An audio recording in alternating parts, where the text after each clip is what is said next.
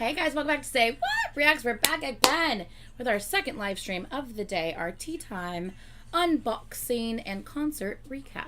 Yay! We are back. We are doing this thing. Hello, hello. Welcome back, everyone.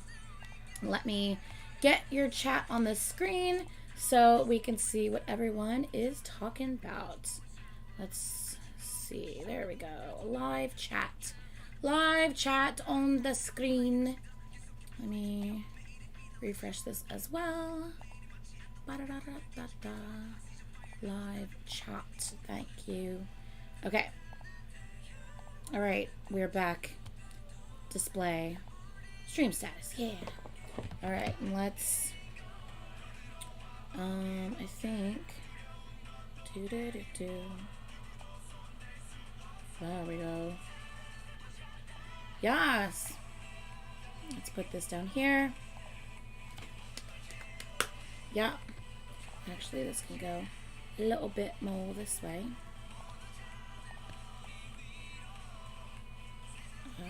There we go. Okay. What's everyone saying? Getting ready for end flying. Ooh. Yes. Good stuff. Ray, why are you like this? I literally just almost spit drink out of my mouth. What? Did you guys see that? I don't think you guys could see it.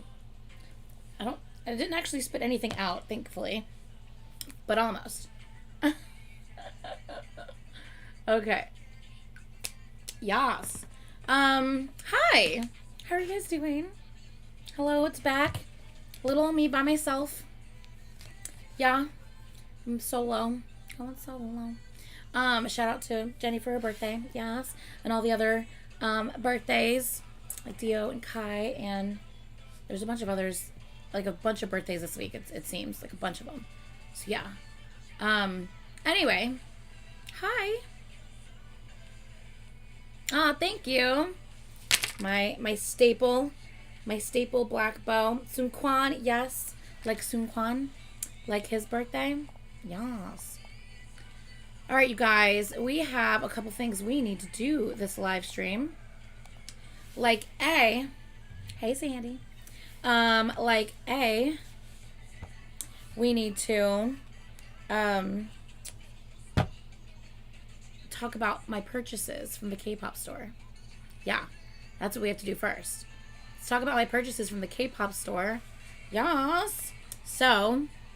the biggest purchase was something I have been waiting like a year, maybe close to a year and a half to get. I've been wanting this for so long, and I have not purchased it because it wasn't necessarily cheap. So, it was $65, and it was for an external, like, wireless keyboard. And I've been wanting this keyboard for a long time because the keys look like old school, like, typewriter keys. Like the round, like kind of button looking ones, you know? And I just think it's the cutest thing ever. And I've been kind of wanting it for a while, but like since it was $65, I was like, I'm not fucking paying for that. So I've been like waiting, and I just haven't gotten it for like a year and a half now. And I was like, you know what, fuck it. I really, really want this. I've been wanting this for a long time now. I'm going to do it. Damn it. Let's do this because... obviously, you guys know, I don't know. I work from this room as well. So not only do I spend my days in this room with you guys when I'm recording anything or just like watching shows and stuff, I work here from 9 a.m. to 7 p.m. on my actual job Monday through Friday. So I'm sitting in this chair. My laptop is here rather than my work laptop's over here rather than my K-pop laptop here. So I'm sitting over here when I'm at work and I'm over here when I'm doing this. But I have laptops. Your keyboard is on your laptop with your screen right next to your screen. So I'm always like, I don't want my screen all up in my face, right? But I need it pulled towards me in order to access the keypad. So, yeah. Anyway, this was a way to kind of have my... if I push my keyboard back, I'm sitting I'm not sitting back in my chair where my back is supported. I'm kind of hunched over in my chair, leaning forward, and that's just awful posture to like have every single day for like probably 10 plus hours every single day. Yeah, actually more like 12 to 14 hours every single day. That's a horrible, horrible posture to have. So I was like, you know what? Fuck this shit. I'm doing this. I'm doing this. So I bought my keyboard, and it is a BT21 keyboard. I got the RJ one because it's the closest to rose gold, and I have like this whole rose gold setup over here. It's like a peachy color. But it is the RJ. Hold on, let me get the chat off the screen for like 2 seconds. Hello? Oh, wrong one. Okay. So that is the keyboard. It's super cute. It has a little RJ on the escape key, and his little face is on the space button, on the space bar. So it's a very, very cute keyboard. I really like it. I've liked it for a long time. And it also, if you can see on the keys, it has the Korean alphabet too, which is actually kind of fun. So yeah, so it has the regular alphabet, also the Korean. So it's like a Korean keyboard and a regular keyboard in one. So it's actually kind of fun that it has that. But it's really cute. It's not cheap. Like I said, it was $65 just for like a wireless keyboard. But I've been wanting it for a very long time. So I was like, fuck this shit. I'm getting it, damn it. Now I can actually type. I can have my mouse here. I can have this here. I can type actually sitting back properly in my chair. So I really, really liked the like, kind of like a old school look, like typewriter key look about this one. And that's why I got this one, because there was a couple other versions as well, but I really like this one. So that was my main purchase, $65, like I said. And then, I don't know, I kind of just really liked this when I saw it, so I got it. So it's actually just a little wallet. It's a black wallet. It has a little tassel and a heart, which reminded me of like Mariella's, like Mari's, little like, wristlets and stuff that she sends. It totally reminded me of Mariella. But it has a little zippy on it here, that you could put like coins and stuff in. And then make sure all my stuff is covered. Okay. And then it has my ID and like card spots here. And then there's also like the side, like the cash part as well. And it has a little shooky on the front of it. Yeah. I have a feeling that this little shooky will peel off eventually. But it's okay if it peels off, because then it'll just be a black wallet. And it says Forever Sunny on it, which I don't know if that's a brand or what, but I just thought it was really cute. I don't know. I just thought it was cute. It says Forever Sunny. I'm like, I kind of love that. Forever Sunny. Anyway, so yeah, so I just got like a little black wallet. It has a little shooky on it. And that was like $18 at the K-pop store. So a little pricier than I would have liked to have paid. But like I wish it would have been more like $12 max. But it was really cute, so I got it.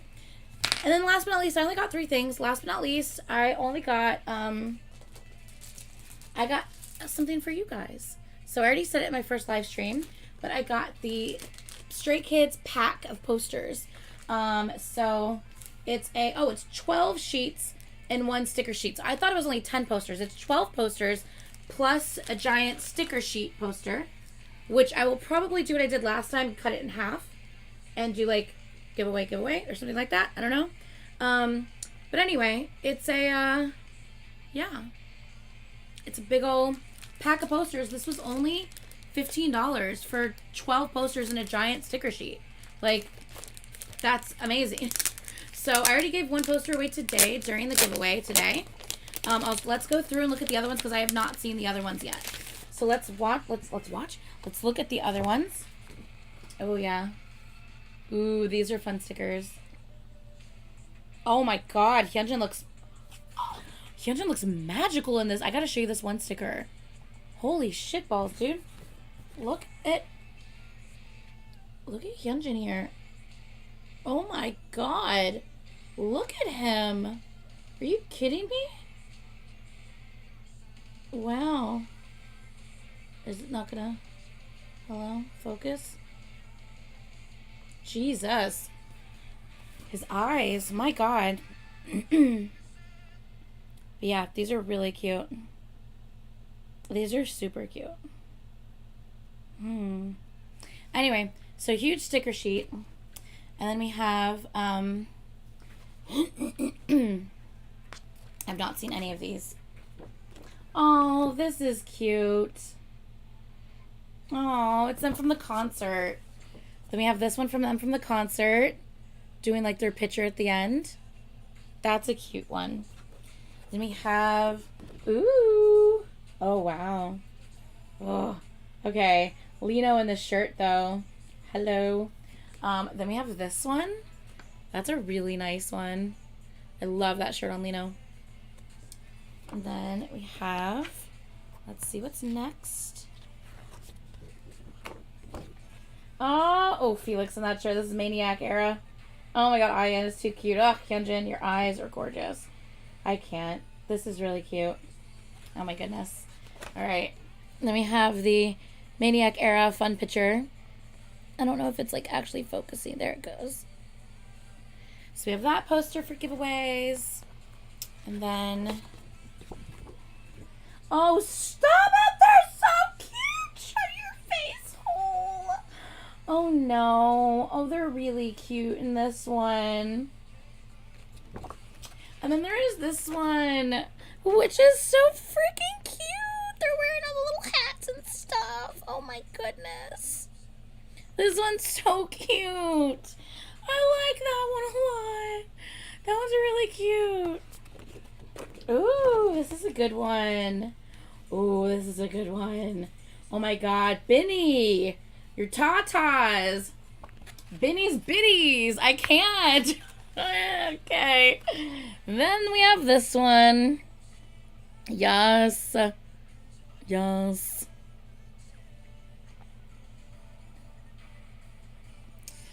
Yeah. They're looking good. All right, what else we got here? Ooh, circus era. Ooh, this is fun. Ooh, I like this one. Oh, I like this one a lot. Oh my God, Chan. Your eyes. Oh my God, Hyunjin, I need you to stop. Hyunjin is such a problem.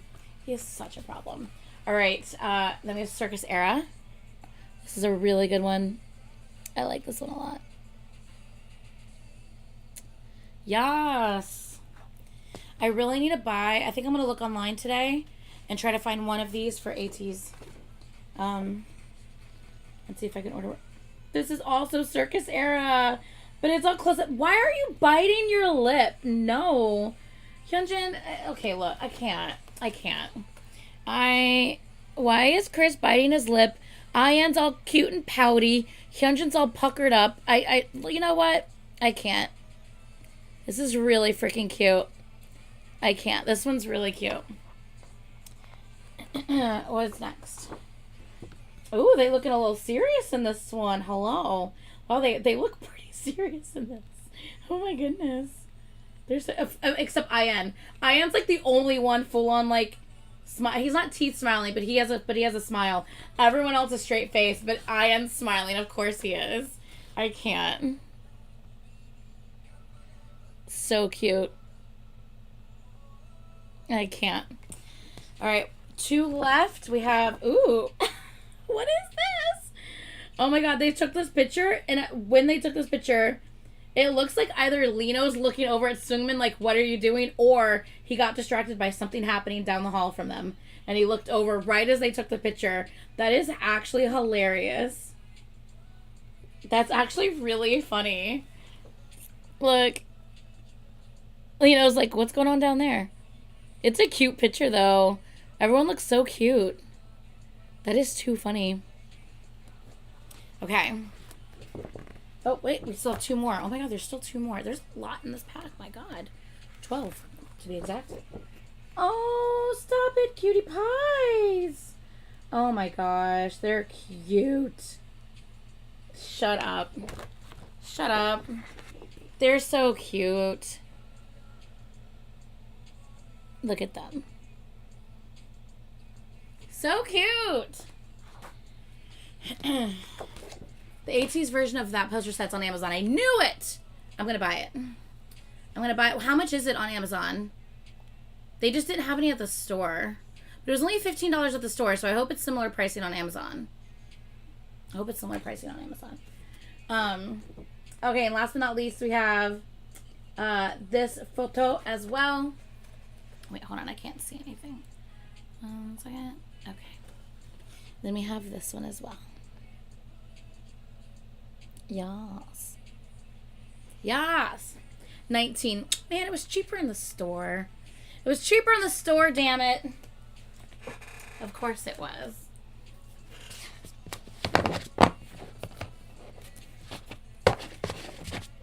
I don't know. I'll eventually buy my ATs one. I don't know how much AT stuff I have left. That's the problem is I don't think I have a lot of AT stuff left except for, of course, PCs. I don't think I have a lot of big AT stuff left, you know? Oh, a few of these are from Shrek It's Codes episodes. Oh, okay, fun. That's fun. Okay. Okay, so yeah, I'll have to think about purchasing the ATs one because I forgot I have to go online and I have to go online and so I still have to purchase storage bins for my closet. Okay, so for those of you who don't know because you didn't like catch my couple live streams last week on Twitch, I've been very excited. I just really feel like 2023 is going to be a great year. I don't know. I'm just very optimistic. I'm very excited. I feel very gung-ho about like just getting shit done. This song's so good. Yeah, I really feel like this year we're going to get shit done. We're going to get focused. We're going to get stuff done. And I'm just very excited. So for those of you who don't know, there are 2 rooms in my house that stress me out. One of which is my second bedroom, which I'm sure you guys are well aware. I've talked about my second bedroom before. It's basically just a huge storage room. Sandy has seen it in person. The room stresses me out. She can barely walk in it. And then the second area, it's not the whole room, it's just the area, is my like corner in my bedroom, my walk-in closet, and then like my sink area. That whole area in my bedroom stresses me the fuck out. So that is where we are starting. Next Sunday, Brittany is going to come over and we are attacking that whole thing. Everything I own in that closet will be removed from that closet. The entire closet will be cleaned. I bought new hampers. She left it here! Sandy, she left it here. That's not my fault. At least someone's using it. Whatever, she left it here. I didn't steal anything. Anyway. What am I supposed to do? Not use it? What am I supposed to do? Anyway. What was I gonna say? I can't believe Soaps isn't spamming the chat right now. I'm just very surprised. Anyway, so everything that I own in that closet will be taken out of that closet. The entire closet will be cleaned. And the only thing going back into that closet are things I actually wear or want to keep. For things I actually wear, everything will be hung up. I bought a new like laundry hampers that will be right when you open the door. They'll be right there below like the hanging clothes. And then we have Ray's filling in for Soaps. And then we have, beside that, I bought a like dresser thing kind of that will be below the clothes as well for extra storage. I will have that in my closet as well. And then I will have beside that will be like where the like like a couple hampers will go for like towels and sheets and stuff like that. That type of laundry that doesn't get done as often because it's like, you know, throw the towels in there, then eventually then we'll go wash them when there's enough collected. And plus Taco likes to sleep in the closet. So if he wants to sleep on the basket with the towels in it, I don't care because we're going to wash them anyway. And that'll be like tucked away in the corner of the back corner of the closet. So that's what everything will look like underneath, and hanging stuff above it, of course. The long stuff will go on the end because this stuff is taller than that stuff is. Anyway, and then on the top, I need to buy bins for the stuff that I want to keep, but is not stuff that like I actively like wear. So it's either sizes that I don't quite fit into anymore, but I don't want to get rid of yet because I will eventually fit into them. Or also like maybe like old purses, but like I want them in bins because everything on the top shelf now is just completely hasn't been touched in like years and is just, I can't even reach it, so it's just collecting dust up there. So I want them in bins so that it's nice and packed away properly and not just sitting on a shelf collecting dust.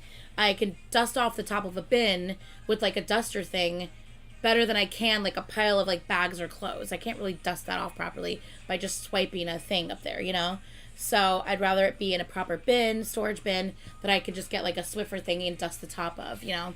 Be much easier to maintain and to keep clean. So, what was I going to say next? Yeah, so that is the inside closet situation that will be happening. Well, let me show you the pieces that I bought for that. I think it is on... one second.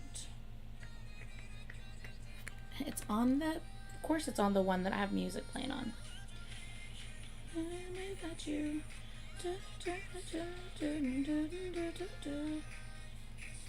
One second.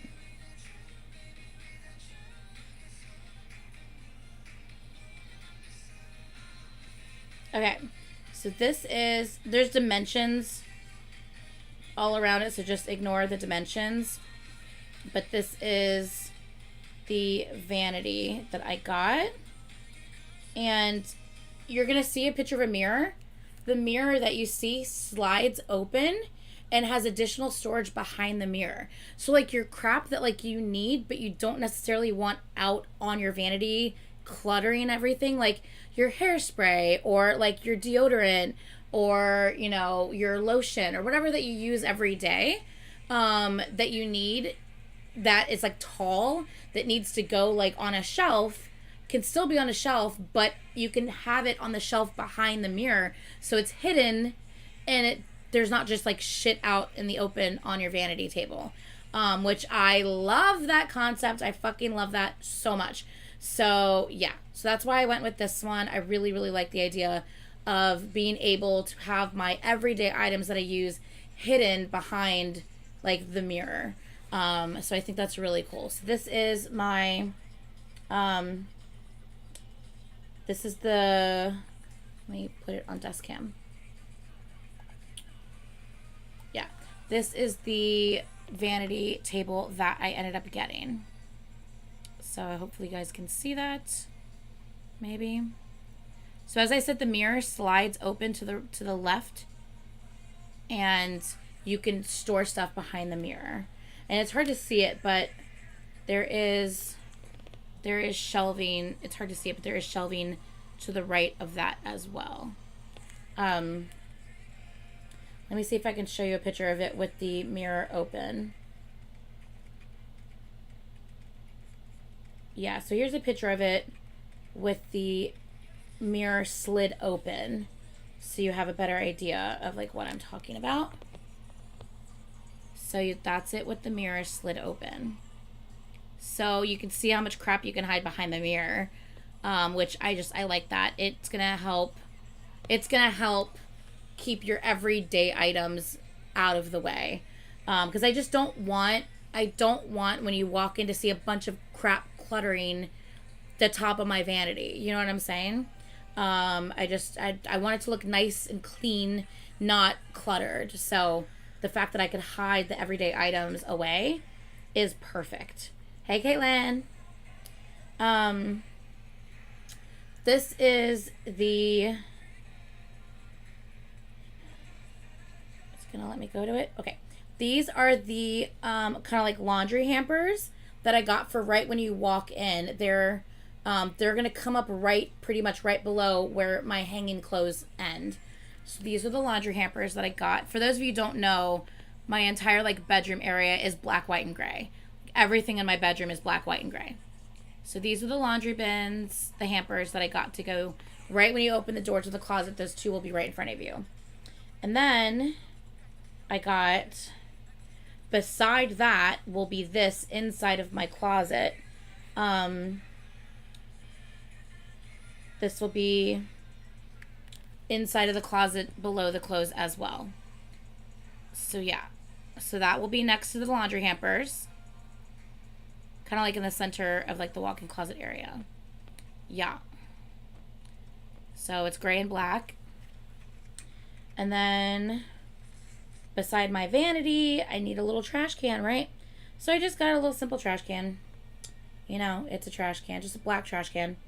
Nothing crazy. What did you just do? Hello? Yeah, just a black trash can, nothing crazy.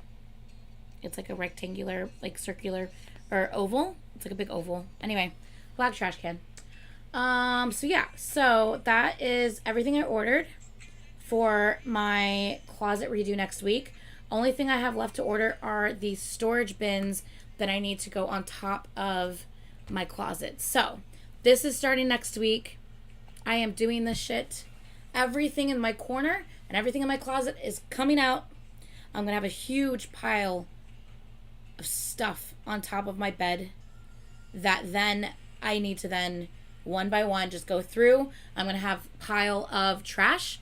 I'm gonna have a pile of donations, and I'm gonna have a pile of keep. The keep that will go back into the laundry, or back into the closet. I will also have another pile of laundry because some of the stuff's in baskets. I don't know if it's clean. I don't know if it's dirty, but it's been sitting there for like fucking 2 years. And I'm like, okay, well, I don't even know what's in these baskets anymore. So whatever's in it, I need to wash before I put it back away. So yeah. So yeah, that is the goal, is to completely make my room. Oh, and then that being said, because I now have a vanity, my sink area is cluttered with just my getting ready everyday shit. And we have about this much room. That's it. Maybe like 5 inches. About that much room on the left and the right side of our sink. That is all we have. His stuff's on the right side, my stuff's on the left side. And we put shelves on the wall because we needed them, and like little hooks on the wall for extra storage. And it's just still not enough. My shit, it's cluttered. It's so fucking cluttered. So, yeah. Now that I have the vanity, all my shit can get out of the sink area, and can go and stored properly into my vanity. Ooh, that reminds me, I also need little organizer things for inside my vanity drawers as well. So I need to get those from Amazon too. So, yeah. So I still have to buy from Amazon today storage bins for the top of my closet and organizer trays for my vanity. So, we'll see how much all that costs. And then I'll think about buying the AT's poster set for giveaways. But yeah. So, that is the goal for next weekend. I am extremely, extremely excited about this. I'm very motivated. I'm so over it. I'm so over not having usable. I have plenty of space in my room and in my house, but I don't have usable space, and it's frustrating because there's no reason it shouldn't be usable. So we need to get on this shit. We need to do it. We need to get on this shit, and I am extremely excited. So once that's done, I will then, either focus on this room a little bit more, because I feel like this room's still not quite where I want it. But I feel like I can't really do this room until my second bedroom is done, because I feel like a lot of stuff that's in this room will end up going in there and helping me out with the storage problem I have in here. But I can't do that until that room is tackled. So the second bedroom, though, will not be a day project. I think my closet will be a day project, but the second bedroom I don't think will be a day project. So, yeah. I have to figure that out. Anyway, so I will be getting the vanity and the dresser and stuff like that before next Sunday. So I think the goal is also to maybe have these items like put together and built. And then that way they just have to be moved into the room. So if I can build them the day before, I'm saving time having to build them the day of. So yeah, so that's also a goal, is to get my items built and ready to go the day of. So I'm not having to stop everything I'm doing and stop my momentum just to put together some furniture. So I'm really trying to plan this out. I'm really trying to like, let's fucking do this shit. I'm very excited. I know this is probably a very boring conversation for some people. I'm sorry. I'm very excited for this. It's been a really long time, and I need to get my shit together, because I feel like I can't personally get my shit together for myself if my shit in my house isn't together. I hope that makes sense. Like, I want the areas around me to be like my zen place and like not cluttered and stressed.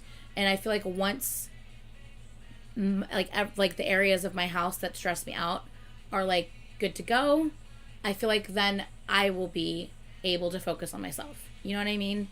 I just feel like I can't really focus on myself when there's other things around me that need my attention as well.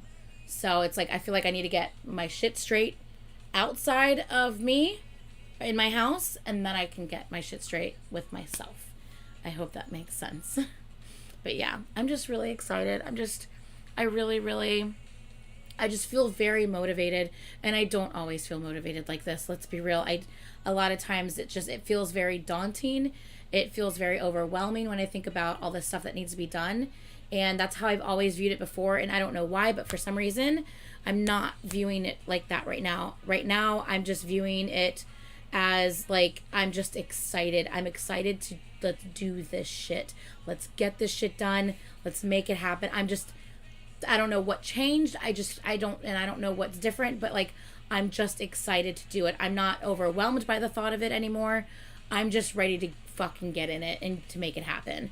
Yeah, so I'm just very excited. But yeah, so we'll see how it goes, but I'm very excited. Why does this stupid thing keep doing this? I hate when it does this. Stop it. There's a little thingy that resets itself like every, 15 minutes on one of my screens. And like I have to go back to it and like scroll back over to see the information I'm trying to see. It's annoying, but yeah. Yes, Leonardo. But yeah. So kind of like spring cleaning mode. I think spring cleaning mode will really actually be more like when I tackle that bedroom.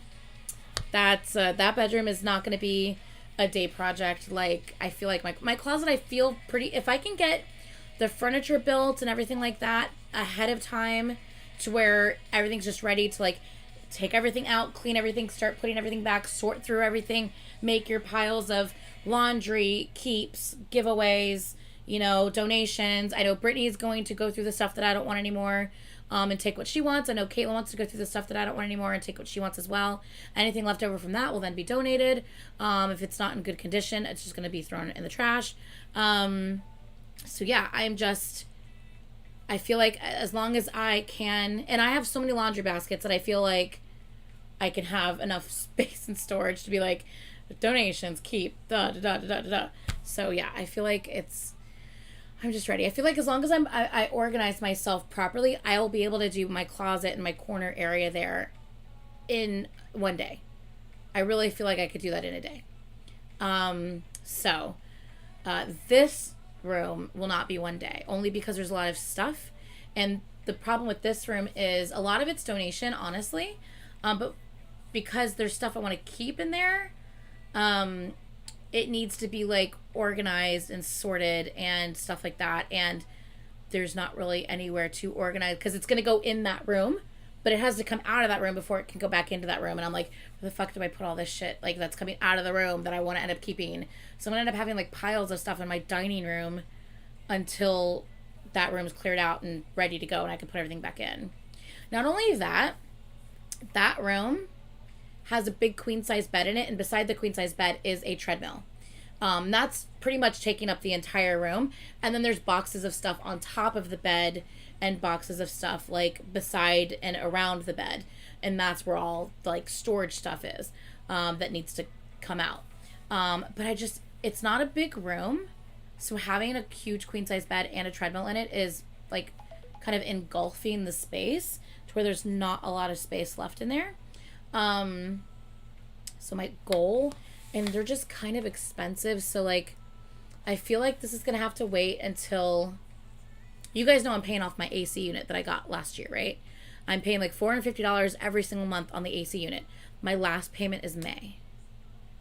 So maybe in June and in July, that $450 and $450, that $900 can be used to buy the actual thing I want in that room, which instead of having a huge queen size bed in that room, I really kind of want a Murphy bed.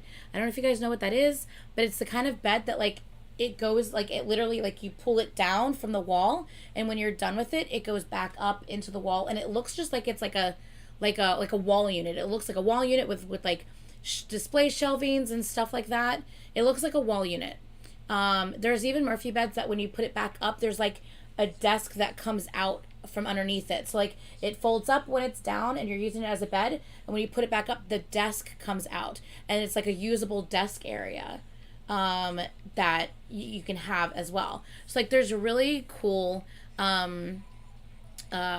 it would just free up so much space in that room, because we would only need the bed if we ever had guests coming over to sleep in that bed, which we don't have very often. I mean, like Sandy used you know, the futon in here for like a couple weeks, but before Sandy used the futon in here for a couple weeks, we haven't had anybody stay over for like at least a year before that. So it's like having just a bed taking up almost the entire room all the time, like 24/7, is kind of pointless. So, but we obviously want to have the option of having a bed if we have guests over, right? So that's why I was thinking like having, you know, the Murphy bed where we have usable space in that room day in and day out, and then the bed is there as an option for people coming over, you know, when it's needed. So I'll take that as a standing ovation. Standing invitation. I mean, I said standing ovation. Standing invitation. Always, Sandy. You know that. But yeah, so, but Murphy beds and those units are pretty pricey. Obviously, we wouldn't have to buy a mattress for it, I don't think. Unless you have to buy a special mattress. Unless you have to buy like a special Murphy bed mattress. We have a mattress. We have a queen size mattress. So obviously you don't need box springs with beds like that. So it would just be the mattress we would save, not the box spring. But yeah, I don't know. But anyway. So yeah, that's kind of like where I'm at and what I'm thinking as far as that room goes. So I'm thinking I'll start tackling that maybe in like the summertime when I'm able to, you know, buy and invest in possibly the wall unit. I mean, I can tackle that bedroom prior to that and at least get everything cleaned out. My sister wants a treadmill, so that's gone to her, and it'll just be the bed. And like I already have storage, dressers and stuff in there, and like 2 big bookshelves in there. I have like a nice setup in there. It's just clutter. There's just a bunch of shit that either needs to be in donations or I need to keep it and then like store it properly. So yeah, I'm moving on Monday, by the way, not tomorrow, obviously, but Monday. Jeez, that's exciting though, Sandy. I know you're so nervous. Sandy, I know you're so nervous. Murphy beds don't require a special mattress. Perfect. Then that's less money we're having to spend then. That would be like perfect. I could sell it. I could sell stuff. There is a lot of stuff in there that would definitely be stuff that I could sell. I mean, I have 2 printers in that room. I have a box full of like one author, and like their collection of books. And it's just a box full of their books. And most of which I have the full like series that they wrote for it. But it's I don't know. I mean, I guess I could always try to put it on you know, the what is it, Nextdoor app, or the front, what is it? I don't know what the fuck that app is, where people go on and they sell stuff. Anyway, yeah, I don't know. We'll figure it out, but I think maybe during like late spring, I want to start tackling that room, and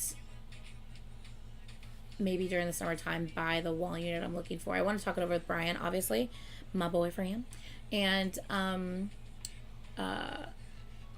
just see like what we want to do with that space and in that room. So yeah, because sometimes, I'm not gonna lie, like having to take like a business call on a Zoom meeting in this room with this background, and I have like freaking June's titties hanging out, and like Hongjun, like Demon Hongjun over there, where I'm like trying to like not get them in the frame of the camera. It's very interesting Zoom calls sometimes, let me tell you. But yeah, so if I could have my Zoom call from my spare bedroom that is set up with the little desk in there and stuff like that, that would actually, I think, be really nice, to where I could actually, I wouldn't work in there like 24/7, but I mean, I could set that up as a separate, like actual legit office, and have it separate from the K-pop room, where my printer and stuff would be in there and not in here. But like, I don't know if I want to actually set that up as an office, you know, I don't know. You need to hang a sheet from the ceiling. Nah, it's okay. They have those things where I could like always set up like the green screen type thing, where like it just detects you and puts like a green screen up, but it's okay. They should be so lucky to get those views. I know, right? Honestly, they should be, damn it.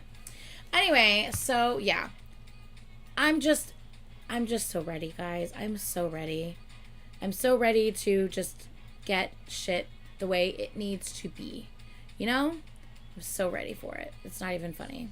So I will be taking you on my journey. Yeah, the blurry black background one. Yeah, that too. I will be taking you on my journey on a lot of this.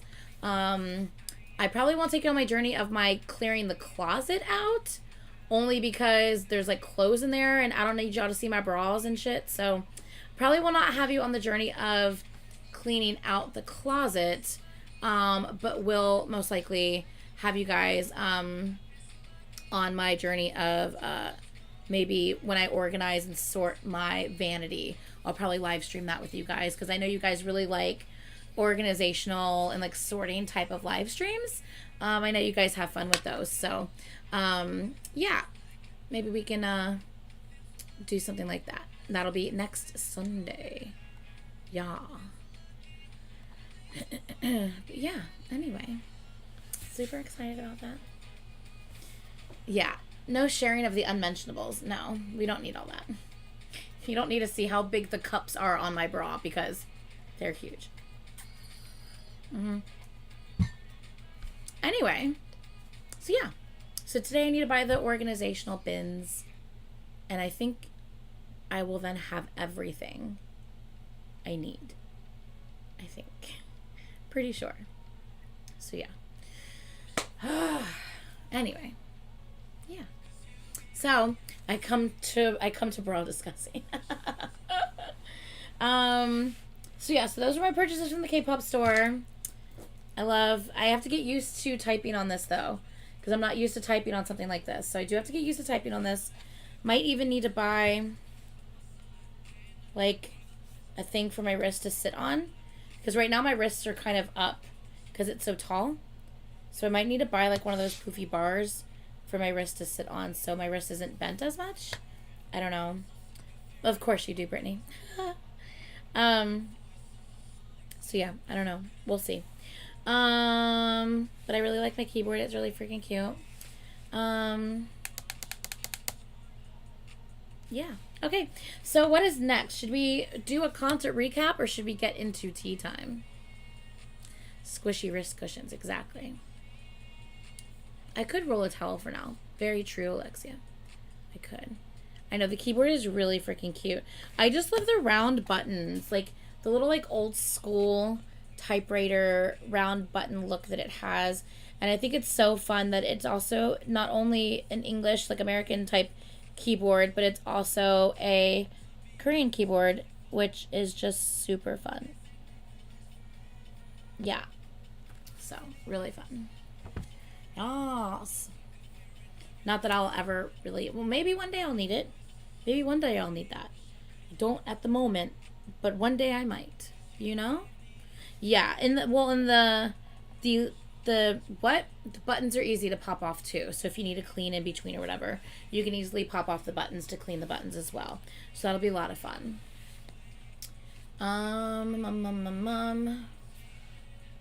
Tea first, then we can end with happy concert recap. Okay, let's do that. Let's get into some tea time then, shall we? Let's see what we got, y'all. I don't even know. Let's see. Oh my god, this isn't tea, but this was the cutest thing, and it made me go ooh, because it was just so fucking cute. I couldn't. I can't. It asks. It says. Hold on, I gotta scroll down. So this is what it says, right? Hold on. It's so fucking cute. Shut up. So I'm gonna have to show you on my desk cam. This isn't tea, but I have to share. It says, "What is the use of this tiny pocket on your jeans?" To keep hot in June. I was like, ah, I just want to put him in my pocket. I can't. I love him. He's so tiny. I love him. Oh my god, it's the cutest freaking thing ever. I saw that. I was like, ooh, that baby. I can't. How fucking cute is that? I was dying when I saw that. I cannot. Oh, we have some dumbass comments. Let's recap on those, shall we? So someone commented on my IVE reaction, because I reacted to 3 songs for the group IVE, because I hadn't checked them out yet, and I really wanted to hear Love Dive, so I went ahead and just did all 3 of their MVs that they have out. And this person comments and says, "You pause a lot. I ain't watching your reacting to 3 songs for 42 minutes. So I said, "Yet you took the time to leave a comment, LMAO. It's all good though, because we don't want negativity on my channel, so it's best that you aren't here." Like, you don't want to be here, yet you left the time to leave a negative ass comment on my channel. Like, shut up, you dumbass. I fucking can't with people sometimes. I cannot. But yeah.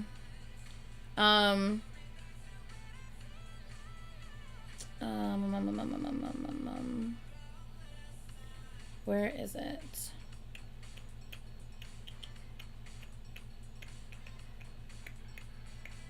Oh, and then I blocked them, by the way.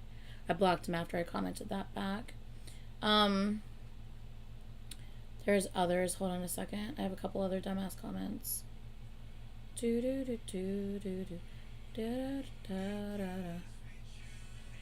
Thank you, Rev. I appreciate that.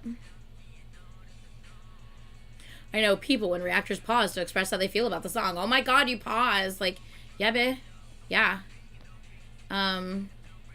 Itty bitty Baekhyun would be the best. GG, Hongjoon's much smaller than Baekhyun, like, not unfortunately, but like Baekhyun is like 5'9", and Hongjoon's like 5'6", I think, or 5'7". I think he's 5'6". He's short and he's like tiny. But yeah. But yeah, Baekhyun is still tiny in my eyes, even though they're both taller than me, so I don't know what the fuck I'm talking about. He can go in my purse then. There you go. No, he's not 5'8". Hongjoon's not 5'8". Is he really? I was thinking 5'7". I know Changbin's 5'6", and Chris is 5'7". I thought he was the same height as, like, Chris, which would be, like, 5'7". I know he does hate when people call him tiny. I know. But he is. Like, I mean, but he's not. Like, let's be real. He's not. But, like, he is. You know what I mean? I fucking can't. You know what I mean? He is, but he isn't. Yeah. Okay. So, hold on. Let me look for that comment. One second. Okay. So, I don't know how many of you watched my Taeyoung and Jimin vibe reaction. But in the reaction, I had said, like, there's a couple times where it was clear Taeyang, or is it Taeyong? Because you say Young for, like, NCT Wavy, right? So is it Taeyong? But I always say Taeyong for, like, NCT's Taeyong, and that's with an O. So I always used to say Taeyang, but, like, if you think about it, it's Young, not Yang. So it would be Taeyang, right? So I keep saying Taeyang, which I think is incorrect. But that's also how I say SF9's Taeyang. I don't know. What the fuck up? Double check. He's definitely 5'8". Whatever. Okay, fine. He seems so much smaller. Is it because they have giants in their group? Is that why? Freaking, you know, and Mingi and Songhwa, making him seem even tinier. Taeyong. Okay. So I've been saying it wrong. I keep saying Taeyang instead of Taeyong. Yeah. Anyway, okay. Taeyong. Yong. Whatever. Okay. So,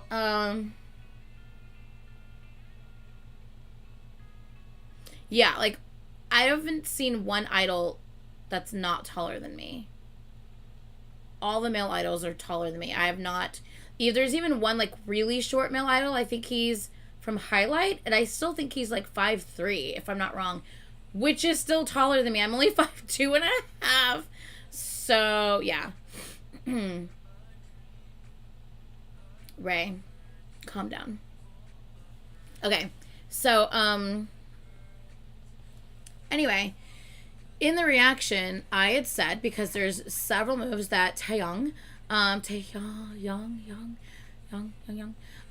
there's several moves that he does that are clearly like an ode to or inspired by whatever the fuck you want to call it, MJ. At one point, he gets up on his toes and does the classic MJ thing on his toes. He does this thing where he kind of does this thing with his, like, he does this thing with, like, his hand. He does this, like, the head thing that he does. Just very, if you know Michael Jackson, they are very classic Michael Jackson moves. And I know that he was, like, inspired by him, so it makes sense, like, totally. And then the beat before it gets into, like, the chorus, it's like dun dun dun dun dun dun. It's a hard hitting kind of beat with, like, these, like, kind of like drums, I guess you could say, and it sounds very Bobby Brown. I can't remember if it's Every Little Step or My Prerogative. I can't remember, but it's very much just like that Bobby Brown beat, so much like it, which I want to say is like early 90s. So I had said in the reaction, I was just like, oh yeah, this is very, like, you know, kind of MJ with some of those dance moves. I love it. I just said that.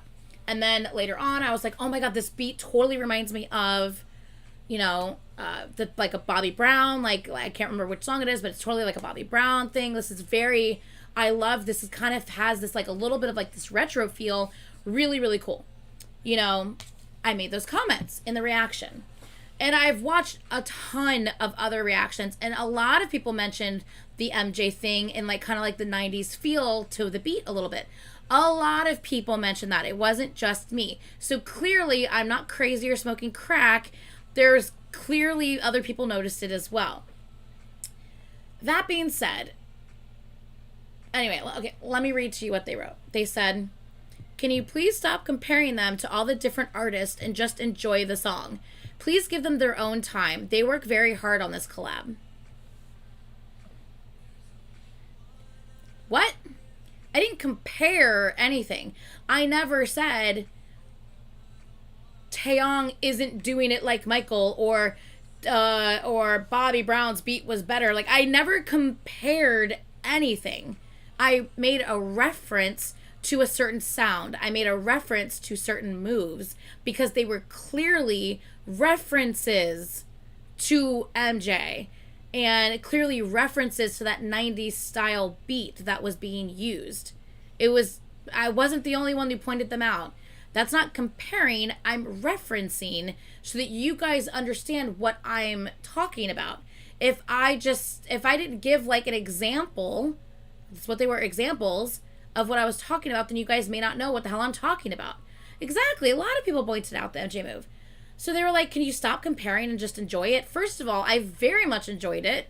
If you would have seen my reaction, if you haven't, I very much enjoyed it. I loved that freaking MV and I was having a blast. And like, I wasn't comparing.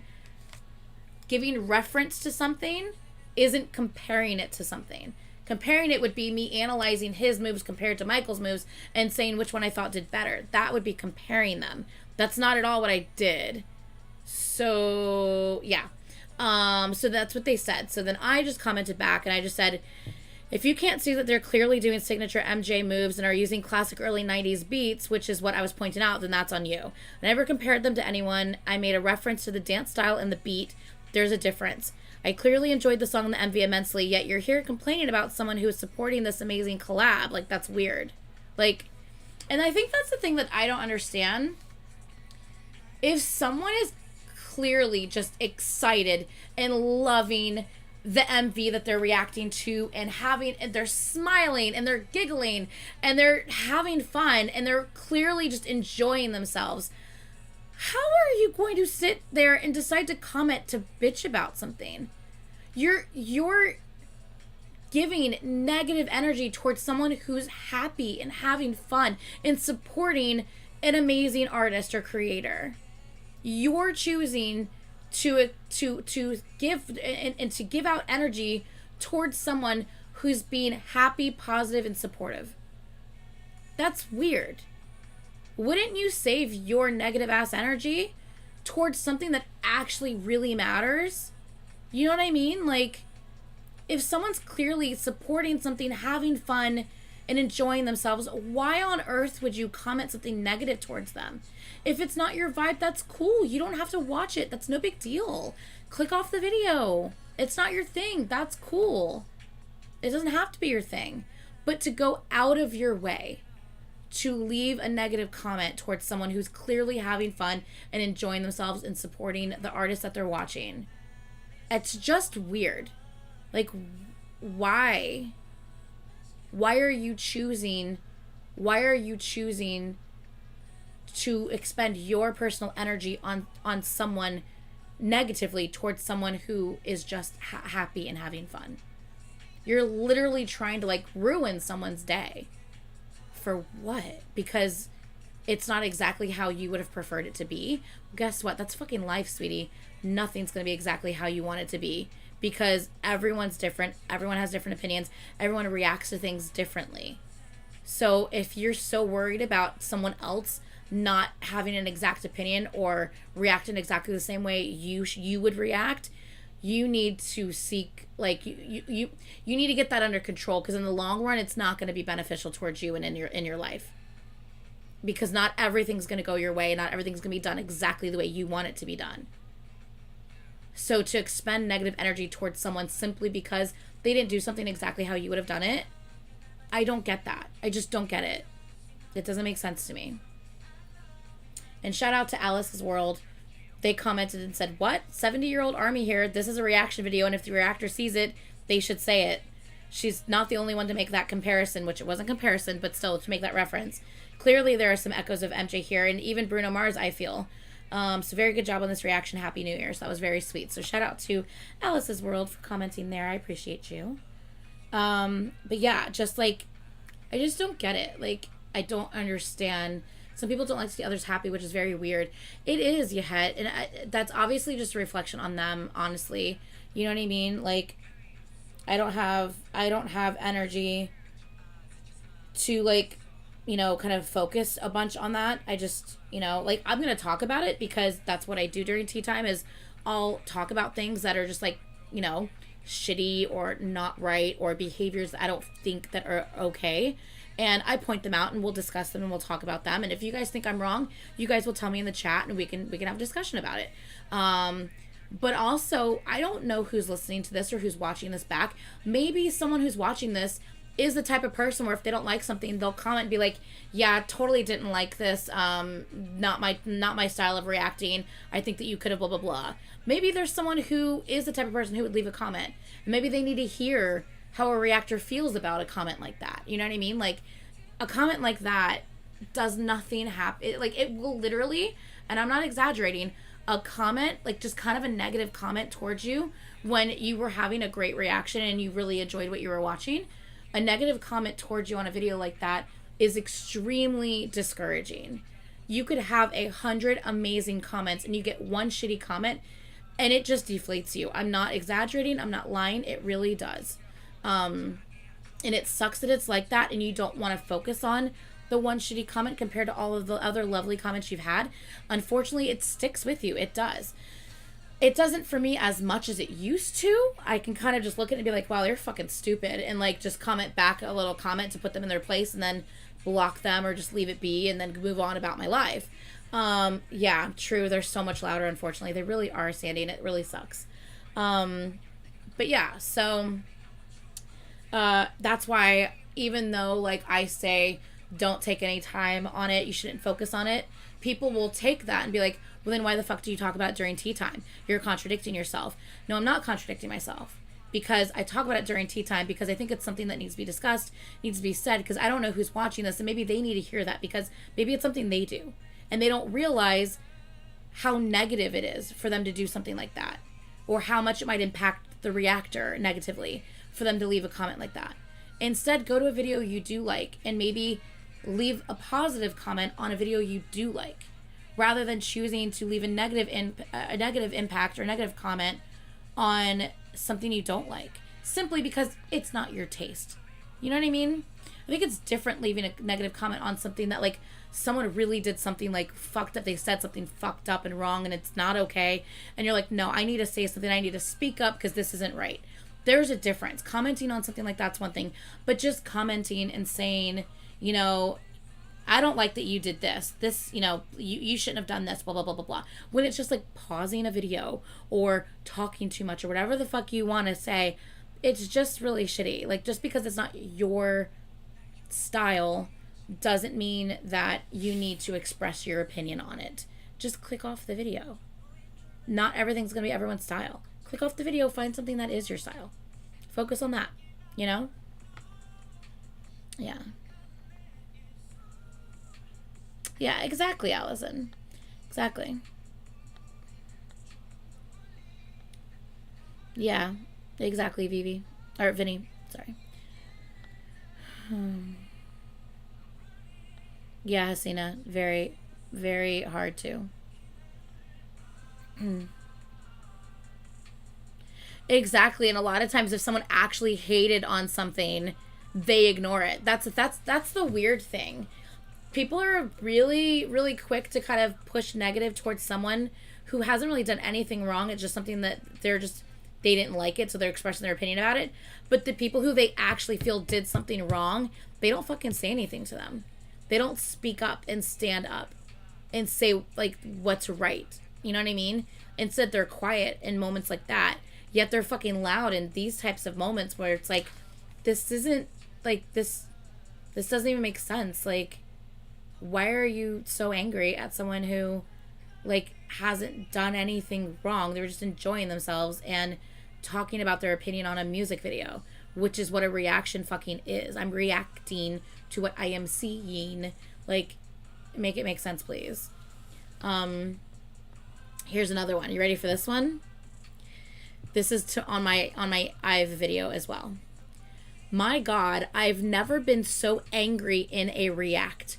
I know that taking breaks is normal, but my lady, every 10 seconds there was a break to talk, and the worst, to say things that seemed empty and superficial. What? So I said, then don't watch it. If you think someone speaking about their voices or the aesthetics of the MV is superficial, then why the hell are you watching reactions? Also, I literally have a pause warning on the screen. Or did you somehow not see that? Maybe next time just click off the video if you don't like it rather than leaving your negative ass comment to ruin someone's day. My lady. I know. My lady. I've never been so angry in a reaction before. Someone discussing what they're watching on the screen. The girls' vocals, their outfits, the aesthetic of the MV, the maybe storyline that might be happening in the music video. If that is superficial to you, that's what a reaction is. Like, what else are you supposed to talk about? It's a reaction. I don't understand. I'm literally talking about their voices and the music, the melodies, the outfits, the setting. That's what a reaction is. Just because there's people who react, who literally just sit there through the MV and don't really give you anything back, doesn't mean that that's a reaction. That's a watch this with me. That's not a reaction. You know what I'm saying? My lady. Anyway. So yeah. So I had that one this week as well. That was great. What else did I had one more too. Hold on. I have to scroll. See, now I'm having to scroll to find these. So it's clear that these aren't often. Thank God these aren't often. But every now and then, you know, you will get comments of fucking idiots, and, you know, it is what it is, unfortunately. One second, I have another one. I just have to find it. I'll dive into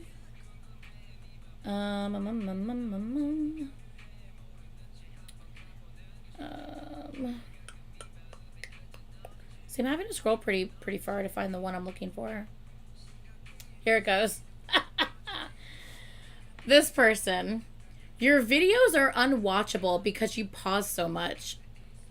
There was no need to pause like 5 times in the first 20 seconds of the MV. So annoying. I'm done. The fact that they felt the need to announce their departure is what gets me. As if they're so important to me that I'm going to be so upset that someone who's this negative is leaving my channel. Fucking bye. Don't let the door hit your ass on the way out. Like, bye. Why are you here? Why did you take extra time out of your day to leave me a comment when you clearly don't like my videos? Let's make it make sense. I actually can't. I'm done. Your videos are unwatchable. Well, apparently they're not, because there's a lot of people who watch my videos. So apparently they're not unwatchable. Maybe they just are unwatchable for you. And that's okay. You don't have to fucking be here. You also don't have to leave a negative comment announcing your departure either, because I guarantee you I don't give a fuck. Not if you're a negative person like that. I don't care. Yeah, so. Exactly, ahead. So my comment to them was, there's a literal pause warning on the screen, so this sounds like a you problem if you still watched it and it wasn't your vibe. And shout out to Monstax, because this was on Monstax's Beautiful Liar reaction, and then of course I referenced you problem in the comments. Anyway, and then I said, also, you could have just clicked off the video instead of leaving a negative ass comment feeling the need to announce your departure. It's just negative and unnecessary for no reason, especially towards someone who is clearly a fan, who's enjoying this MV and supporting this amazing group. Like, you're weird for that. Like, that's on you. Like, you're very weird for coming at someone negatively when they're having so much fun watching this and enjoying this and supporting this group. You're a fan of this group, yet you're coming at another fan for enjoying themselves in a way that you don't like. You should enjoy yourself that way. I don't like it. I'm done. That's weird. You're literally coming at someone, a fellow fan, because they didn't enjoy themselves the same way you would enjoy themselves. It's weird, man. That's weird. Very weird behavior. Sorry.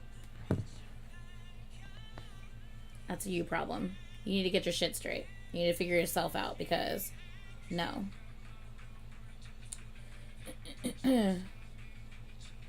Yeah, and that's really all there is I think, for comments, other than the fact that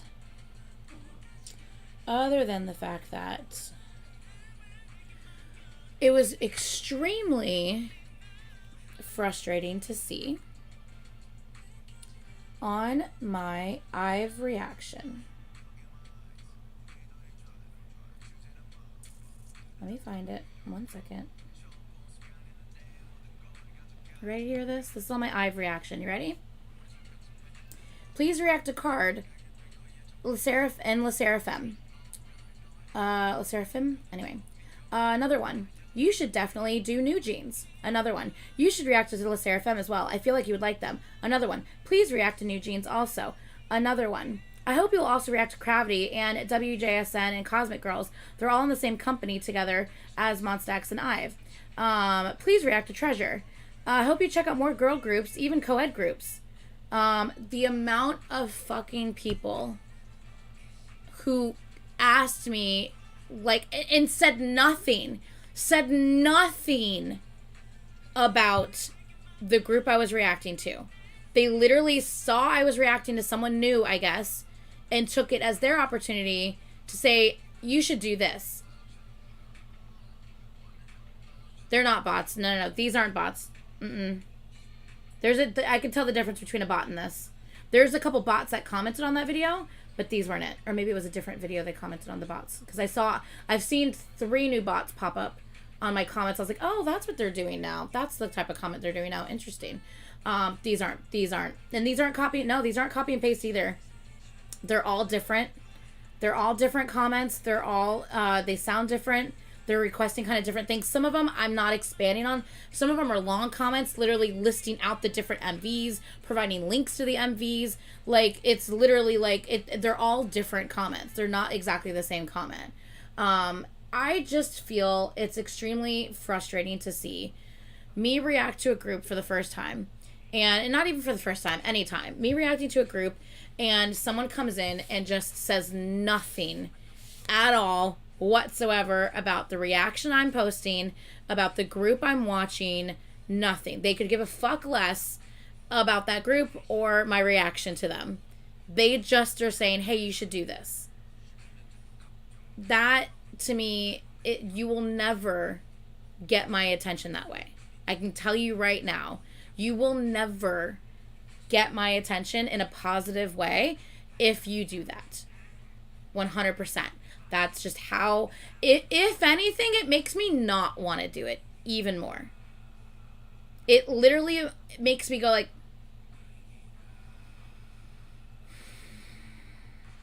because I just feel it's disrespectful.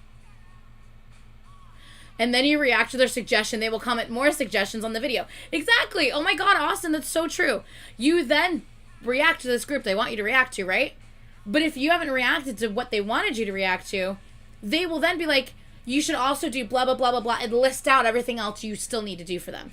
They don't say, oh my God, thank you for reacting to them, or, oh, I loved this reaction. Oh, I liked when that happened in the MV too. But they say nothing about the reaction. You react to them like they wanted you to do, and they say nothing about your reaction, and then just comment asking more shit from you.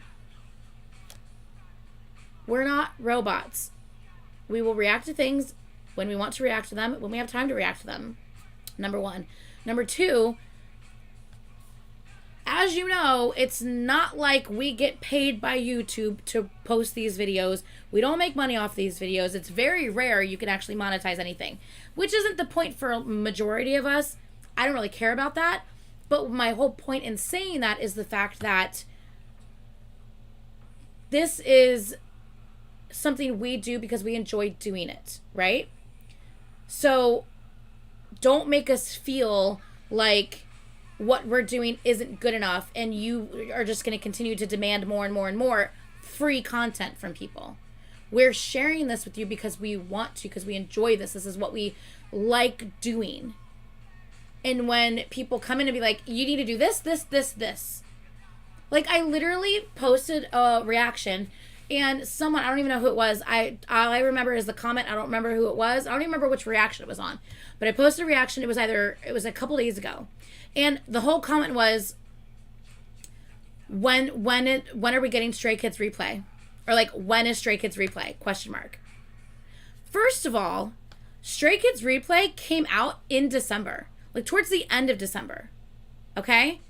You know how much shit from fucking like October I still haven't reacted to? I still have to do Chen's album. I still have to do Indigo, which is RM's album. Well, I have to post it. I still have to post these things. Those things are going to get posted before the replay album will be posted. Because they came out before that. You see what I'm saying? Like, it's just rude. Like, it's just, to me, it's just rude to hop on someone's reaction and to comment, where is this? How come I don't see this yet? When are you going to do this? You know what? I'm going to do it when I fucking do it. That's your answer. I'm going to do it when I fucking do it. Or if I've already done it, I will post it when I fucking post it. That's when. Like, it's just frustrating. And it's rude. Like, you're enjoying stuff that people are sharing with you because they love sharing it with you, and you're having free entertainment from it. Why are you so demanding? I get it. You're excited. I get it. You're anxious. Trust me. There is a reactor who I've been waiting to continue to see them react to the next episode of shit that they haven't reacted to yet, and it's been like a fucking month. Trust me, I get it, and I know you probably feel the same with me on Patreon, but I'm getting better. So trust me, I get it. I'm like, oh my god, when are they gonna fucking post the next reaction? Jesus Christ, it's been long enough. Shit, I get it, but you don't see me commenting that to them. I just slowly get annoyed on my own and in my own time because that's my problem. It's my problem. I'm not going to push that on the reactor when they have lives that they're living. I'm just going to sit back and fucking be patient. Because at the end of the day, if it's on YouTube, it's free fucking content. And if it's on a Patreon thing, which I do have a couple reactors on Patreon that haven't posted stuff, I know I've done that before. I mean, I only charge $1. Some of these other people I'm subscribed to, they're charging $5. The ones that I'm subscribed to and they're charging like $5 and they haven't like posted the next thing that they're supposed to be posting, and it's been over a month. I'm getting a little annoyed with that, I'm not going to lie. But I still don't comment giving them shit. You see what I'm saying? Yes, you do, Austin. You let me know. You let me know what you need to know, and I will help you. You know this. You know I love them. Anyway, so I'm just... Jerky! Why are you gonna call me out like that? Jerky! I fucking can't. I can't. But what I'm saying is, I get it, because I'm there too. I get it. I totally get it. But you don't see me on their videos, on their Patreon, giving them shit. When is this? When are you gonna do this all the time? You know what I'm saying? You don't see me doing that because that puts pressure on a reactor, number one. And it becomes something that may not be as enjoyable as it was when you're pressuring someone to do something, right? Like, I know for a fact, not mentioning names, I'm sure a lot of people will know who I'm talking about, but I know for a fact that pressure has been put on one of my friends, so much so that it's at the point that they're not comfortable reacting to a group that they fucking love because so much shit has been thrown their way. It's extremely frustrating. They love this group so much, but because they've had so much shit talked to them, and when they do actually say something or post something on the group that they love, they're met with negative ass comments calling them fake. It's bullshit. Hold on. You're bitching because you're not getting this. You finally get it, and you're gonna bitch about getting it. Make it make fucking sense. You can turn off comments, but that sucks. Like, we shouldn't have to get to the point where we have to turn off our comments and not be able to communicate with you guys and have you guys not be able to communicate back with us just because some people are assholes. You know what I mean? It just sucks. It should never even get to that point. So it's like, sometimes people push people to the point where they're legit uncomfortable posting something or tweeting something or reacting to something because fans have pushed them to that point. Fans have pushed them to that point. I know multiple reactors that's happened with. I can name 4 off the top of my head. I'm not going to name them. I'm pretty sure I've named them. We've talked about this in the past, so it's not like it's necessarily a secret, but I'm not going to go out here blasting names right now. But yeah, at least 4 that I know of that intentionally do not, like, feel comfortable. Either don't post certain groups anymore, or they just don't feel comfortable doing it. And because that pressure is there and they know that if they do it, they're going to be met with people who are genuinely happy that they finally got something from that group again, and people who are just going to sit there and bitch, even though that's all they want is, they're like, oh yeah, when are you going to do this? You haven't done this in forever. Oh, do you remember them? Does that group sound familiar? Do you remember them? Or did you forget about them too? You have people that comment that, when are you going to do this? When are you going to do this? And then you finally do it. They're just like, oh, so now you're going to do it. It's like, what? Like, you wanted this. How are you still bitching? Like, it's never fucking good enough for some people. And it's extremely frustrating. So anyway, moral of the story. Sometimes we should just not comment things. I'm not saying you're not allowed to have an opinion. You can have an opinion all fucking day long. You can have opinions all day long. But you really need to reevaluate whether that opinion needs to be shared and posted on the internet for everyone to see and to, like, ruin people's day. You're allowed to have your opinions. You're allowed to share your opinions. But sometimes, if it's not like, if it's telling someone what they should do, it's never a good thing. When it's literally just your opinion or, like, the way you prefer for something to be.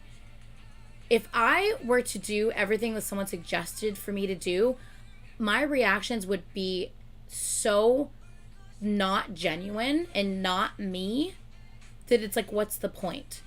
If I didn't pause, if I waited to watched everything through one time and then watched it through a second time, I don't like fucking doing that. That's not me. That's not how I do it. I get very overwhelmed when I'm watching a video for the first time. There's a lot of shit happening. I have to pause. I have to take a second. Like, hold on. Oh my God, so much shit just happened. Hold on a second. You know what I mean? And I need to, like, rewind it a little bit and be like, okay, what the fuck did I just see? What just happened? Did you hear that vocal? Oh my God, the beat? Like, what's happening in the storyline? There's a lot of shit happening. This isn't like some freaking Western MV that ain't got really shit going on except for some people, like, you know, shaking or, like, playing a guitar and singing and that's it. Like, it's not like that. Like, there's a lot of shit going on in these MVs. And I genuinely try to pay attention to it all, but I have ADD. Number one, it's very overwhelming when so much all that shit's happening at the same time. I need to take a second. Number two, I'm genuinely trying to pay attention to everything, and I'm not going to be able to catch it all in one go. Like, it's not going to happen. Number three, I think I'm on number 3 now. Number 3, because of my ADHD, there's no way in fucking hell I will remember everything I wanted to say at the end and hold my comments till the end. There's no fucking way I would be able to remember everything I wanted to say. And I don't want to forget something a thought that popped in my head. I don't want to forget that. Exactly. Also, sometimes when you pause, I catch things I've missed in the video. Exactly. My Bacon Light concert. It was an epic hot mess. Look, he made my nose bleed, okay? That's what happens. If I get too overwhelmed because I'm so excited and I really, really like something, he literally made my nose bleed. It's ridiculous. Yeah.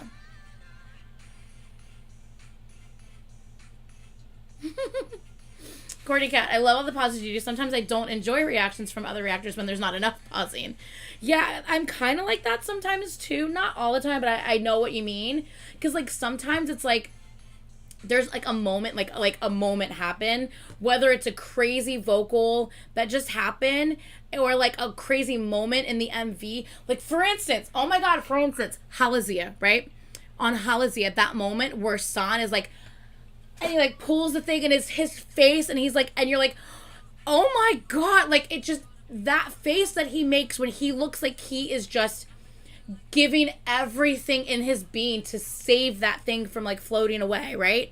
Like that moment in that video and his acting in that moment in that video is so impactful, and people who are just watching it and are just like, no reaction. I'm like, how are you not reacting to this moment in this video? Even if you don't know San, that moment is just his acting in that moment is like, oh my god, like it is intense, and you feel like everything, like, you know, like, oh, you know what I mean? And so it's like, I totally get what you mean, Cordy Cat, when someone just sits there and like has no reaction to us, like it's like sitting through God's menu and someone having no reaction when Felix comes on and is like, looking like a chef of fives. How do you have no reaction to that man's fucking voice, especially if it's someone listening to Stray Kids for the first time? How do you have no reaction? What? Like, what? It doesn't make any sense to me. So yeah, I totally know what you mean. Like during those moments, to have someone not like, whoa, pause, rewind, I need to see that again, or I need to hear that again. Like I can't vibe with people who have like no reaction to certain moments in songs. Like I'm just like, how did you not feel that? How did the visual not get you? Like, yeah, like, I don't know how you didn't feel that. Some people are dead inside. I mean, baby. Because they don't care and they only watch for views and clout. Yeah, that is very true. Some people, oh my god, that reminds me. Okay, we are shit talking. That reminds me. I was watching this reaction channel, right? This guy just started watching, I think it was K-pop in general. I don't even remember the reaction channel. I think it was just K-pop in general, or maybe it was just BTS. I can't remember. He literally said in the reaction, yeah, I mean, I don't really fuck with this shit normally. I'm not gonna be listening to this shit on my off time or anything like that. But like, I'll keep reacting for it because that's what you guys want. So I'm down. I mean, I'll keep doing this shit for you guys. But I mean, I ain't gonna be listening to this stuff my own time. And there's people in the comments, oh my god, thank you for your reaction. Can you please make sure you react to such and such next, blah, blah, blah. And I'm like, he's literally telling you he doesn't give a fuck about what he's watching. He's not going to listen to it on his own time. He doesn't care about the group. He literally just told you this. And you are like, please react to blah, blah, blah. Why are you all up on someone who doesn't give a fuck? It drives me crazy. It actually drives me crazy. I'm like, what? Like, how? How? And their sub count is just skyrocketing. They're growing so fast. And I'm like, the people who are actually here who give a fuck. Like, why are people so desperate? Thank you, Joanna. Thank you. That is such a question. Like, why are people so desperate to have random strangers react to their faves when they're clearly telling you, yeah, I mean, that was cool and all. I ain't gonna be listening to that shit my own time though. I mean, that ain't really my thing. I'm not about that.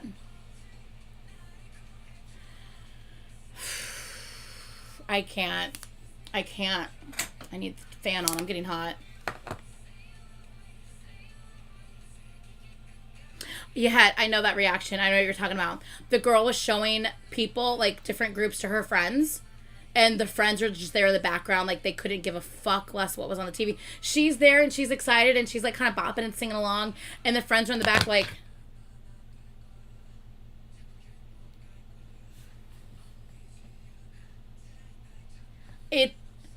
it's so, A, awkward, B, if you don't want to do it, don't do it.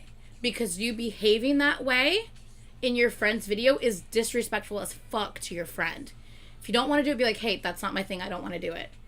And at least that's respecting your friend and not looking like an asshole in her video. Like, I have 2 new reactors I've been watching lately, and I like both of them. I think I subscribed to both of them, and they're both getting into more Stray Kids and ATEEZ. Why would she even post that video? I don't know. I honestly, I don't know. I wouldn't have posted that. I wouldn't have. Thank you. People who truly love K-pop should only watch reactors who truly love K-pop too. That's how I feel. Or like, they don't know anything about it and they're learning. The people who like don't really know anything about it, but they're willing to like learn more, I love that. Because it's like, you can tell that they're not into it yet, but they're intrigued and they're curious and they're genuinely curious to learn more about it. You know what I mean? I like that. I think that that's fun. I think that that's interesting. The group reactions are so awkward. They really can be sometimes.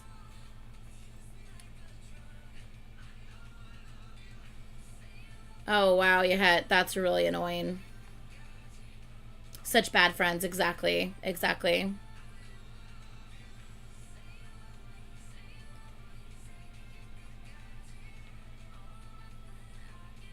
Yeah, that's sad, Vinny. Yeah. I'm subbed in spirit, Allison. Yeah, exactly, like Brittany. Exactly. Yeah, like, and I knew, like, if Brittany wasn't going to be into it, I wasn't going to have her continue to come back and, like, continue showing her stuff. You know what I mean? Like, you know, I'm not, if someone's not really feeling it or, like, they had fun, but, like, it's not something that, like, they're going to continue to be into, then I'm, you know, it's cool. Like, I'm glad that you had fun in the videos that we did show and that I did show you. That's great. But if this isn't your thing, that's totally okay. You don't have to keep coming back and reacting to more stuff. No big deal. You know, but like, obviously Caitlyn loved it, and that's why Caitlyn's still here, like 3 years later almost. Obviously Brittany loved it. Brittany's making her own top lists of the year and checking out stuff on her own now as well, stuff that I didn't even know she was listening to. You know, that's great. You know, I love that. But I also don't want someone here reacting to stuff if this is not their thing. You know what I mean? So, yeah.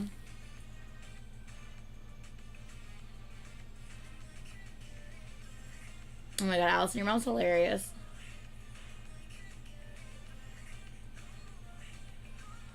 Yeah, but honestly, in Leonardo, sometimes they're not even jumping off their couch and freaking out. Sometimes they're just like sitting through like, okay, yeah, I mean, that was cool. Yeah, that was cool. You know, let me know what else you want me to see. I mean, like, you know, that was cool. And it's almost like people are like wanting to like convert them to K-pop stans, and it's almost like a mission, like what am I trying to say? It's almost like a mission to get them to like the thirsty reactors who have made that their whole identity as a reactor.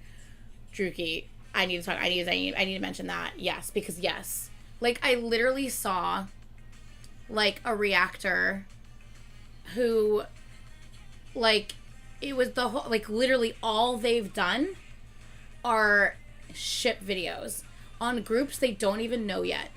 Like, they've watched, like, 1 or 2 MVs, and since the first, like, reaction where they listened to a couple of their songs and that was it, they've just dove into ships from there. And they aren't, like, ship videos. They're videos that, like gay moment videos is what the videos are titled.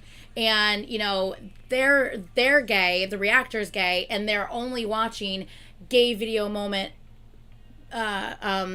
reactions. And I'm thinking to myself, okay, but as someone that's part of the LGBTQ plus community, wouldn't you not kind of like overly support that narrative because it's wrong to overly force something on someone when you don't know about them in that manner? Don't get me wrong, I love like fun, cute little shit videos where it actually just shows like their bond and how close they are.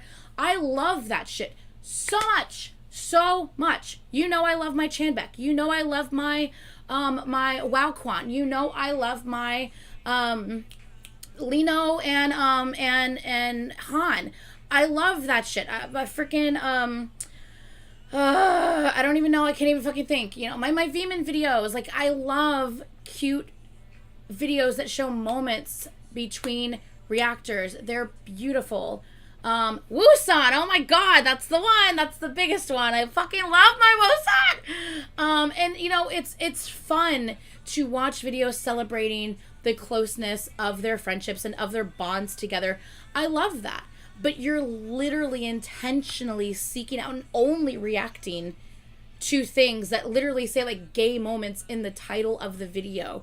And for me, I just think that that's odd to seek out those videos as someone who's a part of the community and who has had such judgment, I'm sure, placed upon yourself for so long, to then place that on others as well. I don't know. I feel that that's it's weird to assume anyone's sexuality as a gay person who's had people assume things about you your entire life. It feels weird. That's exactly awesome. That's exactly my point. That was totally exactly my point. It just felt weird. And like when I went to the person's channel, it's like that's all they've been doing lately is just like, and I think they were just like, was there like a fruity scale or something like that? Like, I don't know. It was, I didn't get it. I didn't understand it.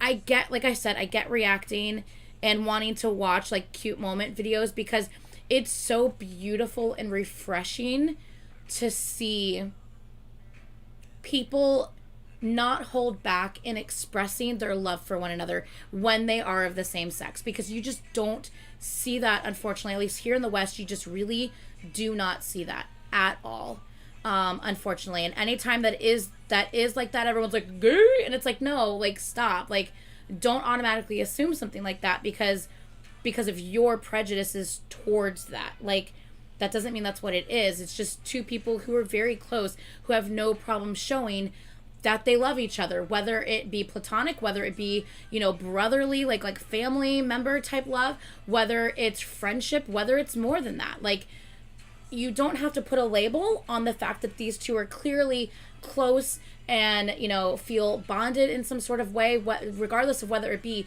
you don't need to label it. You just need to show, like, appreciate how beautiful that friendship is, or that connection is, we should call it, because we don't know what it is, right? I mean, bottom line is, we don't know these people. We don't know what exactly the connection is. All we can see is that it is lovely. It's lovely. And it's beautiful. And I wish everyone could, you know, have a connection like that, so close with someone else. You know what I mean? So it's just odd to me sometimes where, but people are eating this shit up though. Like, people are just like, they love it. And it's like, I don't know. I feel like I've just gone on a tangent now. I don't even know. K-pop is music, then why are you reacting to everything else but the music related things? Those people are humans first and artists first, and then everything else. Exactly. Exactly. I don't understand.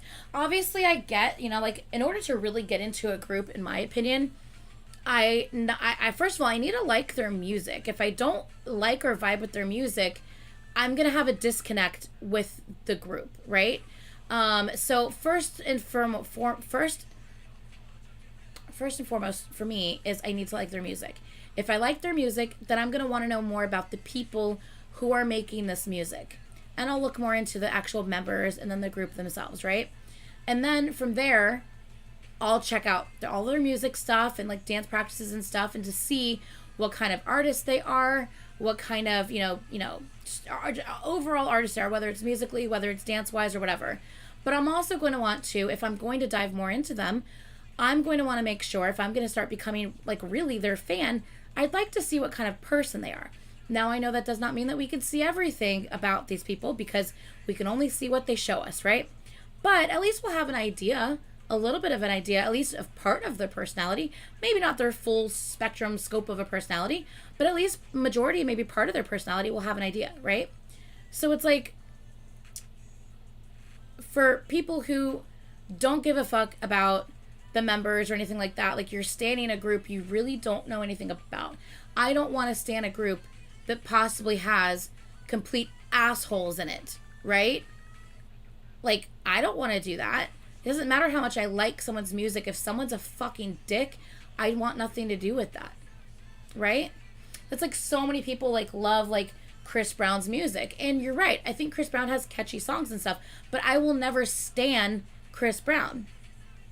I'm sorry. I'm not going to stan someone who beats women. I'm not going to do that. Sorry. So it's like, I can appreciate, sure, he has some good songs and he has some catchy songs that are great to dance to, and he is a good dancer, but I'm never going to stan this man. I'm never gonna be a huge fan or go to a Chris Brown concert. Never gonna happen. You see what I'm saying? So it's like, for people who are like, you know, I don't really care about the people, I only care about the music type of thing. I'm like, you should kind of know who they are though. Also, like, if you're gonna become like a major fan of theirs, you might want to know who they are, at least in some parts. You know, you're not gonna know them fully, but at least in some parts. And then if you find things about them that you don't like, you know, like, I don't want to support someone who doesn't seem like a good person, you know? So, yeah. Hope that makes sense. Yeah. Yeah, you can't stand someone for their personality because you don't really know their personality. Exactly. You don't know them personally. You only know part of what they show, and that's it. So I think that should be like, that helps in deciding like overall, like, do you vibe with them? Do they seem like a group that has good chemistry and have great personality or humors, and like you tend to like connect with them because the sense of humor that they have or the type of person that they have, you kind of vibe with. But at the end of the day, you have to remember that that's not the end all be all of that person. And you have to realize that, you know, if you are basing everything that you like about this person is on their personality, you're not really doing that then, because you only know part of that, if that makes sense. I hope that makes sense. I don't know. What did it for me with Chris Brown is after an interview, when he was asked about the Rihanna incident, he went to the green room and trashed the entire green room because he was mad about the interview. Like, that right there tells you the type of person he is. How are you going to get mad because someone asked you about something you did years ago? That's a you problem. I know what you meant. Yeah. I gotcha. There are songs I like, but I don't care for the artist. Exactly, Druki. You can like a song. Like, I mean, there's Chris Brown songs that, you know, they're so catchy. They're good songs. But I'm never going to go out and buy that album. I'm never going to stream their music. I'm never, like, if it plays on the radio, I'm going to listen to it. Sure, I'm not going to skip it. It's a good song, sure. But I'm never going to, like, fully support that artist. Like, it's never going to happen. I'm not going to go stream their music. I'm not going to buy their albums. I'm not going to go to their concert. No. You know? Yeah.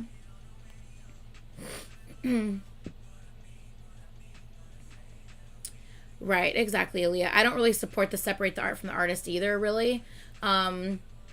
Yeah, I don't know. The R. Kelly. Oh, that's a whole other ballgame. I don't even think we need to get into, because, look, there are people in this world who, unfortunately, do not care how horrible a person is. There were people in this world who were writing Charles Manson in prison, wanting to, like, marry him and have, you know, be his lover and all this shit. People are not well, unfortunately, and for some reason, things people have done in their past don't matter to them. I don't get it. I could never be that person, but unfortunately there are people in the world who don't care if someone's a good person or not. It's crazy. Crazy. I can't blame Rihanna for hitting him. If he did that to her, I'd fucking hit back too. I would hit back too.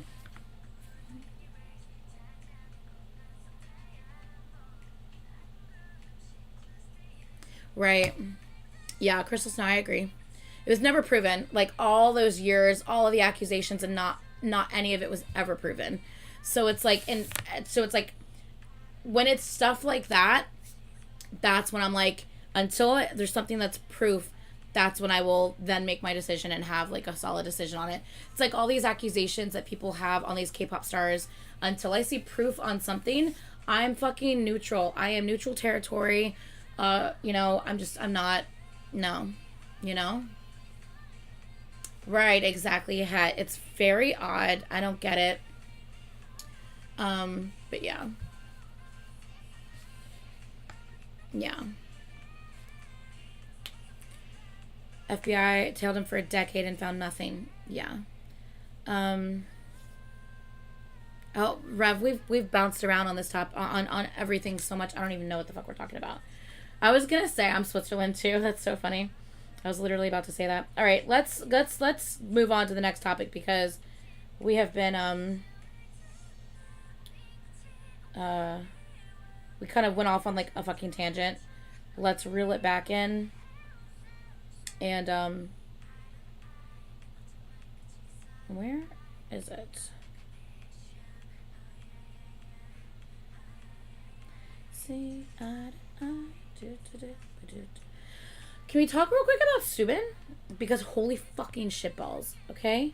Can we just, for those of you who don't know what I'm talking about, Subin, the leader of TXT, he went blonde recently.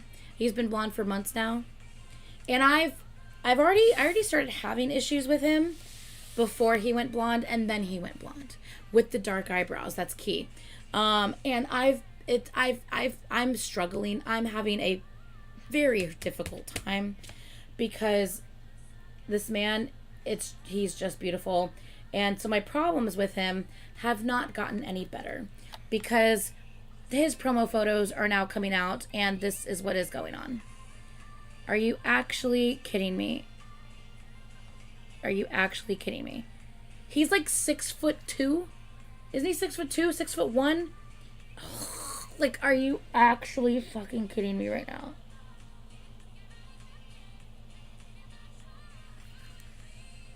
Ugh. Like, are you fucking kidding me? And the fact that he looks like Minhyuk from B2B. Oh my god. Like, are you kidding me? It's ridiculous. Like,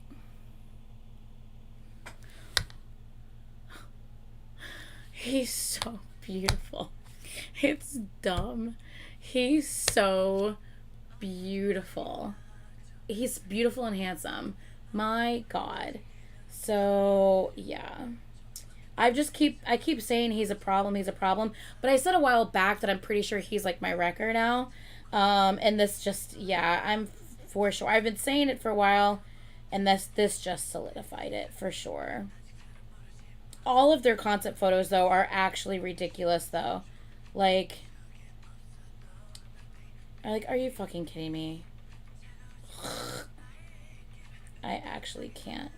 Like, look at freaking Taehyun's picture there. Like, these concept photos, this comeback's gonna be awesome. These concept photos have just been incredible. Incredible. Like, what the hell is this? This is nuts, man. Absolutely crazy. Like, what? It's not focusing. Whatever. It's nuts, man. Oh, but these... Ugh.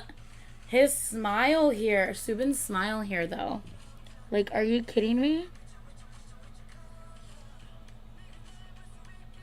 Are you kidding me? It's so cute. And then freaking him and Bomgyu, which are like my bias and my wrecker right here. Are you kidding me? Him and Bomgyu. It's so cute. And then Bomgyu. Ugh. In love. Absolutely love. That's my bias in TXT. Absolutely in love. Freaking Taehyun. Like, shut up. Like, my god. And I love Taehyun posting a picture of him at the gym, lifting his shirt up, showing you the difference between natural light and outdoor light, and how you can see the definition of his abs better in indoor light rather than in outdoor light, where it completely like washed him out and you couldn't see the definition of his abs. And he was clearly not happy with the fact that you couldn't see the definition of his abs and all of his hard work outdoors. So because of that, he posted a picture inside in the gym with his shirt up so you could see the hard work he had been putting in that you couldn't see in the actual photos. Are you kidding me? He's like, no, hold on a second. I've been working hard. You need to see what I've been doing. And he freaking took a picture of himself at the gym with his shirt pulled up. He's like, nah, this is what you should have seen in those pictures. The world needs to know. Exactly. He's a menace. I cannot. When I saw that, I was like, are you actually kidding me? And then Baby Kai, are you kidding me? Look how freaking beautiful he is. Oh my God, are you going to focus? Look at this. Absolutely beautiful with his fluffy hair. So pretty. And then we have Bomkyu and Baby Kai. Beautiful. Absolutely beautiful. And look, Yeonjun needs to calm the fuck down. That's all I have to say. Yeonjun is also a menace with pictures like this. What the actual hell is going on? What is happening? Are you gonna focus? The fuck? It's ridiculous. Ridiculous. And then the complete shirtless one. Like, I'm sorry, sir. What? Why? What? Ah! Sorry. I was scrolling and I was expecting another TXT picture and this popped up on my screen. Jesus Christ. Why are you so fucking beautiful? Oh my God, Sunghwa. Jesus. It's a lot. Oh, Minky. Minkles. You're so fucking cute, Minky. Jesus. Oh. Okay. I need to stop. I need to close my screen. Jesus Christ. Oh, but look at my baby. But look at my baby and his smile. Look at my baby and his smile. Look at him. Look at him. Smiled at his dimple in his little ears. I fucking can't. He looks so cute and cozy. Ugh, shut up. You shut up. Sorry, I'm fine. I'm not fine. I need to stop scrolling on my phone because I can't. I love his fucking face so much. Shut up. Ugh, I'm fine.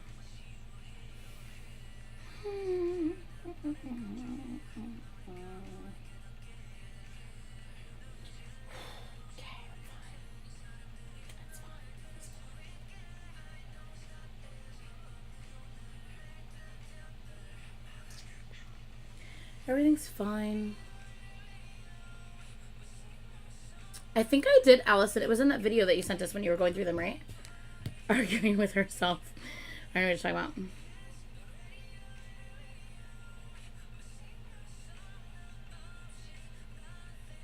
about. Okay.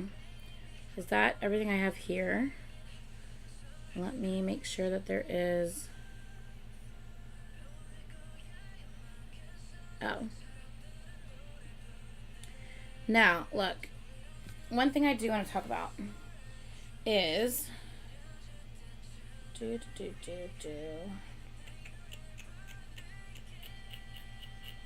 oh yeah, see, stuff like this. When you do stuff like this, it literally makes me not ever want to do your suggestion. Just FYI. It makes me not want to do a reaction to the thing you're asking me, spam asking me to react to. Yeah. Yeah. So, let me see. I think I'm almost at the end here of what I had. Oh, okay. So, oh my God, you beautiful man. You beautiful, beautiful man.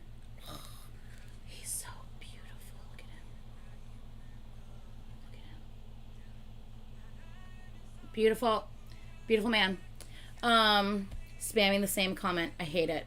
I fucking hate it. On multiple videos, the same exact comment, spamming it on multiple videos I posted. What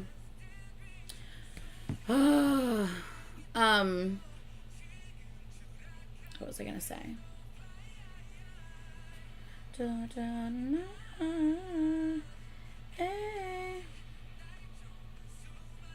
Okay.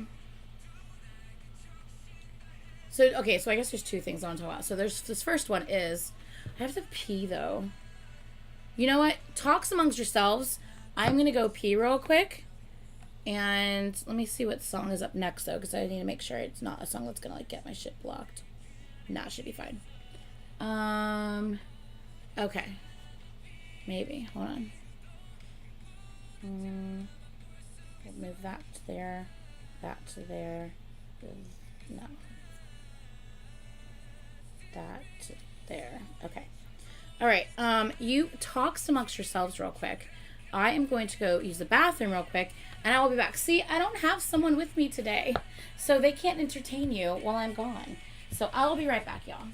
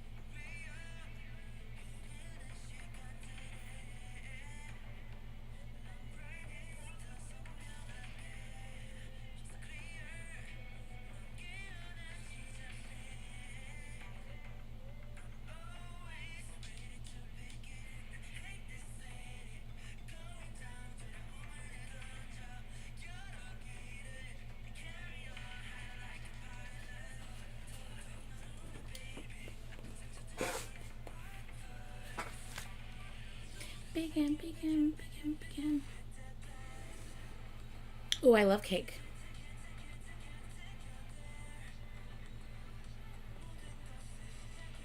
I love cake.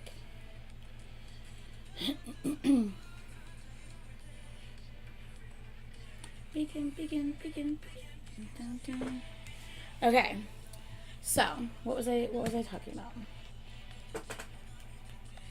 Okay, so back to where we were. Hi. How are you? Whose cake? My boyfriend's. My boyfriend got some cake. Some of y'all have noticed. Some of y'all had noticed my boyfriend's cake. And his thick old thighs. Boyfriend got thighs. Thighs. My boyfriend's thighs are so big that sometimes he can't wear pants that he purchased. Because his thighs are too big for them. He's got very muscular thighs. Very muscular thighs. Very big thighs. He thick.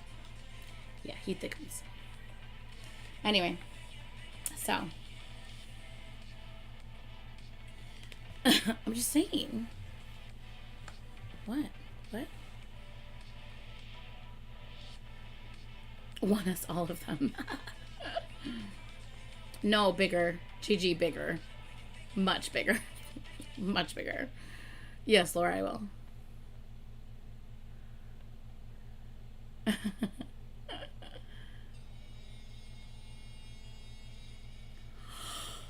Oh my goodness. Okay, so where was I? Okay, so what I was gonna say was, so remember how I kept telling you guys that, like, no matter, like, it's like no matter what Austin does, it's like damned if you do, damned if you don't type of thing. And how people, like, are bitching at him and complaining to him, type of thing. My hair is doing that weird thing again. Anyway, you guys, I've talked about it enough. You guys should know what I'm talking about. TXT released their concept photos for, it was the one where they were, like, in the field and, like, in the water and stuff, like, in the stream. They released their concept photos for TXT. Did I say BTS? I meant to say TXT. Anyway, TXT released their concept photos for their newest album, the one where they're, like, outside and stuff like that. And Austin retweeted it and said, OMG, like, where did their clothes go? Because they have, like, no shirts and stuff like that. So that was what Austin retweeted it and commented that. And then there was someone who commented on his retweet and said, one second.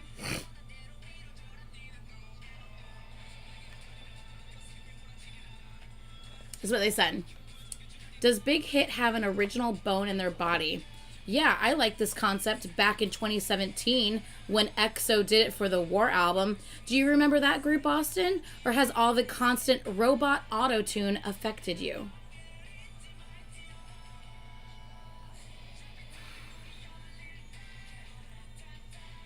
Number one, what is the quote? What is the quote that we have now said on this channel? If you don't know shit, don't talk shit. Okay? Number one. Because, first of all, it's called outside. Ever heard of it? The outside, where the grass is that you need to go touch? That's called the outside. No one owns the fucking outside. No one owns goddamn trees and fucking grass. Okay? It's the outside. Everyone has taken pictures outside since cameras were invented. How the fuck are you gonna say someone copied pictures of someone outside? Are you that, like, completely, like, thank you, the war was totally tropical, not nature, similar but completely different. Thank you, Druki. Completely different. Completely different. Like, what? So stupid. So stupid. Their head is so far up their own ass that they don't even know what the fuck they're talking about. I always say, if you're going to talk shit, you better know your shit. And you know what? They looked like a fucking idiot, because if we want to get technical, which apparently this person's trying to do. Do we want to get technical? Because BTS, oh fuck, don't have my camera on. Because if we're getting technical, BTS did this concept. I need to lower my fucking thing. Hold on.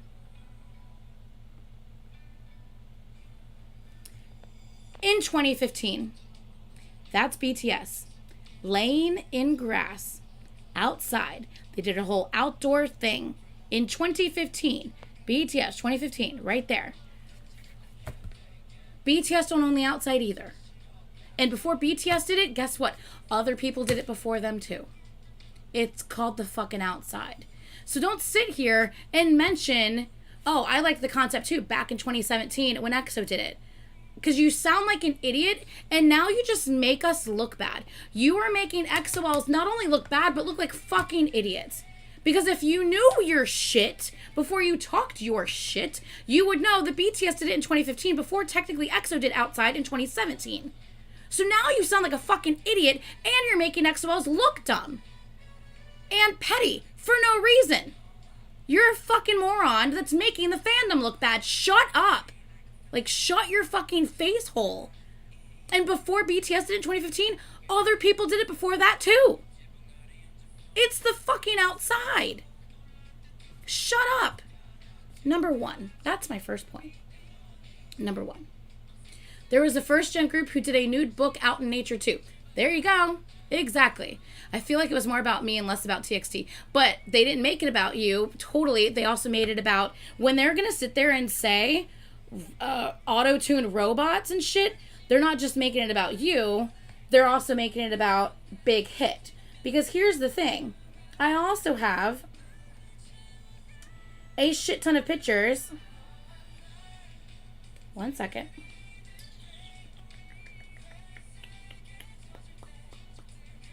There is this picture. I keep fucking turning off my desk cam, god damn it. There's that picture. Oh, did they bitch about this person being outside in nature? Did I turn back up my phone? I did. God damn it. Did they bitch about that person taking pictures outside in nature? Nope. Did they bitch about this person outside taking pictures like in nature and stuff? Nope. Nope. They sure didn't. Did they bitch about this person outside taking pictures in nature with flowers? Nope. Didn't bitch about them. Did they bitch about Ace outside taking pictures in nature? Nope. Didn't bitch about them either. Nope. Did they bitch about this solo artist outside taking pictures in nature with flowers? No. No. Oh, how about Ace again with Changer? Did they? No. Didn't bitch about that? No. No. Yeah. They didn't bitch about any of that. So it just shows that the real reason they're bitching has nothing to do with the actual concept and the fact that it's a big hit group. And the fact that it's Austin. It just shows their true fucking colors. And it's so frustrating to see people come at Austin when, like, you're bitching about Austin, but yet you expect things from him. You're bitching about TXT's concept because Big Hit doesn't have an original bone in their body, yet there's nothing original about Out fucking Side. It's Out fucking Side. And they clearly do have an original concept in their body because what the fuck is this shit? What is this? This is some I keep turning off my goddamn desk cam. This is some crazy ass shit. Don't sit there and tell me that's not original with all that fucking craziness behind them with these goddamn plushies everywhere on this goddamn tree. What is this this concept was fucking nuts, man. That concept was nuts. That concept was crazy. Crazy. So yeah, don't sit there and tell me that they don't have an original bone in their body when they literally have like fucking wigs draped everywhere with fucking like plushies everywhere. Like, shut up. Like, once again, you don't know what the fuck you're talking about. If you don't know shit, don't talk shit. Like, yeah. Oh, and that's another thing. Another like troll commenter said to Austin, like, you started out as a vocal coach, which first of all, yes, Austin went to school and has a degree in music and vocal coach and all that stuff like that. But he never really ever established his channel as a vocal coach channel. He's never done that. Okay? So let's get that straight.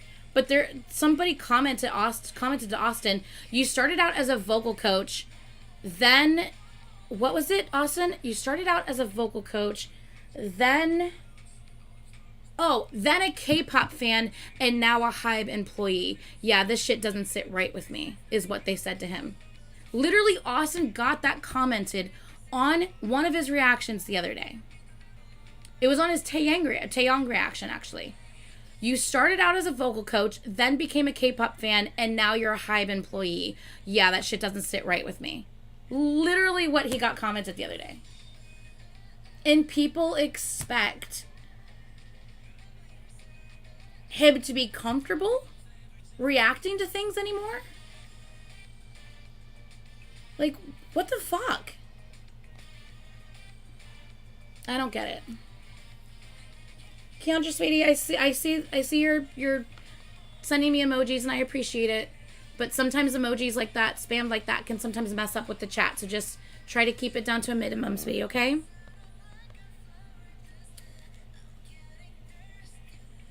So it's just frustrating that people behave this way. You know what I mean?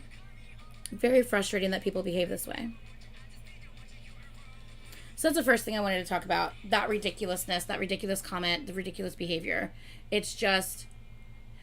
Shut the fuck up, Austin. Just because I'm married to Dino doesn't mean that I'm a Hive employee. Austin, you're so dumb. Shut up. I can't. Yeah. Anyway, and so then another thing I wanted to mention, just because this is like, you aren't married to Jin. Shh. He's a military husband, so he has to focus on who's there currently, okay? Shh. When Dino's gone, Jin will be an active husband again. Right now, Jin's an inactive husband. I can't. Anyway, okay, so what was I gonna say? What was I saying? Now, can we, oh yeah, husband Hobie. Can we talk about, I want to mention something just because, okay, can we okay, actually there's two things. Number one, can we please figure out how to distinguish between admiring and complimenting an idol and sexualizing an idol? There is a distinction. There is a difference. I mean, there's people I know who cross the line with the latter and go overboard in comments and, you know, talk about things that they want someone to do to them. You'll never catch me liking a comment that says that. I can kind of laugh it off, be like, oh my God, wow. And I can laugh it off because it's a lot. But you'll never catch me liking something like that just because that's not something that, like, I could ever, like, do or something like that. Because for me, that's kind of where it crosses the line into sexualizing the idol and not just, like, complimenting or admiring them anymore. So I can never like a comment that says something like that because it's just too much. You know what I mean? Like, I mean, I even just had, like, a comment the other day on my reaction that's just, like, I think it was on the Jimin reaction, and it was just, like, I always want Jimin to be shirtless or something like that. And, you know, like, I get it. Like, we love it when we see our idol show a little skin because we don't get to see that often, right? But, like, to be like, no, I always want him shirtless. I don't know. I just think it's, like, I don't know. It's just a bit much, you know? So I'm not going to like a comment that says something like that. Or, like, even, like, another one that was just, like, there was nothing cute about this MV. This was just pure sex. And I was just, like, first of all, I didn't think that MV was pure, like, sex, like, in, like, sultriness. I really liked the MV. You know what I mean? Like, and I thought there was really cute parts of the MV. There were great, like, there were sexy parts of the MV, of course. But I don't know, sometimes you'll see me, if I don't like certain comments, it's just because I'm not okay or 100% vibing with that comment. You see what I'm saying? So, yeah, I just, no, but like, once again, and also FYI, if someone's like tweeting stuff, I don't always see people's tweets. So that's one thing right there. I only see tweets when I happen to log into Twitter, and happen to read my feed, which I don't do all the time. Keep that shit in your fandom circle. Don't tell it to the idols. That's sexual harassment. That's kind of how I feel about it too. Like, it's one thing for me to like DM a picture to the group and be like, holy shit, this man looks fine AF. You know what I mean? But like, and even like saying this man looks fine AF is one thing, because you're admiring someone and the hard work he's put into whatever he's got going on the picture. But saying, ooh, I want this man to blank blank to me. Or even females, like, oh, I want her to blah blah blah to me. Like, it's just, that's for me where it crosses the line. And I don't know. I can't.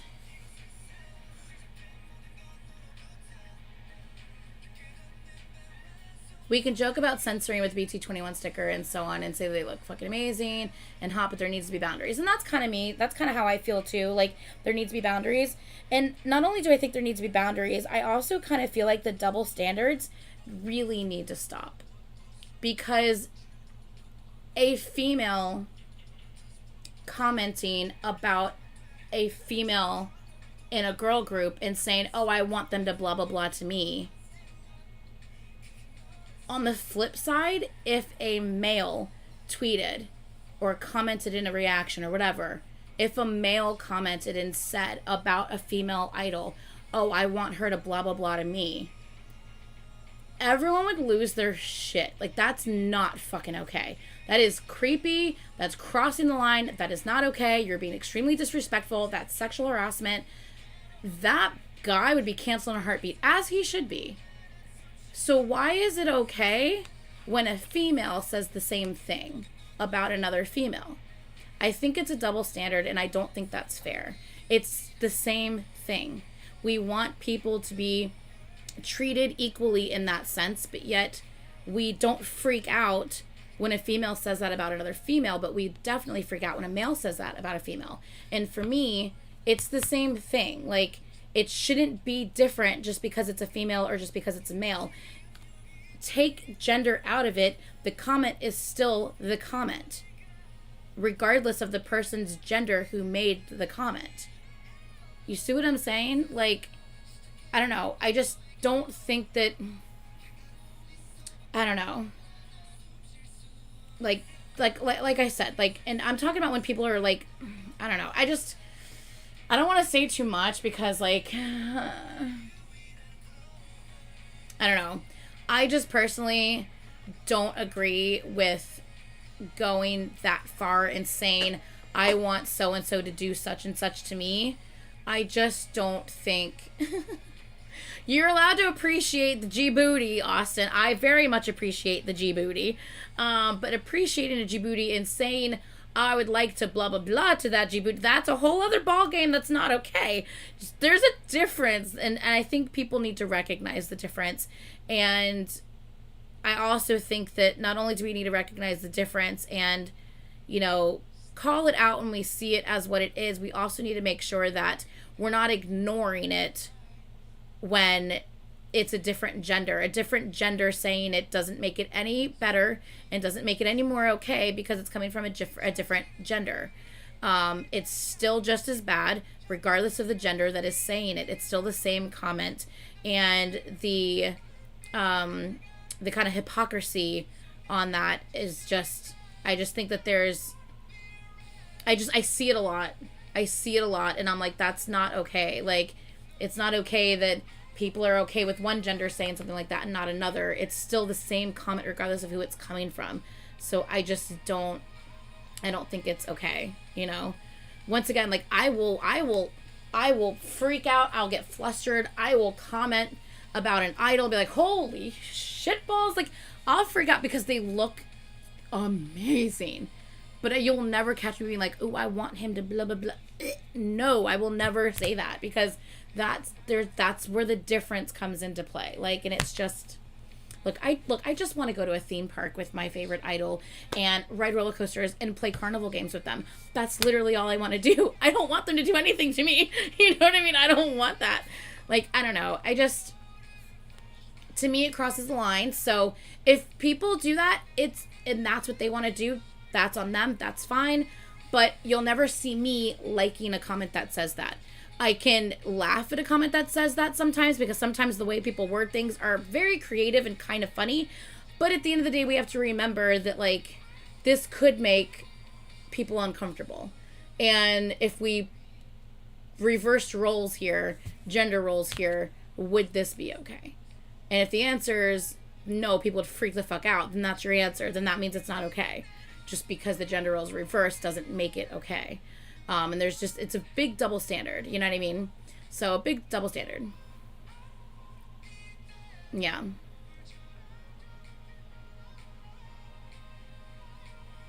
Yeah. I want to hang out with them and eat all the foods. Exactly. Yeah. So anyway, I just wanted to throw that out there because I've seen a little bit of comments here and there, like more recent than not. And it was, a female about a female. And I was like, just because a female is saying that about a female doesn't make it any more okay or any better than if a male were to say that. And if a male were to say that, he'd be canceled at the drop of a hat. Like, he would be canceled so fast. But yet no one was batting an eyelash at the female saying it about another female. You see what I'm saying? So I'm like, that's so double standards. I don't like that. That's very double standards, and I don't think that's right. I don't think that's fair. You know what I mean? Look, we bitch enough about men as it is.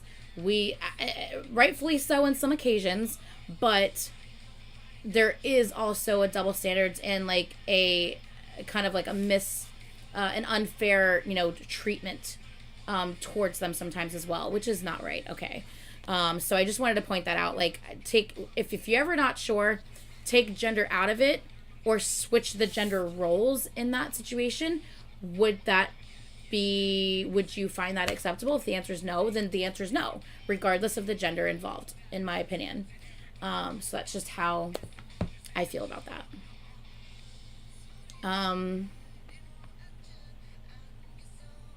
Exactly, Allison. Oh my god, if me and Chenyol tried to play games together, look, I can't. I would low-key let him win. If I was, like, in the lead, I would low-key let him win because he's so good. Look, I know I'm competitive too, but I would have to let him win. I would have to. As long as he gave me the prize, then it's okay. That's so funny. So I wanted to talk about that real quick. And then I wanted to talk about, there was one last thing. Fuck, what was it? Oh shit, what was it? Someone commented about it earlier and I remembered and I was like, oh shit, I wanted to talk about that. Oh no, what was it? If you mentioned something about something that I should talk about earlier and I haven't hit on it yet, please like mention it again because fuck, what was it?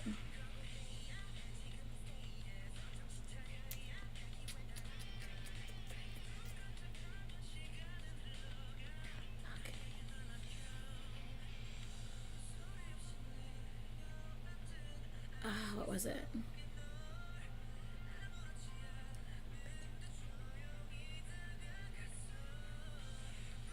What yet? Wait, what? Yeah, we'll do K-pop Junkie. It's already getting late.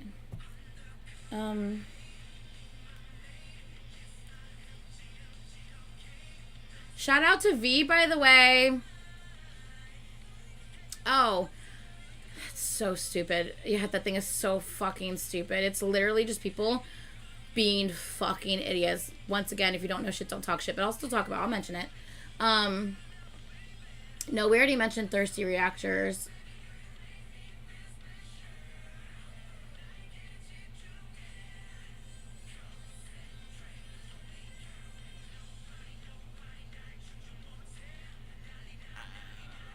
Yeah, so anyway, okay, so V posted a thing on Instagram with his dog in it, and the song "Okay" by Dio was playing, which is just BTS EXO crumbs. Yes, BTS EXO crumbs. We fucking love to see it. So V, which is Taehyung from BTS, posting on his Instagram, and the song on his post was Dio's song, which was just makes my heart happy. So apparently, I don't know how this came about and why, but all of a sudden, Baekhyun's military service came up, and I don't know why.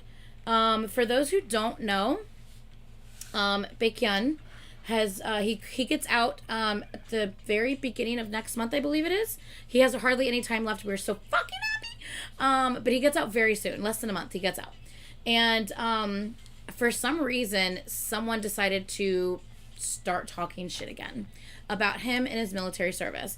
Basically saying that he's like, okay, the reason why he had to do 2 years instead of like the standard like 18 months is because he has a medical condition. And he always hid that medical condition. For years, he hid his medical condition because he didn't want fans to worry. Fans had no fucking clue that he had this medical condition. He has a thyroid issue, and it's a pretty serious thyroid issue. It's affected him in his performances in the past, where we've seen him almost pass out on stage before. But like everyone thought, oh, he was just overworked, he was exhausted. But he has an actual thyroid illness. Like it's really bad, to the point where he's been on medication for it for years, but he never said anything to the public. Because he has all kinds of medical paperwork over the last several years. He has all of his paperwork. When he went to do like his basic training, he had to turn in all of his paperwork. He went through like his basic training, and then after his basic training, he was assigned to public service because of his existing medical condition that no one knew about. Yes, thyroid meds are long term, yeah. And so because of his pre-existing condition, he was might as well be sent to public service instead, because he couldn't do the actual active like military service, which means he now has to serve longer than if it was regular service, right? Which sucks, but it is what it is. So because when he first got assigned to public service, everyone was just like, oh, look at him trying to get out of serving for his country, blah, blah, blah, blah. Everyone was dragging him and basically saying that he's not a real man for not serving like everyone else is, and why does he feel like he's so fucking special that he doesn't have to do it like everyone else.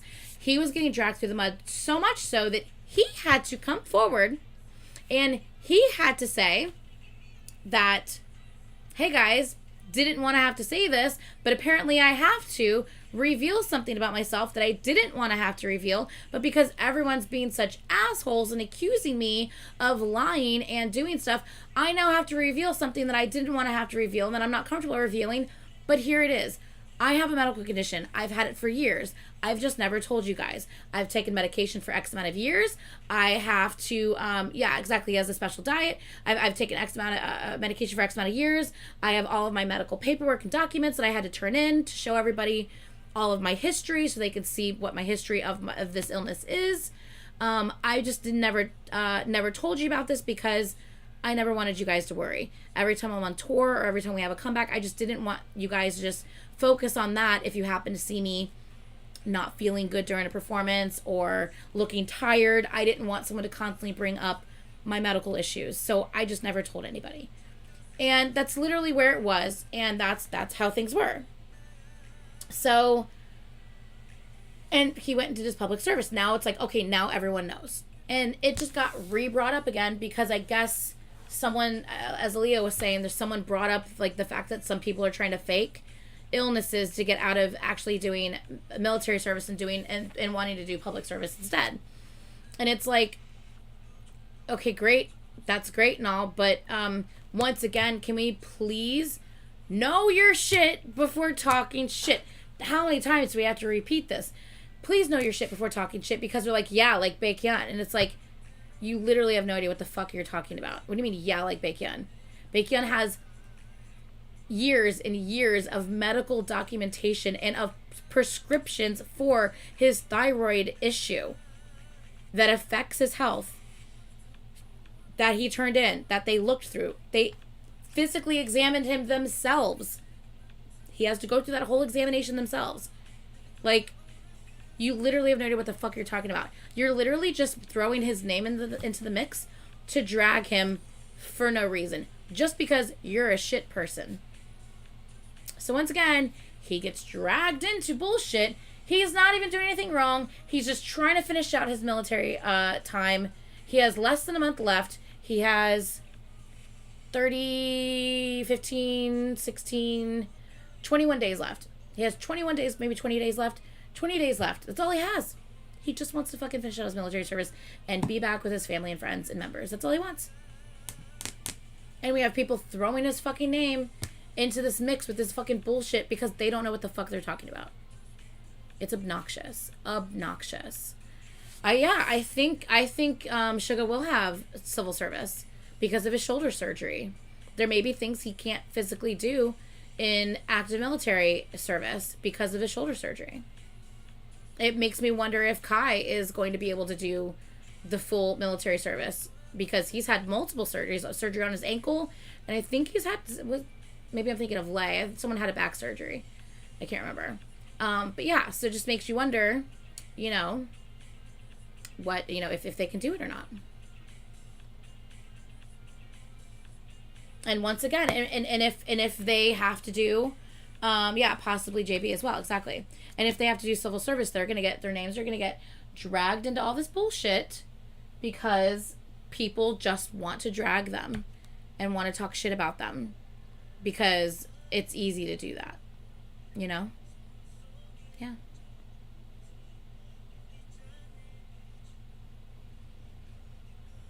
Why does the playlist always know? Literally, Kai's playing right now. Playlist always knows.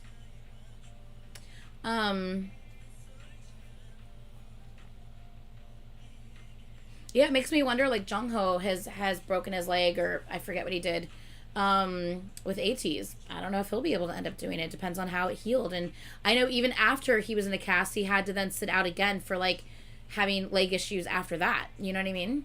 So, yeah, I don't know, man. It's ridiculous. Ridiculous. That wasn't what I was going to talk about earlier, though, and I really can't remember what I was going to talk about earlier, and I'm frustrated because I really wanted to mention it real quick, and now I don't know what it was I was going to mention. But let's go ahead and bring up K-Pop Junkie on the screen so we can watch that real quick, and we can get into... I told you I had a lot of fucking tea today, y'all. I told you.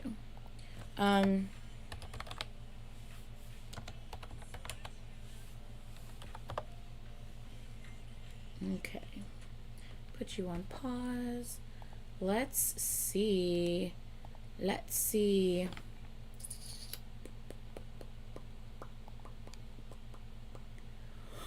Where did we leave off, y'all?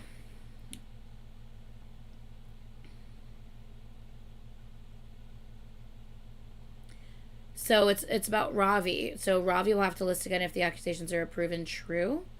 I don't know why they're dragging other people into it if they're talking about one person.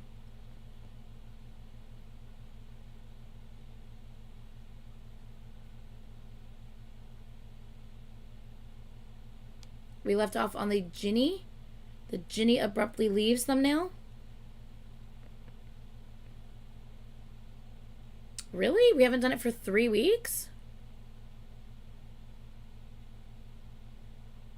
It's been 3 weeks? Really?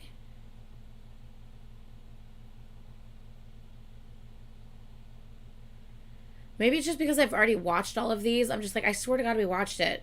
But maybe it's just because I've watched it on my own. I'm like, really? Say what?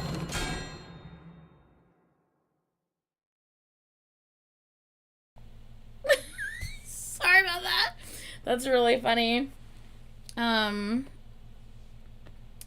just clickbait, sweetie. Jin did not get bullied in training. My bad, y'all. I accidentally hit the button on my stream deck. My bad. What was I gonna say? Sorry. My bad. I thought the live got reset. That's funny. Okay. Anyway. What I was, that woke y'all up. Wake up! We're about to get into more tea. All right. What the fuck was I gonna say just now? Jesus Christ, what?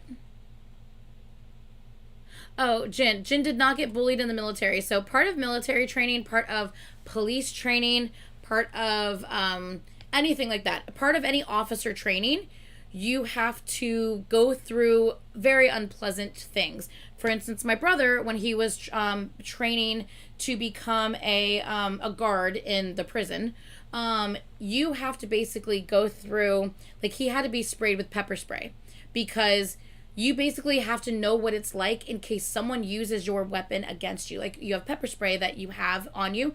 What if an inmate grabs that pepper spray and uses it against you?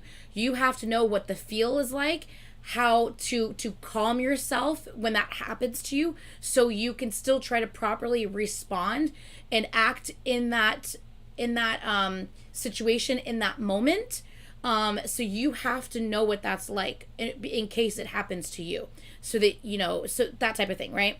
So that's literally what Jin had to do. So Jin had to go into the gas chamber. Like, he went into this thing where, like, they put the gas, because what if he's in a situation where he gets gassed? He needs to know what it feels like, what his response is to it, how to, like, calm yourself down when it's happening so that you can act and respond accordingly. It's part of every single person's training when you're an officer of some kind. You have to endure and go through stuff like that.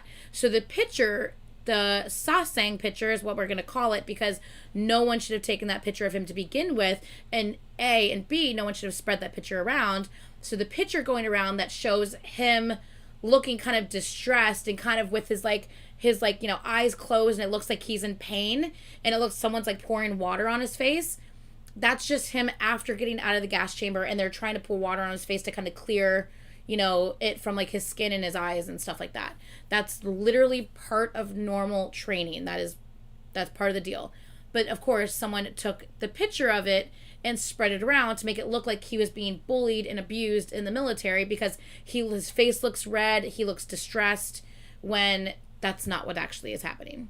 So it's just extremely frustrating that people are trying to spread that around and make it seem like he's being bullied in the military when there's no reports of that happening. All that we've seen so far is him going through the normal training that every single person goes through in the military. So yeah. Oh yeah, my brother's been tased so many times. It's crazy. A regular taser doesn't affect my brother. He has an extremely high pain tolerance. So yeah, a regular taser doesn't, like the regular, like, little zappy tasers, does not affect my brother. But the military level tasers will have an effect on him. But it's still, yeah, it's crazy. Yeah,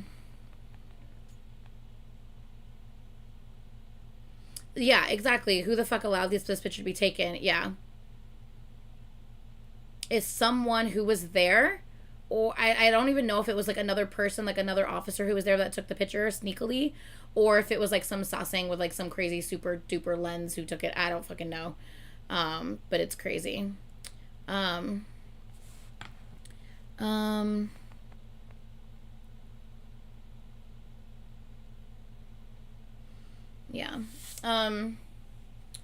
Okay, so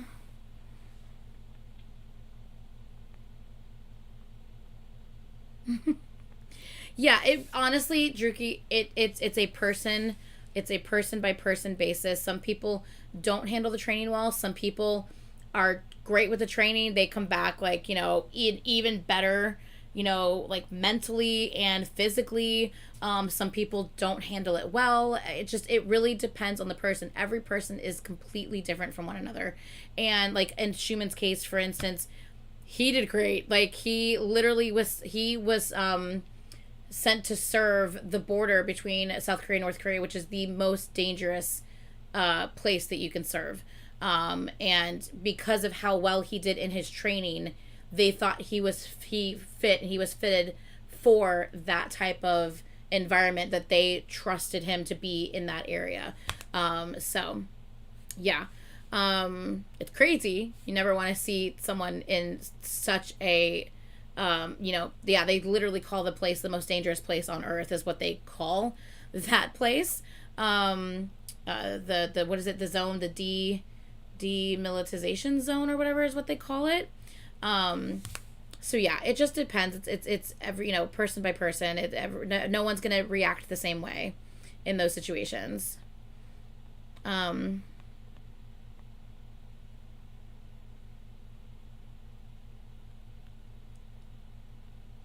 DMZ zone, yeah.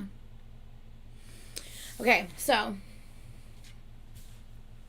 right, let's get to, I was trying to go to here.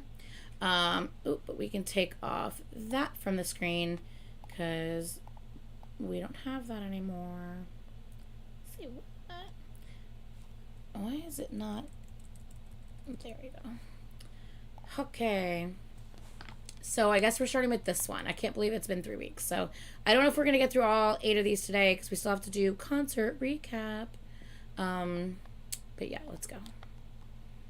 I'm honestly wondering, should we do concert recap with Caitlin when she gets back? Because I feel bad not doing it with Caitlin, because it's like we went to the concert together and I want her to talk about her experience at the concert too. I feel like it's kind of not fair. So maybe we should get through all the K-pop junkies and like maybe just hold off on the concert recap. She's already posted. Yeah, that's what I think too. I don't think it's really fair to do it without her. Yeah. I mean, I'm feeling it. I'm ready to talk about it. I'm ready. I'm excited about it. But like, I think it's sad to like not have her here when we're doing that, Anyway. But by the way, so if you want to see the live stream of the concert, that's on my channel. It's going to be like, you're there in the moment. It is the full concert. It's like 20 minutes with one live stream. And then I switched my seats to our other set of seats that we had.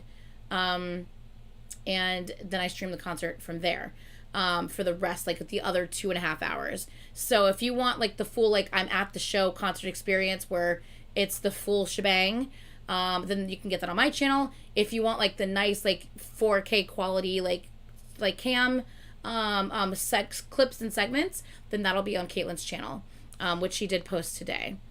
So yeah. Okay, cool. Yay. Okay, well then we'll wait for Caitlin and let's go ahead, and then that means we can get through all 8 of these K-pop junkies. So let's go ahead and do that. Let's go. Do I have all of the buttons pressed? Yes, I do. Talking about this Dispatch article exposing the relationship between Chu and BlackBerry, I'm gonna try my best to summarize it, hitting all the key significant points in a digestible way. Dispatch traces it all the way back to 2017 to see where things started going wrong. Chu's initial contract split revenue, with BlackBerry getting 70% and Chu getting 30%. However, expenses would be split 50-50, meaning on top of getting a smaller portion of the revenue, they would unusually also be more responsible for the costs. And I do find that weird. So, not only overall are you only getting 30% of whatever revenue we make, you also have to pay for half of what everything costs. That's really weird. A company shouldn't be making an artist pay for half of what everything costs. Music videos, stylists, like all the costs that are associated with photo shoots and music videos and everything. They have to pay half of that, and then the revenue that's being made from it, you're only going to get 30%. That's a really, really bad deal. Really bad deal. Sad part is, I don't think a lot of these girls realized what they were signing when they signed. And that's the crazy things with contracts is, in contracts, things are worded in such weird ways that a young girl, and even if they're of age, even if they're 18, unless they confer, like they actually like have someone like who knows the legal jargon of, how to read this kind of shit, they may not realize what the hell they're actually like doing and signing. You know what I'm saying? So yeah. So, and even parents, even if their parents look over it and are like, yeah, that's fine. Like the parents, unless they're freaking lawyers or some shit, they're not gonna know what the fuck that this is all about either. So I don't know. It's just really crazy. I don't know. The way they debuted Luna was one member at a time over the course of around 2 years. All of those debut albums and music videos cost the label about $4.5 million. This unusual contract and revenue split strategy would ultimately lead to Chu filing a lawsuit with the court granting the termination of her contract in March of 2022. At this point, the label had already reportedly spent $11.5 million on Luna, so it was in their best interest to try to keep Chu and proposed a new contract. But okay, but here's my question about that. So wasn't Luna's like, didn't it take like a year or something for them to introduce every single member? So like they did like this extensive like individual member introduction first that took like almost like a fucking year to do. And then after that, then they like actually debuted 2 years. It took like 2 years. Wow. And then after that, they debuted. So it's like, I hope that the cost that they're racking up isn't a total cost of all the girls. Because, like, for instance, in Chu's case, shouldn't it just be whatever her cost for her promo was, and then a 12th, or however many members there are, I think there's 12, a 12th of the cost of the debut and whatever MVs after that? So shouldn't it only be hers personally, and then 1/12 of the 50% of the rest of it? Do you see what I'm saying? Because that seems like a lot of money, and I would expect it not to be the cost of every single girl. You know what I'm saying?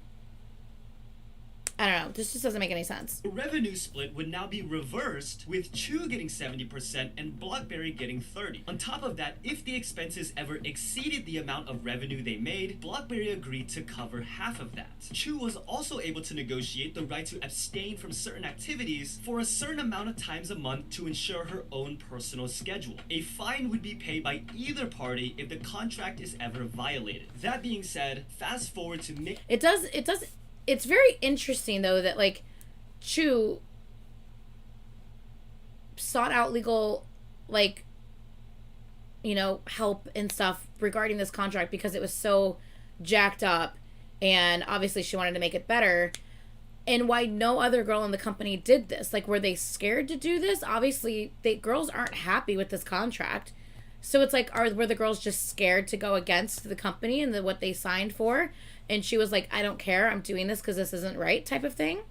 So yeah, I don't know. It's kind of, I don't understand. May 24th, 2022, around 9 p.m. On the set of the Flip That music video shoot, one of the Luna members contacted the CEO, informing that Chu was going to be leaving because the music video shoot was being delayed and she had a commercial shoot to go to the next day. The CEO then contacted Chu's mother, asking her to wait until shooting was finished, to which Chu's mother responded saying she will wait, but Blockberry will have to pay the agreed upon amount for violating the contract. I mean, the conversation a contract is a contract. Like, if the roles were reversed, the company would have expected her to handle things that way.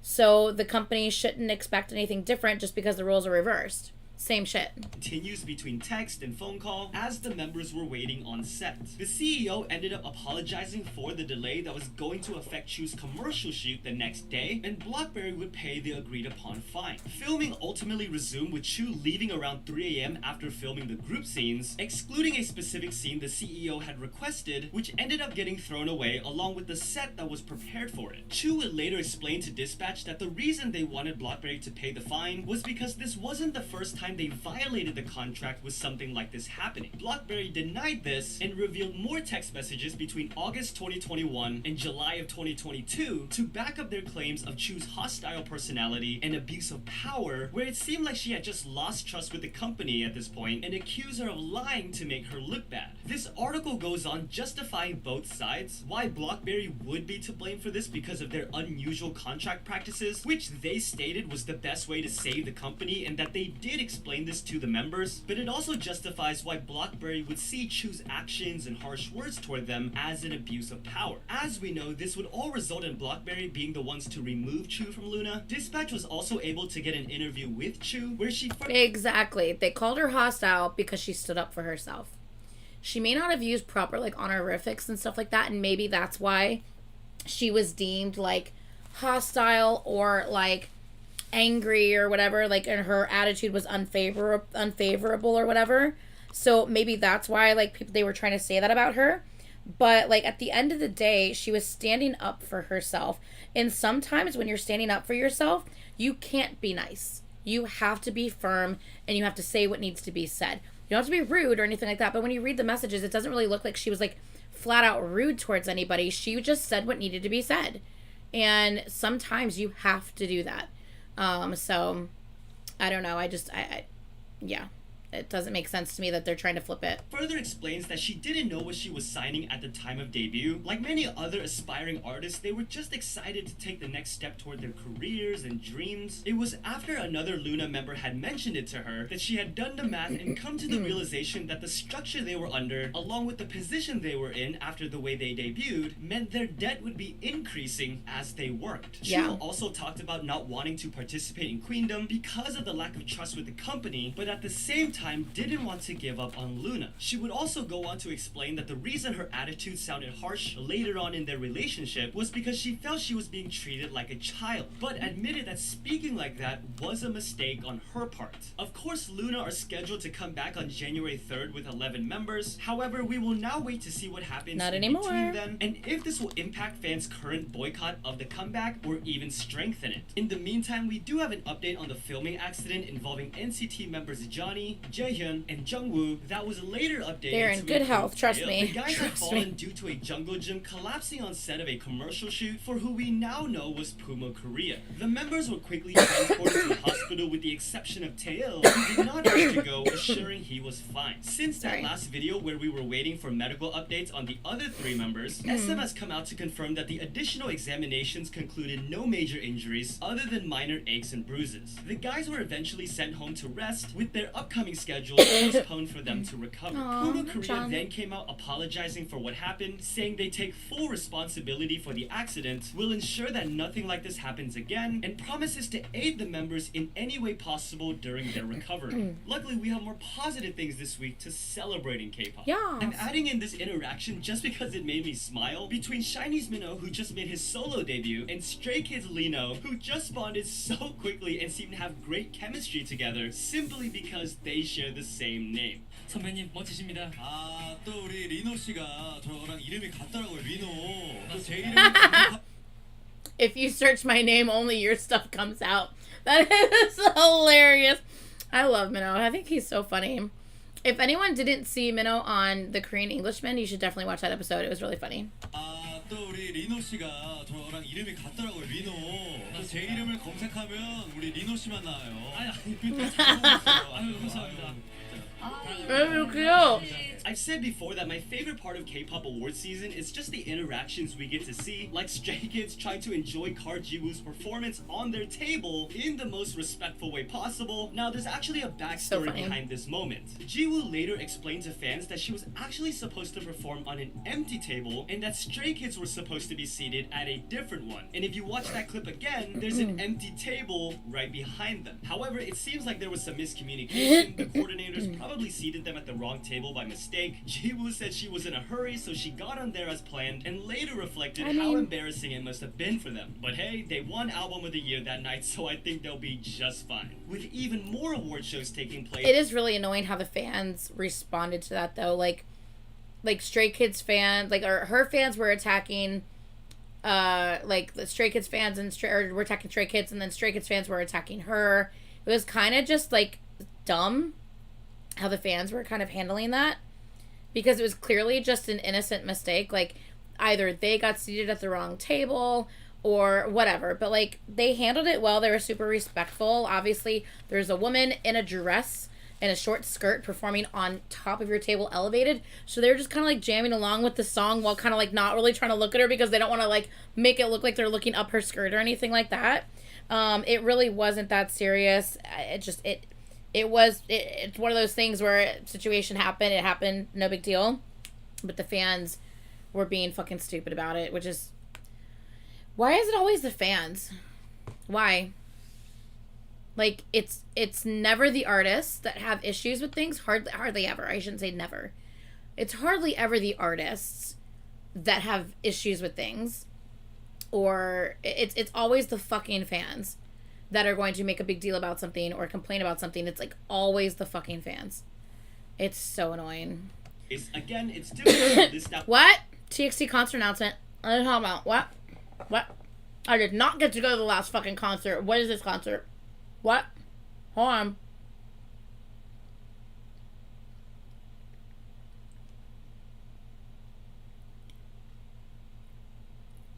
What are you doing?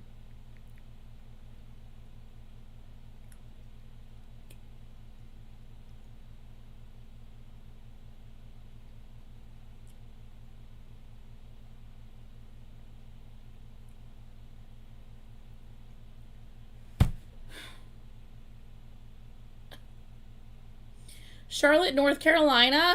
They couldn't even come back to fucking Atlanta?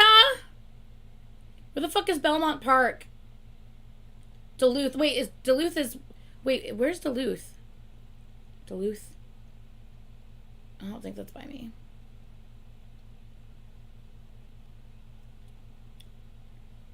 Los Angeles, San Antonio. Surprise, surprise.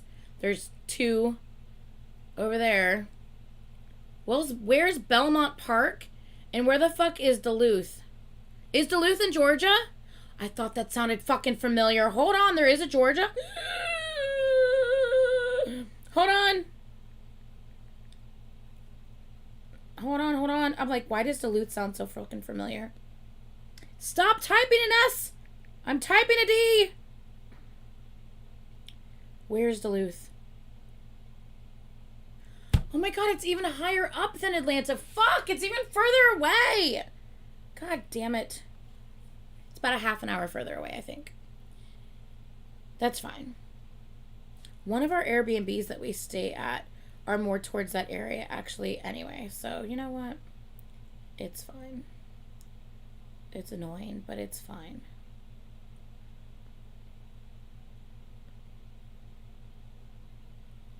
Oh my god, wait. I think that's really close to one of the Airbnbs we stay at. It is. Sweet. What's the date? Hold up. What's the date on that? Hold up. Hold on. Let me call Caitlin real quick. Hold on. Let me call Caitlin real quick. Hold on.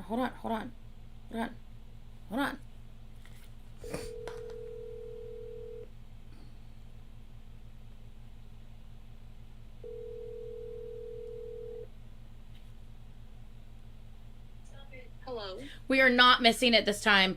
TXT World Tour announcement, May 19th through the 20th, Duluth, Georgia. I'm on live stream still, by the way. We are not fucking... It says 15... It says 5/19 through 20. So is that 2 days? I'm assuming that's 2 days, back to back. That's what it sounds like. Okay, so look. I am... Okay, Duluth is further Wait.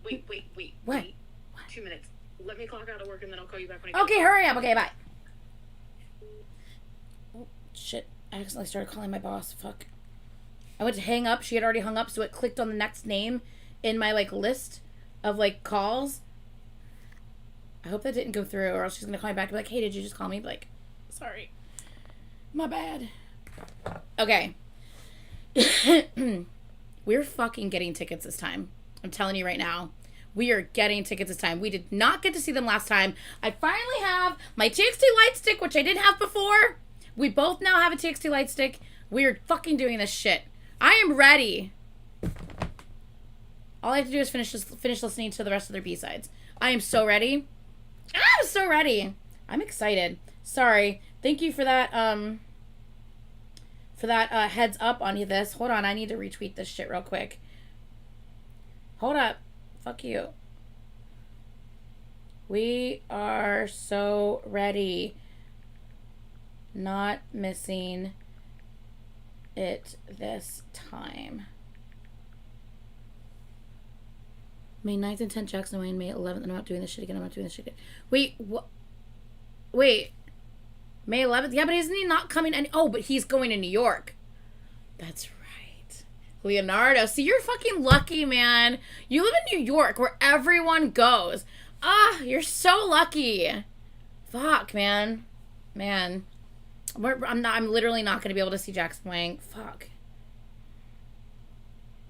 I went to type we're not missing it this time, and it did my K to an M to a K. It's not kissing it this time.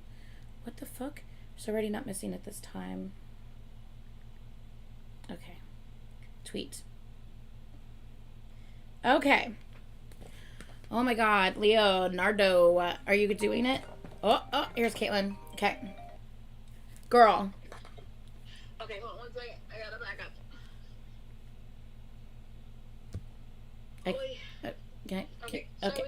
Okay, Duluth. Duluth is like northeast of Atlanta, but Okay, hold on. Two seconds. Roll it back.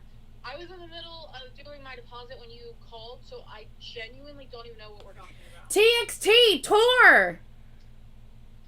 What? TXT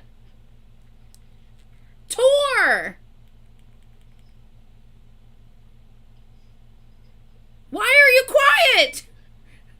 I don't know what to say.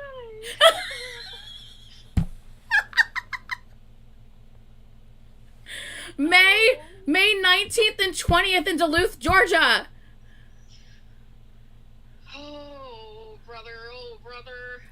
We are not fucking missing that this time. We are not. We're not missing it this time. We missed last time, and I literally looked up to literally so close to the concert. It's a Friday and a Saturday.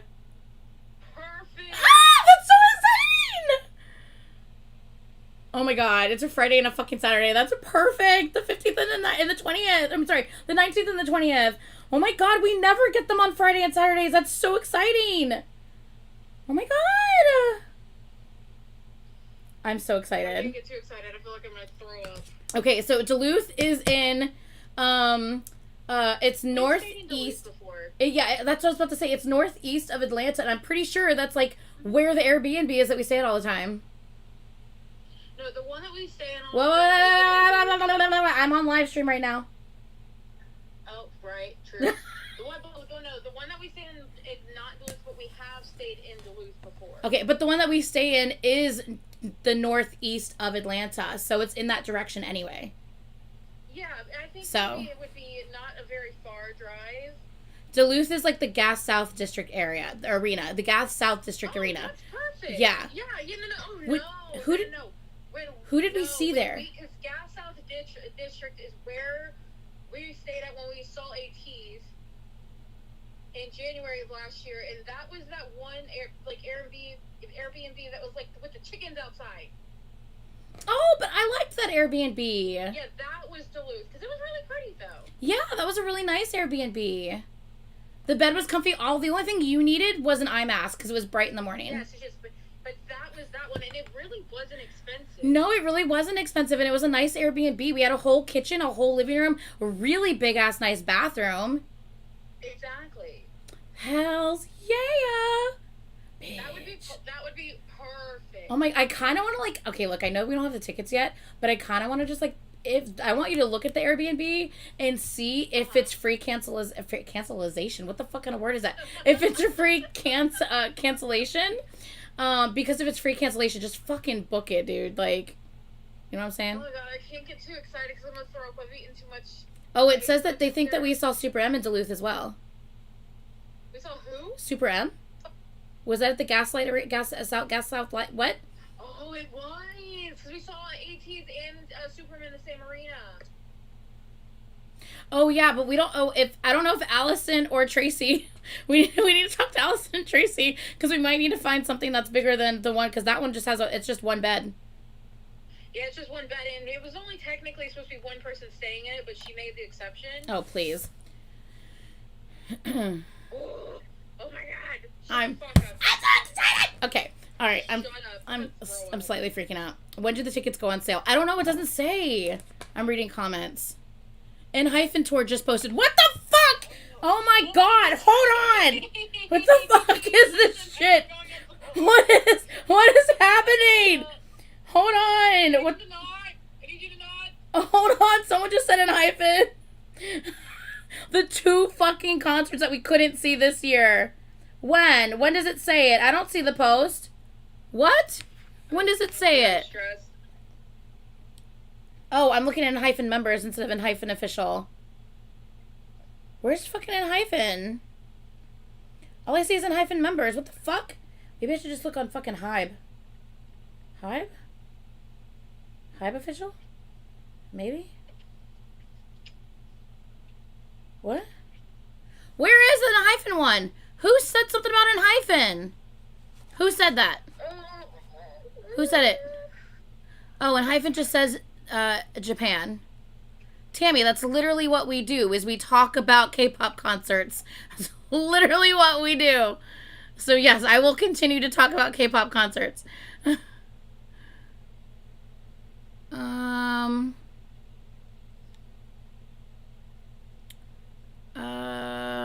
You saw AT's the same arena. Book it now before someone else snatches it. And hyphen tour just posted. Yeah, Carmen, what you talking about? And hyphen will tour manifesto in Japan. Girl, I don't care about Japan. Y'all stressing me out. Carmen, what you doing? Jesus Christ. It's about a Japan tour and an online concert. I can handle that. Okay. It's the physical in-person ones. Yeah. Yeah, that I'm fine with. But, Girl. I'm gonna cry. Yeah. 19th and 20th. Look, we have to do this.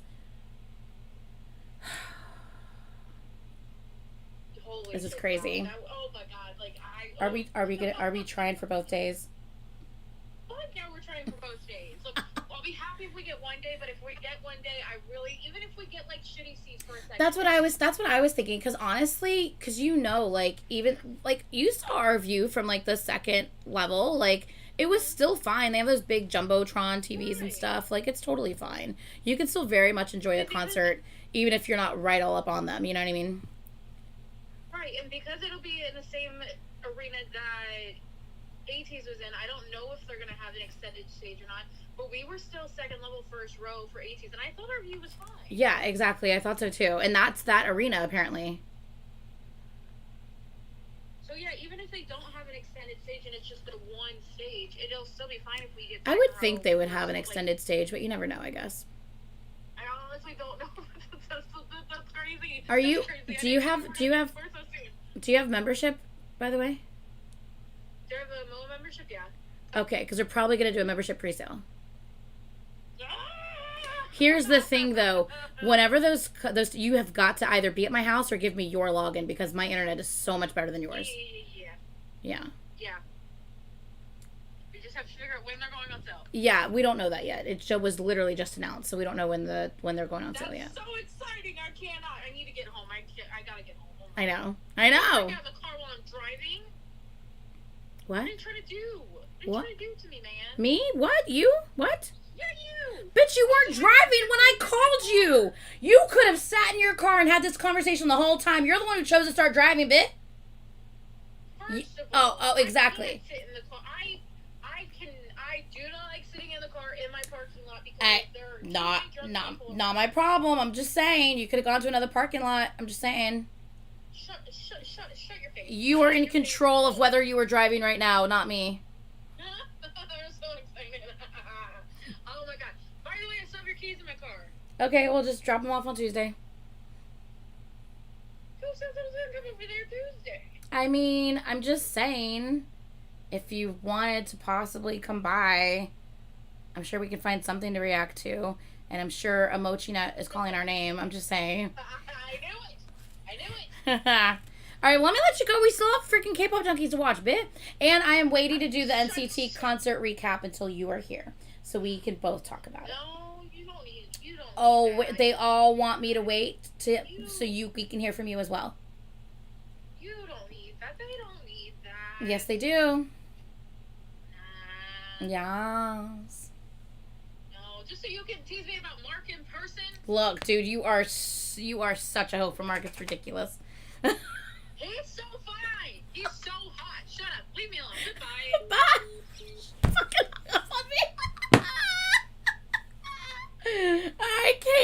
That's so funny. Oh my goodness. I'm dying. Yeah. She is going through major mark issues. I'm just saying. All right, let's continue K-pop junkie. I'm so fucking excited. Okay, let's go. Out every single winner, but a huge milestone did take place, as New Jeans was not just one of the groups who took home Best New Artist at the Asia Artist Awards, but they also earned their first Daesang Award, becoming the fastest group in history to win one only 134 days after debuting. Even though the girls have wrapped up their music show promotions, Kara took home a music show win for their 15th anniversary comeback. Get That's awesome. Making them the first girl group in history to earn a win in 3 different decades. How fucking cool is that? First girl group in history to earn a win in 3 different decades. That's awesome! Like, how fucking cool is that? Another group we hadn't seen together in years was Block B. However, after 4 long years, the guys finally came together on stage at the Marine Corps concert for their youngest member, P.O., who's currently enlisted, which makes it an even sweeter reunion. So cool. Speaking of the military, the K-pop world saw 2 notable enlistments this month. The first was 1-0, who spent his final moments beforehand. Cutie pie! Our buff bunny! He's so fucking cute. I actually can't. He's so cute. Touring around the world to see his fans, and even held a Christmas concert right before enlisting. And of course the other one was BTS's Jin, who was able to attend Tiara Jiyeon's wedding prior to showing off his new haircut. Jin and the company requested fans refrain from visiting the training center on the day of his enlistment for safety reasons, but also out of respect for other civilians and their families. And for the most part, it looks like fans did exactly that, with mostly just reporters and media on site the day of. However, there was no way his this moment! Shut up. Weren't going to show up to properly send him off. Before SM recently announced the fact that like you could see like JK's hat like so far down and just his eyes just so watery, like on the edge of like losing it at any moment, and like he was just trying to like stay strong and like not like be too emotional. Like, oh god. Release of their upcoming company-wide winter album, which they said would feature never before seen collaborations. I did not imagine we would be getting an aespa and Red Velvet project.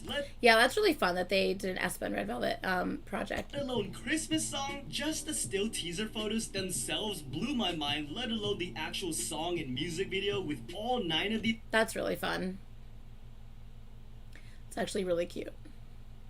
Girls, another dream collaboration that could happen is reportedly BTS's Jimin featuring. Oh, it's not that it could happen. It has happened. I forget that this is from like 3 weeks ago. In Big Bang Taeyang's potentially upcoming album. Now, I say the words could and potentially because YG responded to the speculation about Taeyang's album with nothing has been decided yet, and they even commented on the possibility of Jimin working with Taeyang the same way other companies would respond when it comes to dating rumors. I don't know where that's come from, Chris. I have no idea. I mean, what are they supposed to say? Like, oh yeah, it's totally gonna happen when like they're not ready to announce it yet. Like, if they're not ready to announce it, of course they're gonna like either deny it or say we don't know, like until they're ready. Like, it's so dumb. What has happened there? What's happened, Chris? I don't know, Jim. Like, this is something that wouldn't have gone through multiple levels of approval by both companies. I personally hope it does happen because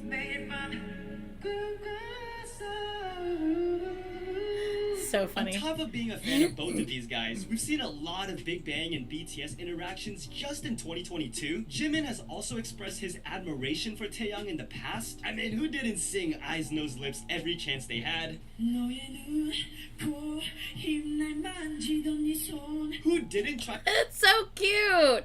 I just think it's so great that like he's obviously like looked up to him like at least musically for so long, and like the fact that he actually gets to like work with him, that's just so fucking cool. Tried to learn Wedding Dress on the piano back in the day just in case your true love was at the altar with another man.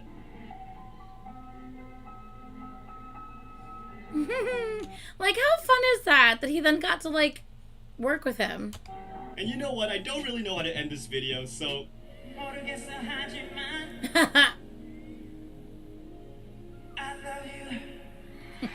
It's funny. Okay, let's go to the next video. Yas? Yas. Right. Back it up. Next. BlackBerry seem Whoa, calm down. Calm down, mister. We're not ready. Hello. Where are we? There we go. Let's go. BlackBerry seemingly felt the scope of the boycott and the voices of the fans as they've officially postponed Luna's comeback indefinitely. Only a couple of hours after releasing the next series of teasers featuring Heejin and Cherry, BlackBerry put out a statement saying, after considering the opinions of many people and especially fans, they have decided that Luna's comeback would be meaningless when various concerns regarding the members' circumstances are not yet sorted out. Yeah. However, not only did they announce the indefinite postponement, they also went on to clarify that Luna was a project that required much more from them than the debut of other groups from other companies. This meant that the But that was their decision. It's not like the girls were like, I think that we should take almost 2 years to slowly announce every single one of us before we debut. I'm pretty sure if it was the girls' decision, they would not have wanted to drag out the announcement of every single member before debuting like that.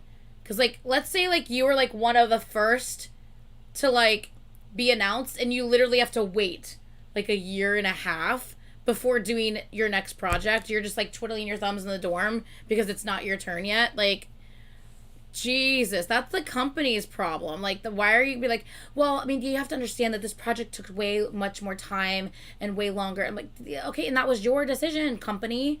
That's your decision. Don't complain about it and bitch about it now. quote, near impossible task of success would require more investments and efforts from the company, along with the trust and sacrifices of the members, seemingly a response to their contract practices and revenue splits that Dispatch recently revealed. They also seem to be sticking to their original claim by stating, the agency wished for all the members of Luna to continue their activities together, but unfortunately, a former member went against our expectations and showed a change of attitude. They're literally like throwing her under the bus and saying all of this would be possible and would be fine if it wasn't for this person. And it's like, no, but it wouldn't be fine. It was never fine to begin with.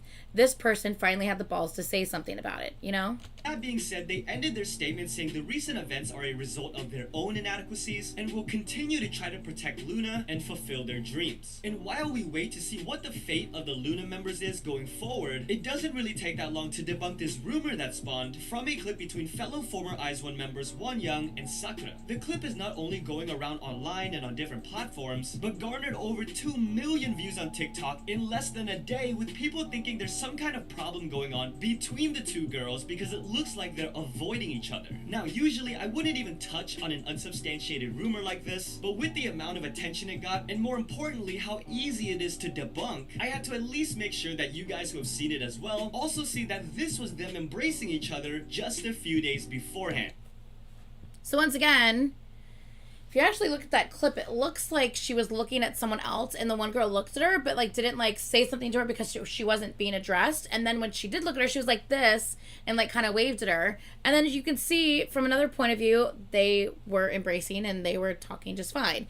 So it's like, it's just when people like see a certain thing and it's like there's no context to what they're seeing, they like to create their own narrative and add their own context and make shit up that may not be true, and like just people just blow it. They spread it like wildfire and they blow it out of proportion when it just may have been literally nothing. Wonyoung's little dance should be the only thing going viral about her right now. It also seemed like many people just watched a clip of Blackpink's Jennie posing like she was kissing this man and went nuts with it. Some websites were running with whatever headlines as well, but maybe some of you guys and the people that knew who this was were probably laughing at those headlines. Even notable K-pop columnist Jeff Benjamin had to call out these quote-unquote stories by explaining that not only is that man married, he is gay and was the fashion designer for the show Jennie was attending. So you see what I'm saying? Like, literally, someone takes a picture, creates their own narrative. Oh my God, Jennie seen kissing an older man, like, or you know, kissing a married man. Like, let's leave out the part that he was the fashion designer in charge of the show and he's a gay married man. Like, it's clearly was nothing that she was being shady or he was being shady. It was like a friendly, like cute, like moment, like PR, let's take a picture together, like moment. But no one wants to look at that. They want to like take this and blow it out of proportion and make it seem like something it's not, because people don't give a fuck about the truth. They care about sensationalizing bullshit that's not true. And yeah, it's ridiculous. He is gay and was the fashion designer for the show Jenny was attending. Jeff Benjamin stated that these writers and commentators should start opening their eyes that gay people do exist, and that's something NBC seems to have learned recently. With huge releases this week from Stray Kids, New Jeans are killing it with just their pre-release, and NCT Dream becoming the only artist to surpass 1 million sales with 3 different albums in 2022. That's so awesome. Among those, another group, Lionesses, recently released a song called It's Okay to Be Me. Shortly after, they announced on their social media that NBC had reviewed and banned this song due to homosexuality. However, the group stated that this would not deter them from producing music they believe in, and even ended with a... Wow, the fact that it got banned is the most ridiculous thing fucking ever. Like, that's just disappointing. It's ridiculous. And sad. It just goes to show you, like, how far behind some of the shit that's still going on in Korea as far as, you know, these type of subjects, how far freaking behind they are in getting shit together. Like, a lot of class by acknowledging NBC's hard work as a company. Well, I guess that class and respect went a long way, because NBC's Public Media Bureau then came out with an apology for what happened and corrected their standing, approving the song for broadcasting, even saying they promised to prevent this kind of thing from happening again. So that just really makes me curious, like, exactly, like, what happened between them announcing that they were banning it due to homosexuality in the MV, which I don't know what goes on in the MV. I've never seen it, but it mainly just looks like men that are wearing makeup and fake eyelashes and dressing in what people would deem like female clothing.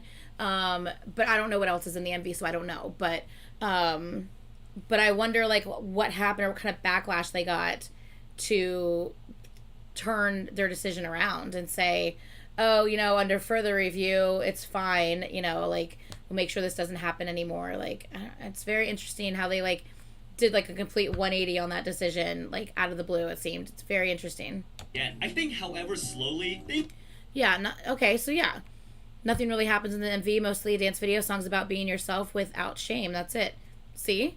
Like, so what the fuck? Things are surely changing when we see big companies willing to correct their stance publicly like this. The last thing I thought was hilarious, because JYP along with NMIXX recently appeared on Hwasa's new show, and while he was trying to make faces that he didn't want the camera to see, Hwasa didn't bother telling him there were also cameras in front of him, as well as the show's editors exposing him anyways. That's actually really funny. 여기 카메라가 있구나. That's actually really funny. Seeing Hwasa and JYP together, this shot kills me every time I fucking see it, because if you look at Hwasa's smile, she looks like she's in pain, and it cracks me up the whole time. Every time I see this shot, Hwasa looks like she's like she just looks in pain. Again, you know, somewhere, Jackson just woke up in a cold... Yes! That shot to Jackson. That is so iconic. Jackson's response here to seeing this moment on a big screen is so iconic. Somewhere, Jackson just woke up in a cold sweat. Are you alright? What's wrong? I felt a great disturbance in the force. As if millions of voices cried out in terror and were suddenly silenced. Sandy, y'all need to keep my man's name out your mouth before I cry. Oh wait, or your name, just your name in general. That's hilarious. Sandy, it'll be all okay, I promise you. It'll all be okay. Just always know that you brought this on yourself.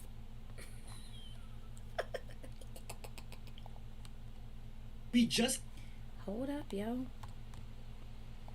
Okay, that's good. Had a bit of a scare with clips of Leah going around, having to help Chaeryeong off stage. ITZY just performed at SBS's year-end show, and when they finished their set, you could tell something was going on with Chaeryeong, as she looked quite uncomfortable trying to keep it together during the ending ferry. That's when clips surfaced online of Leah helping her off stage right after that moment, with fans who were there saying she was gripping her stomach and possibly even crying as they made their way back. Fans became even more... But the fact that she went through that entire performance and you couldn't really tell until the very end where like she was like having trouble holding it together just shows like how strong some of these people are, you know? More worried when later that day, ITZY made a surprise appearance at Psy's concert, including Chaeryeong. JYP Entertainment apparently commented later on that they were looking into what was going on with Chaeryeong, as many voiced their concerns that the girls were being overworked. However, Chaeryeong herself later informed fans that it was her who wanted to perform at Psy's concert, reassuring us that the company always takes care of her. And you know what? As much as we want them to rest, take a break for their health, Stray Kids Bangchan recently had this to say about that very concern.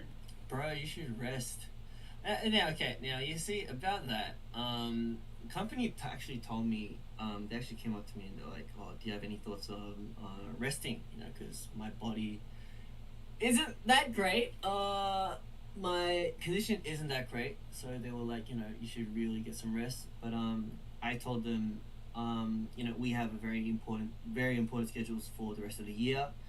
We have important schedules for, you know, the start of next year, and I told them I didn't want to rest. I want to, you know, keep on doing as much as I can, and then, you know, when, you know, stuff gets, you know, toned down, then I could, you know, rest a bit. So just so what I want from Stays is to leave me alone. No, I'm just joking. It's not leave me alone, but like, a little bit. I'm the one that decided to not rest and, you know, keep doing what I want to do. So yeah, you guys just keep that in mind. It's not like anyone's making me not rest. You know what I mean? So don't worry about that. I am doing what I want to do, what I choose to do. So yeah, just don't worry, okay? Let's talk. I love him for doing that and for saying that, because like so many fans are just like, respect for blah blah blah, and like, you know, this person needs to be taken care of and blah blah blah blah blah. But it's like, can we please, like, yes, I do understand that sometimes artists are being taken advantage of by their company. I do understand that, but that is not always the case. And we also have to remember that, like, these people, for the most part, are grown-ass adults who, you know, are able to make whatever decision is best for themselves. In his case, he's like, I know my condition's not well, but there's a few things I want to continue doing before, you know, by the end of the year and stuff, commitments that we have, let me take care of those, then I'll worry about resting, which he's resting currently. But, like, he wanted to take care of some other things he had to do first, and that was his decision. I mean, you know, so we have to remember that, like, at the end of the day, these are grown-ass people who are able to make decisions for themselves, and us, you know, going online and, like, freaking hashtagging, like, you know, like Bangchan leave JYP or some bullshit like that because you're upset because he's overworking himself, when you don't know the situation, you don't know who's making these decisions. It's just irresponsible and it's disrespectful. So it's just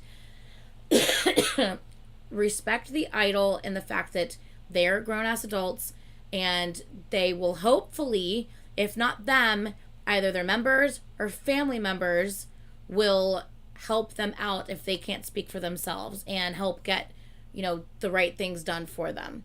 Because you doing bullshit on, yeah, free insert idol name here, exactly, you doing shit like that on Twitter is just, it's got to be extremely frustrating for the idol to see something like that when their company hasn't actually done anything wrong and it's their decision. So yeah, about this emotional roller coaster I've been on with all this Big Bang news coming out. Now, we know Top departed from YG Entertainment earlier this year. However, it was said that he'll still be a part of Big Bang when possible. I personally think that means he'll still be a part of Big Bang music and activities when he's on Earth. Fast forward to last When night, he's on it was Earth. announced that Taeyang has technically left YG and has moved over with Teddy to the Black label. Now, obviously, there's a connection between the two companies, so they made sure to emphasize that there's no change to the fact that he's still a Big Bang member. Hours went by when it was then announced that Daesung has actually left YG. The fact that literally like every member except for G-Dragon at this point, I believe, has technically left normal YG Entertainment is very interesting. Quote, he's looking for a fresh start, which makes a lot of sense as he's been there for 16 years. But again, they reassured the most important part to me, that Daesung is still a Big Bang member. We don't officially know the status of G-Dragon as of this recording. However, an exclusive report followed up all this news by stating, while the contract details have yet to be decided, GD will most likely stay with YG, where he's been since he was basically a kid alongside Taeyang. And while it's awesome to hear that Big Bang is staying together after all these years, it sucks to hear Big Hit's Trainee A boy group project end before they even started. Trainee A were a group of 7 members who garnered a lot of attention while documenting their journey on social media. This year, we even saw them performing in front of a large crowd in the US. Their debut was expected to be coming very soon, as fans recently discovered trademarks and social media accounts named a Loners Association. However, after it was abruptly announced that their YouTube channel, along with other social media accounts, would no longer be active from December 23rd, member Yorch, sorry if I'm pronouncing that wrong, informed fans that the Trainee A project has ended, as well as followed the other members on his personal account.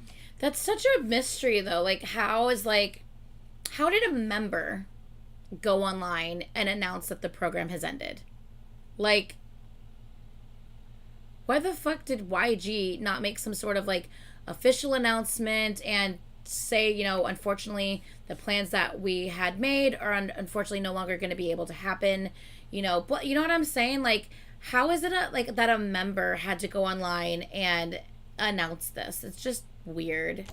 Now, does this mean they have no future together at HYBE? Is the project over because they're moving on to something new together? I guess that is something we'll just have to wait and see. The final piece of serious news is regarding Pentagon's Hongsuk, who was just discharged from the military early, as they decided it would be best for him to focus on his worsening health conditions and symptoms, which included panic disorder and depression. Well wishes to him, as we hope to see him healthier and stronger in the future. Definitely. When he's ready. With all the heavy stuff out the way, let's get into the positive things that we can celebrate in K-pop. Another HYBE artist has been in the headlines this week, but weirdly in the mix with Elon Musk and Twitter. As you probably know, there are many opinions on Elon Musk running Twitter, which led him to recently announce he would be resigning once he found a successor. And whether true or not, many names, a lot jokingly, have been thrown into the mix for that position, including BTS, who was, I guess, nominated by Grammy Award-winning producer DJ Swivel, which Elon actually replied by saying, great idea. Now, is this newsworthy? No, because everybody has been suggested, and the only reason I even include it in this video is because this actually got RM's attention with him posting it with a laughing emoji. Do I actually think he's considering running Twitter? Absolutely not. I interpreted this response more in the vein of, but you got your rhythm going now.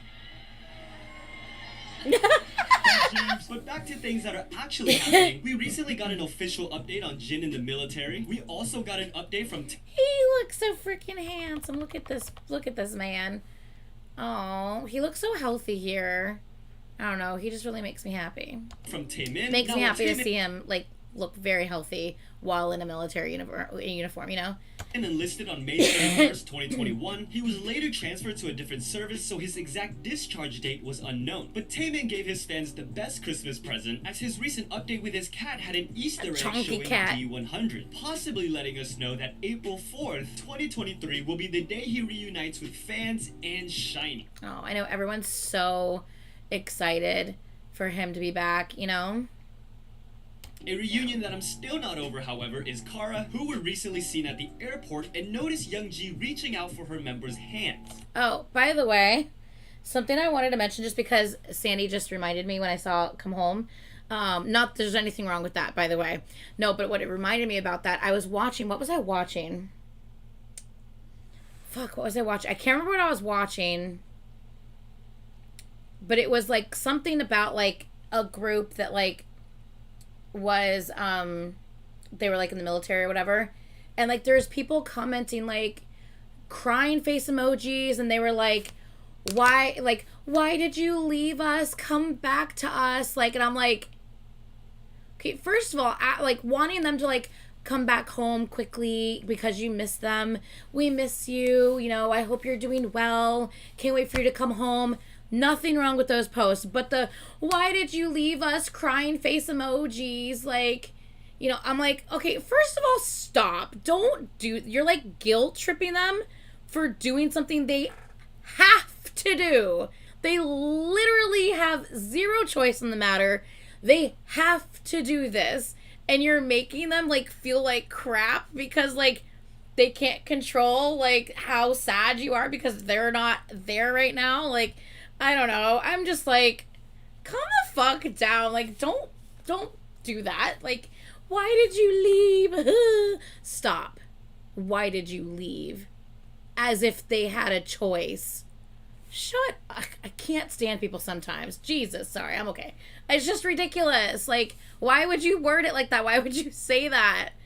And there was like multiple people commenting crap like this. I'm like, stop. Like, for context, Youngji recently mentioned that before their reunion was even an idea, while she was promoting solo, she got emotional talking about seeing other girl groups arriving to places like the airport, Aww. taking pictures holding hands. The Kara members then promised her they would fulfill really that cute. wish, hence the biggest That's smile so you've cute. ever seen. And it's so fitting that we have so many reunions during the holidays, because after Yeon came back to Korea a couple of months ago, we finally get to see the Everglow girls together again in a special gift for the fans who have been waiting. Hopefully this is a sign of more things to come. We even had childhood reunions as well, with Enhypen Seunghoon performing alongside Olympic skater Cha Jun-hwan on That's stage. really cool. For those who don't know, Seunghoon was and is an extremely talented figure skater. yeah, for those who don't know, this is an Enhypen member.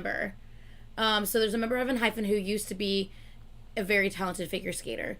And he left his figure skating career, basically, to debut and be an idol. So if anyone's wondering, that's Seunghoon, an Enhypen member. So yeah, he's really good. Stage. For those who don't know, Seunghoon was and is an extremely talented figure skater, and it's just so cool to see these two reuniting after going off on their own successful journeys. Finally, I know your watch later and playlists are Yes. filled with so many gifts from your favorite artists right now, but if I had to hear this joke from Wavy's Yang Yang, then so do you.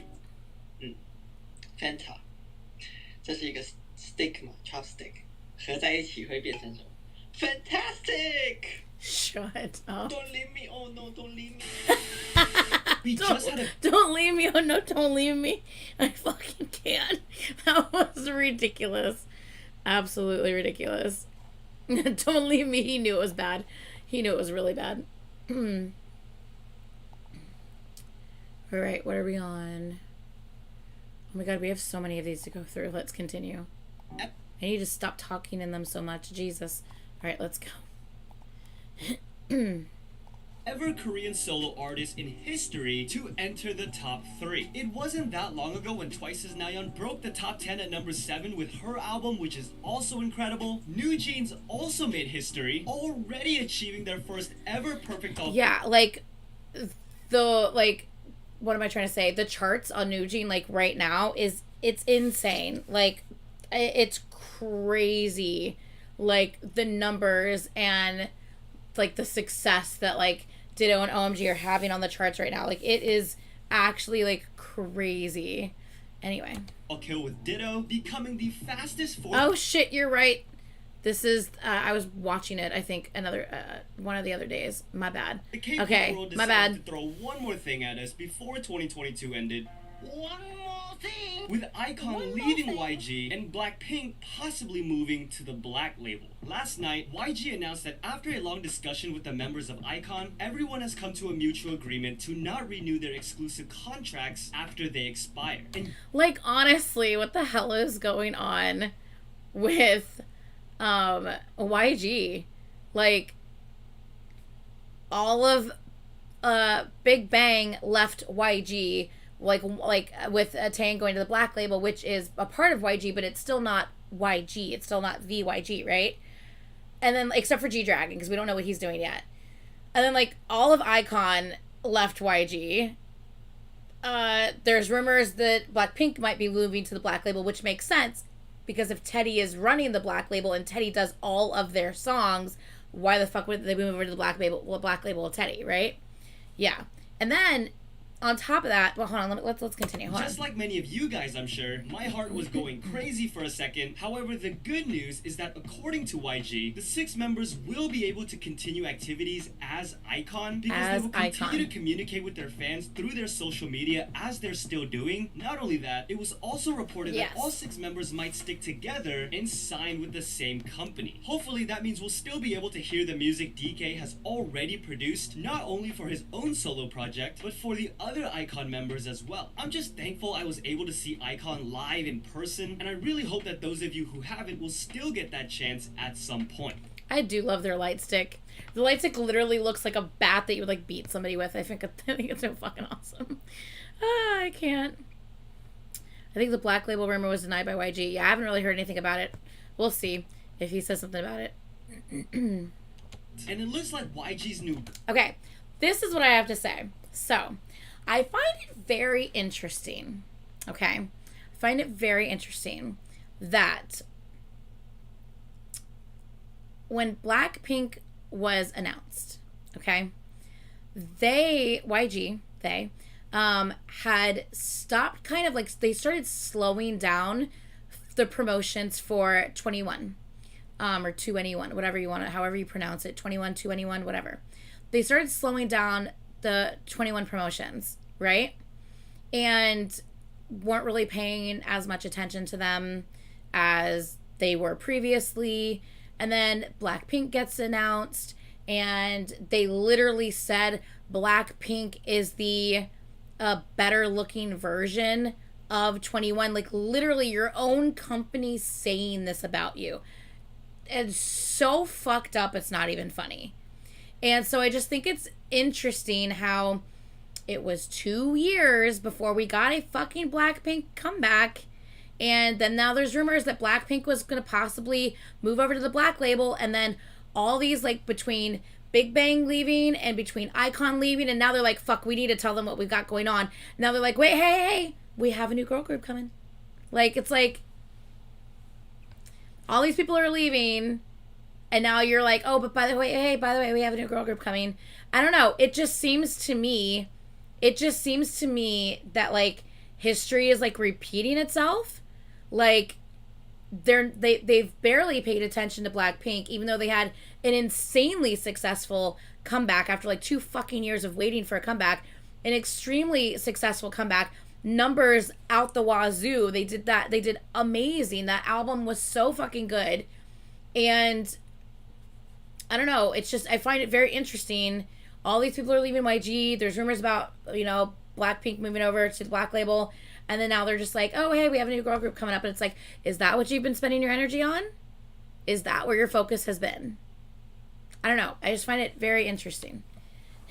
Girl group who will have much more to talk about in a few days might be the reason YG is making all of these recent moves with Big Bang, iKON, even their actors, and potentially Blackpink as well. Because outlet K-Pop Herald reported that Blackpink will also be leaving YG Entertainment, but in a similar move to Big Bang's Taeyang, will basically change their management to the Black Label with Teddy. While there's an obvious connection between the two companies, YG does not own the Black Label nearly as much as they did before 2020. YG did come out denying these reports, basically saying, nah.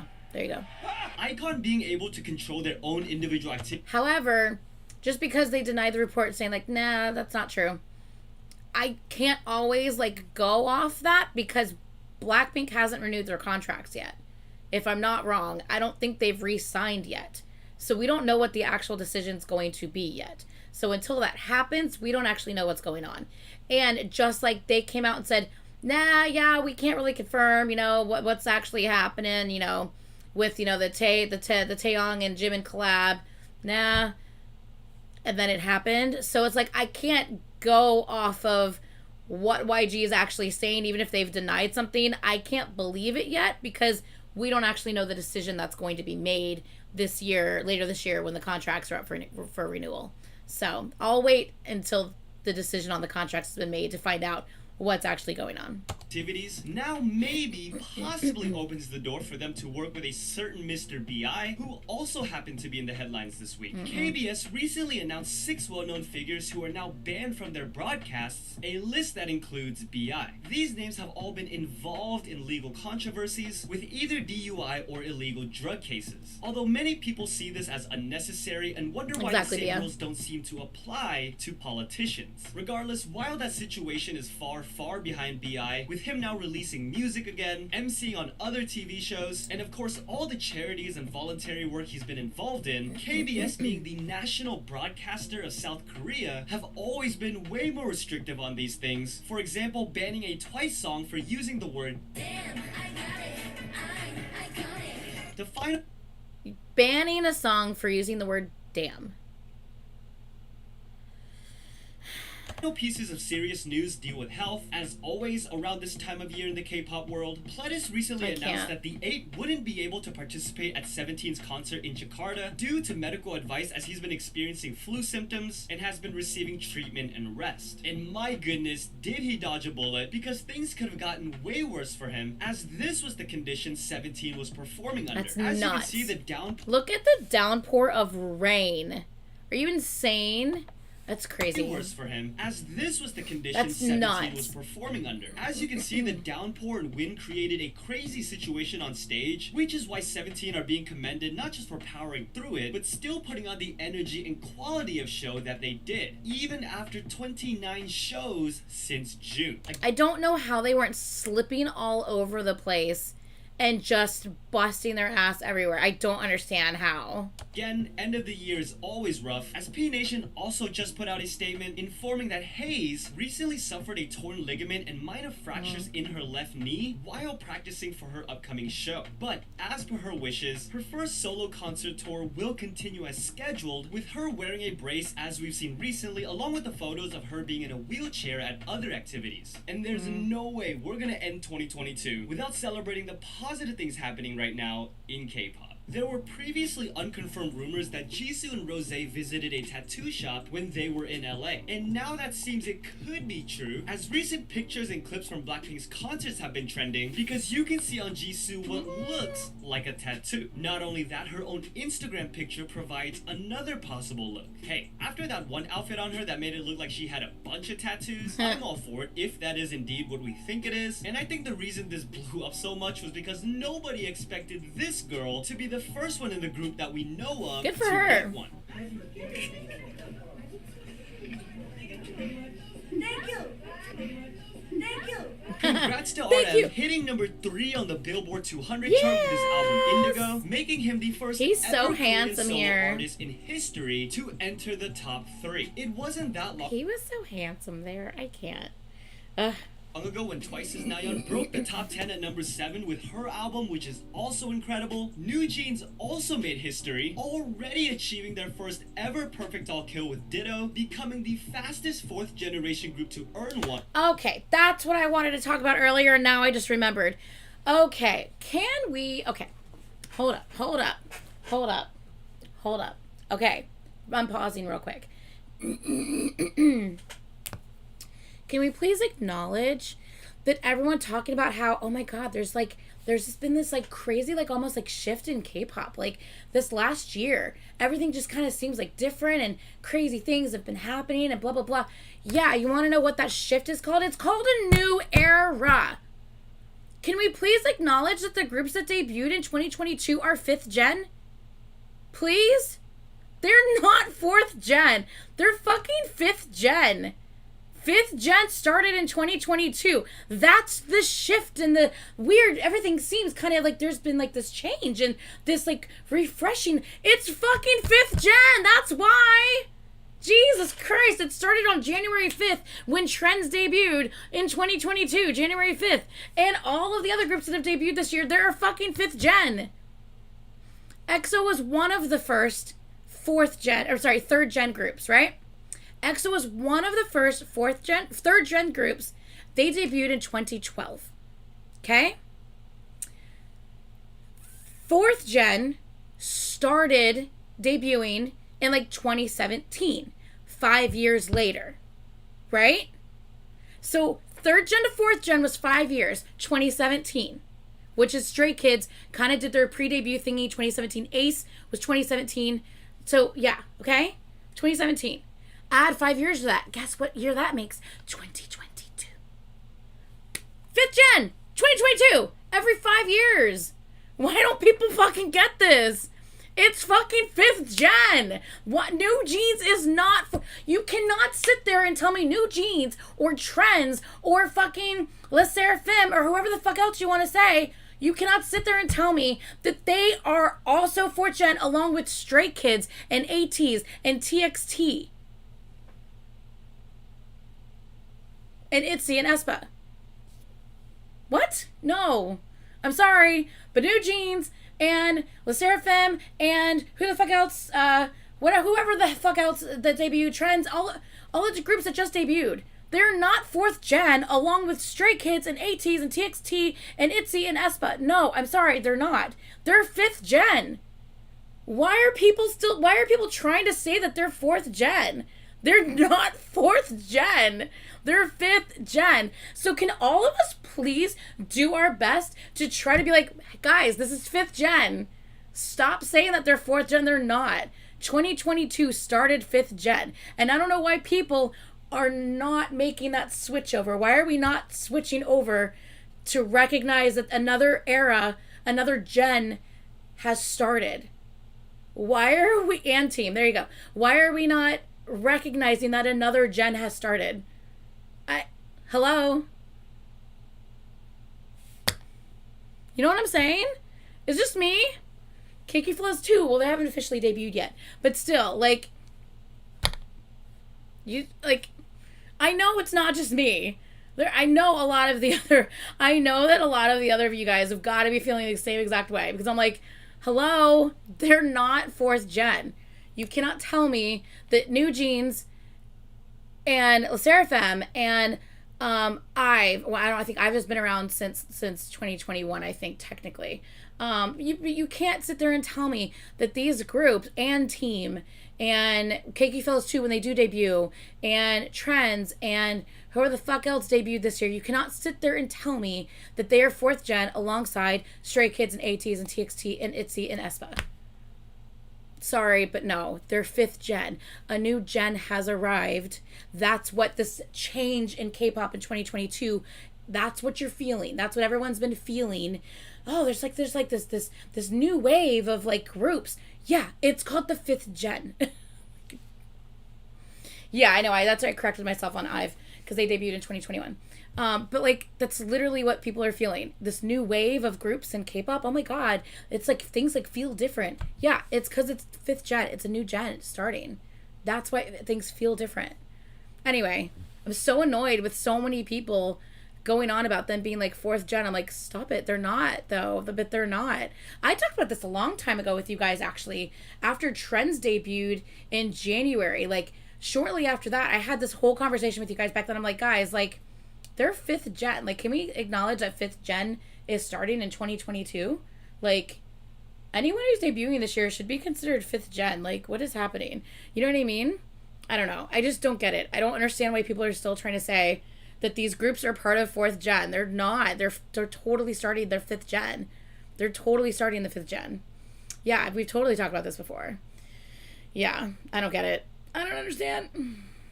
Okay, let's continue with this thing. That reminded me of what I wanted to talk about earlier. I'm like, that's what I wanted to talk about earlier. Totally reminded me. All right, let's go. And only the 7th song in 2022 to hit this. VIX just announced that Ken, Hyuk, and Leo are coming back with a unit single. People don't want their current groups to be considered old.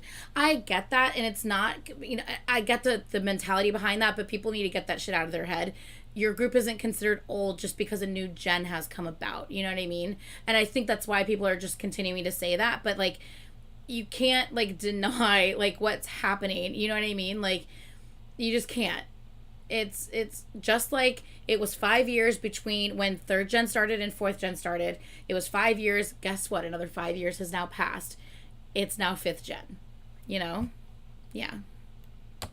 giving us the first official VIX release That's since adorable. 2019. Another That's group crazy. that are probably coming back in the near future is Black Swan because they just revealed their newest main vocalist from the US. 안녕하세요. 블랙스완 아리나입니다. It still doesn't feel real. Congrats to B2B who just held their 10th anniversary. I didn't know that they were replacing a vocalist on Black Swan, by the way. So that was news to me. I don't think I ever finished this video, so that was totally news to me that they were replacing a member. Concert, and to GOT7's Young Jay for winning Rookie of the Year for his radio show. Another artist who has won Rookie of the Year in 2022, Ives Lisa, has finally met her idol Karina. For the People say NCT's 4th gen when they were part of 3rd gen. NCT 127 is 3rd gen. NCT Dream and Wavy, I believe, are 4th gen. So I think that's the difference there. But NCT 127 is definitely like late 3rd gen, right? But yeah, so and maybe that's why they just lump everyone into 4th gen. But technically NCT 127 is 3rd gen. Yeah. those who don't know, Ive's youngest is such a fan of Karina that That's she has really photos cute. of her near her bed. On top of that, fans have also been trying to help Lisa meet Karina by letting her know how much of a fan Lisa That's is. really cute. Fans then shared Karina saying she would love to meet Lisa to her, and now the two finally got to meet face to face at SBS's year-end show. Oh, that's like really freaking cute. That's so sweet. I love when is Dream third? Okay, when did Dream is also third? For some reason I thought they debuted in like 2017. So Wavy's fourth. So NCT 127 and Dream are third. Wavy is fourth. Okay, gotcha. Okay. Because they debuted in 2016. Okay, yeah, that makes sense then. My bad. I thought they debuted in 2017. That's really cute though. I love when like idols are fans too. Like we have to remember that like most idols, if not all idols, were fans, and which is one of the reasons why they wanted to get into the industry, because their love for music and like they look up to people who are in the industry and they want to be like them type of thing, right? So I just think it's really cute when like an obvious like fan of someone, you know, gets into the industry and like are following and like, you know, the footsteps of the people that they look up to, and then they finally get to meet the person that like they love so much and they look up to. It's just the cutest thing ever. I love it. I love it. I love that Karina's response to Lisa greeting her, knowing that Lisa looks up to her, was to reach out and hold her hand. That's This is so like cute. Stacey's Yoon, a certified Neverland, as you can see her showing it off, fangirling while getting to perform with Oogie this year. And you know, the positive section is always here to leave you off the good video lord. on a good note, with a smile. And what better way to end the JYP. video, probably the last of 2022, Adorable. than with a father stopping everything he's doing, even if it's in front of a large crowd, to embrace his daughter. Okay, that's actually really cute though. Look, you could think what you want about JYP, but that's a really cute moment. Aw, thank you for being with me in 2022. K-pop Chunky. Yeah. Whoops, wrong button. Okay. Let's go to the next video. All right. Next video. There was an article. We will learn about that in just a second. Oh yeah, let's go. There was an article shared on Naver back in December foreshadowing YG himself returning for Baby Monster and the reason why. Arguably, the first big piece of K-pop news in 2023 is the announcement of YG's upcoming girl group Baby Monster. Now, what we do know is that there will be 7 members, but while I know everyone is trying to figure out who each member is and everything about them, the thing that shocked me about their announcement video was the public return of YG himself, which we might now know why. In that article that nobody paid much attention to because it was hard to verify the facts in it, it was stated that the internal opinion at YG Entertainment was that he is the right person to guide and lead the Baby Monster project, and that part of the reason Baby Monster was apparently delayed was because they were waiting for YG. That report now seems a bit more legitimate because they wasted no time. Right after YG was acquitted and free of charges with his latest case, that's when we got all the news regarding Big Bang, iKON, and then boom, the announcement of Baby Monster with YG himself. There are obviously a lot of differing opinions on this, some thinking him and his image now associated with the girls could do more harm than good. A question about the name, and I just want to get your opinion on this. When people choose names like, you know, Baby Monster and stuff like that, obviously I know that these girls are super young, and like I guess that's like a play on like their name, like they're like they're gonna be monster rookies even though they're still like babies. I guess is what kind of like they're playing with here, like as far as the name goes. But I kind of like, well, yeah, it does kind of remind me of Baby Metal too, but I also kind of like find it interesting when people choose names like that, because they will eventually grow out of, like, they will all be in their 20s eventually, and they're still going to be in a group called Baby Monster.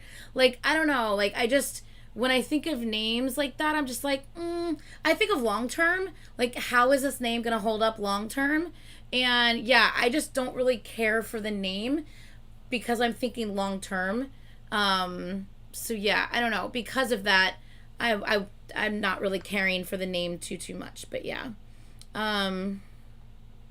But yeah, okay. Liz, I think everyone is excited for YG's first girl group since Blackpink. I don't know if they did this on purpose, but Agnes Chenhyuk described the girls as singers that are hard to find in Korea, which is almost exactly how Teddy described Bomb when 21 was debuting. If so, great callback. But it's not just Baby Monster that YG has in store for 2023. G-Dragon surprised everyone with a video on New Year's teasing.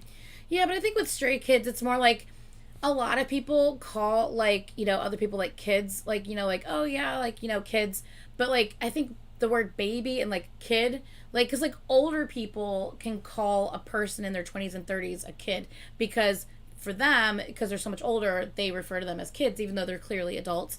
I think there's a difference between, like, you know, that and like baby. I think, I don't know, for me, I think there's a difference there. Maybe it isn't, you know, for other people, but for me, I think there's a difference there. You know, I don't know. It's just what I think. Things to come soon. Jisoo responded to a fan actually stating 2023 regarding her solo, and then YG confirmed it, even saying she completed shooting the jacket photos for the album. And on top of all the other teases and announcements for projects to come this year, we also have amazing things out right now already. ATEEZ is back, hopefully. You can call your significant other baby, but I would hope that no one's calling these girls baby in that type of way. Like, you call your significant other baby because, like, you're their partner, you're their lover. So I would hope that that wouldn't be a reference associated with this group, you know what I mean? But I don't know. I know, so I thought about ATEEZ as well, but see, for me, the difference, obviously the whole purpose behind the name ATEEZ is A to Z teenagers, to represent everything that, like, maybe a teenager would go through in life, like all of, like, the emotions, the feelings, the struggles, you know, stuff like that. But they're not called A to Z teenagers, they're called ATEEZ, so you can get away with it, you know what I'm saying? Oh, you probably have no idea what the hell we were just talking about. I think Ray meant ATEEZ in the video. Oh, I thought you were talking about the name. I was like, yeah, but that's not in the actual name, so you can get away with it without the meaning behind it. I thought you were talking about the name. Never mind. I'll shut up. Let's go. Projects to come this year. We also have amazing things out right now already. ATEEZ is back, hopefully getting the recognition they deserve. Hell yeah. New Jeans is about to take over the world this year, starting today with their comeback. And fans are ecstatic that Wavy is finally back after almost 2 years. Yeah. We just, you know, wish we had some sort of answers about the Lucas situation. Now, as you can see, Lucas was not involved in this promotion because according to the last we heard from SM, he is still on hiatus after his controversy in 2021. However, of all the 2023 teasers we got, Super M was one of those artists. And it is hard to ignore the fact that in that teaser, officially released by SM themselves, 7 lights appear, presumably signifying the 7 members. I'm still confused by this, y'all. I'm still confused by this. I really wish we had more information. I really wish we knew whether this was going to be all 7 original members returning, or 6 of the original members returning, with the 7th being a replacement for Lucas, which I think would be awful, because I just feel like the backlash one way or another would be weird. I think it would not bring positive things. I feel like that's all anyone would be focusing on rather than their comeback, and I I really hope that's not the case. Or is it going to be a whole new set of 7? All new 7, so that with SM proving it doesn't matter who we put in these groups, our vocalists are amazing. They're monsters. They are fucking kill it. So here's a whole other group of a super 7 that can fucking kill shit as well. I don't know. I have no idea. It's going to be one of those 3 things, I'm assuming. And I don't know which way they're going to go with it. I personally hope it's the original 7. I would love to see the original 7. Super M's second album was my album of the year in 2020. I fucking loved that album so much. The B-sides were incredible. And they make really great music together. And I love all of those members. So I really hope to see the original 7. And if they're not going to do the original 7, I almost just want it to be a new 7. Because I feel like replacing 1, that's all anyone's going to fucking talk about. And it's going to be a disservice to, you know, just the attention that it would take away. I don't know. I don't know. I just really hope it's the original 7. I really do. But we'll see. We have no idea. Which includes Luke. Oh, God, they're so handsome, though. Look at that picture. Jesus. Ridiculous. Absolutely ridiculous. That is a group of beautiful, talented men right there. My God. So, what are the options in front of us? 1, the lights actually don't mean anything, and they weren't focused on how many there were while making Nah. If the lights didn't mean anything, like, they wouldn't be those specific colors. They would just be, like, 7 white lights. You know what I mean? They're specific colors for a reason. Teaser. However, that might be unlikely because not only the number, but the color of the lights also seem to correspond with the 7 members. 2, they did mean to put 7 lights, but maybe they're adding someone else in that place. This is Lee Soo-man, of course, who loves a modular lineup dating all the way back to his intentions with Super Junior. 3, they put 7 lights there, but still don't intend for Lucas or anyone else to join the Super M comeback. Or 4, that they put 7 lights there to indeed let us know Lucas will be making his return with Super M's comeback this year. I do hope so. I'm sure we'll find out soon which direction they're headed, which may give us an idea of what Lucas's future entails, similar to everyone wondering what the future of Luna has in store and what their relationship with Chu is like at the moment. Because during this whole thing between Chu and Blockberry, there have been a lot of reports and speculation that there is a rift between her and the members. As you can see, despite everything going on, Chu has still been active with stuff on her YouTube channel and even appeared on MBC's year-end show with one of my favorite collab stages to end 2022, covering Kara's step with Ugi, Aren, Yujung, and Yena. And one fan, among many who attended the pre-recording to cheer her on, asked Chu to do a challenge that has been trending lately called Chu, I'm Sorry for Being Cute, to which she responded she hasn't been keeping up, but wondered if it's the one Heejin has told her about. Fans got really excited about that tiny comment because despite all the insider reports going around, it does seem like Chu is very much still in contact with the members, who we've seen from Hyunjin specifically are definitely supporting her. I'm sure we'll get to see them together again one day, maybe even this year, though I am excited that it seems we'll definitely be seeing the iKON members together still, despite leaving YG Entertainment, because it has been reported that all 6 members have indeed He's so cute. Look at his face. He's adorable. I like him. Signed with 143 Entertainment, also home to Kepler's Yeso and Mashiro. On top of that, they are expected to release a new album this year, maybe in April, with the name iKON. Another group I'm still hoping to see together is Astro, who just confirmed that Jinjin, Chanwoo, Moonbin, and Sana will all continue with Fantagio, while Rocky is still in discussions and MJ is currently in the military. I love this news. I think Ghost Town had to be one of my favorites in 2022, and Astro were one of my top boy groups of 2020. Look, all I know is that Moonbin and is it Moonbin and Sana song? Who? That's a good ass song. Just saying.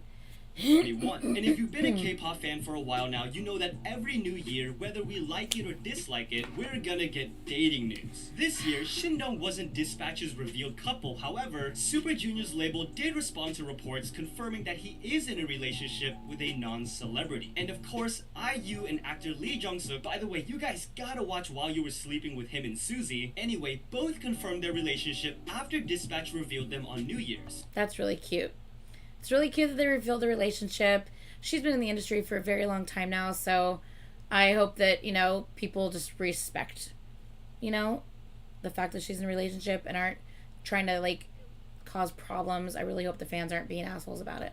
I'm super happy for these two, especially because we've seen them work together for a very, very long time now. I'm not gonna go into all the details about where they were for Christmas because we don't need to know all that stuff. However, I am curious whether or not they knew Dispatch was going to reveal them. After Jungkook won his award at the MBC Drama Awards, his speech caused a lot of stir because he mentioned someone special to him, didn't name that person, to which even his company had to address later on. Regardless, happy to hear that even the families are close, and hopefully they can go on a vacation where they don't get followed around. Finally, the next time you'll see me, I'll be in this suit and tie, and you know what? I'll let Internet's Nathan tell you why. You know, after I got a strike from me and my buddies just watching an unspecified K-pop award show. Got a strike.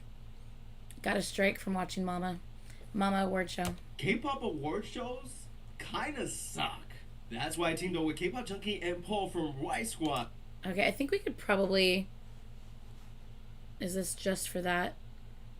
Yeah, okay, I think we could skip to the next video. Sorry, but this, whatever this end of the year thing is, it's already come and gone, so it's kind of pointless to watch it when it's no longer relevant since we're watching a very old episode. All right, let's continue. This is only what? This is only... I keep pressing the wrong damn thing. There we go. Let's go. The second video of 2023, and we already have RM's privacy being leaked by a monk, and SF9's Daewon literally saving someone's life. Recently, BTS's RM seemingly took some time to rest his mind and body before the start of the new year by visiting a Buddhist temple. Now, the reason we know this is because RM himself posted a few pictures of it on Instagram, which has now been deleted. See, after his visit, we started getting reports detailing his personal conversation with the Buddhist monk that... How is that okay? Isn't that like a violation of like your like vows as a monk? I know, like, I don't know enough about like the religion to know, so please fill me in. I don't know, so please fill me in because I'm ignorant to this. But I know, for instance, as a priest, and I'm not Catholic either, but I do know as a priest, if you were to go to a Catholic church and go into the confessional and confess whatever to the priest, they have vows where like they cannot repeat what you have told them. It's a violation of like their whatever the fuck it is, right? Don't monks have the same thing? How the fuck is that okay? Yeah, it goes against their vows as a monk. So, did this person lose their job, their position as a monk? Because I would fucking sure hope so. Someone's literally discussing and seeking aid and advice from you for what they have going on in their life, and you're then going to turn around and tell, like, social media or news outlets about your private conversation with this person just because they happen to be one of like the biggest celebrities in your country? You're fucked up. You are fucked up. Like, that's messed up, man. Like a fucking monk. I need information, man. I need information. I don't understand how this, like, I need to know if this person still has a job or not. I need to know. I need this information because I have no idea. It just doesn't seem right. I'm like, what? Like, what though? Was there, who turns out to be the one that oddly divulged this intimate information to various media outlets soon afterward. In response to this, RM took to Instagram saying, "I was grateful for the time spent there, but didn't expect an article about it," with a laughing emoji. He followed up with, "Next time, I'll make a quiet visit to a different temple." Yeah, he's pissed. Like, hashtag low-key must be low-key. Hashtag low-key must be low-key. I can't even visit a fucking Buddhist temple and speak to a monk anymore. Like, that's... Where's, like, your human decency gone? Like, to just let someone be a fucking human. Just let someone be a fucking human for a day, damn it. Like, shit. Like, that's just ridiculous. key. Obviously, expressing some frustration. No one else is going to feel comfortable going to that temple either. If a monk can't even, like, keep a famous person's, like, secrets, like, I don't know, man. Over the monk, again, oddly disclosing what RM thought was a private conversation to the public without his knowledge or consent. RM's initial Instagram posts were not the only ones that caused a stir in the past few days due to being deleted. January 3rd was Jisoo's birthday, where she surprised us with her new YouTube channel, where she'll also be donating all the profits to people in need. Of course, the other Blackpink members showered her with love that day, including Rose.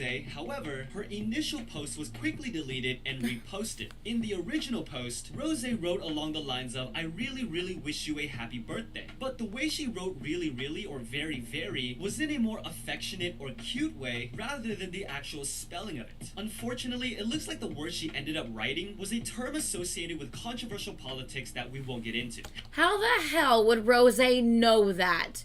Like, do you see how old that damn picture is?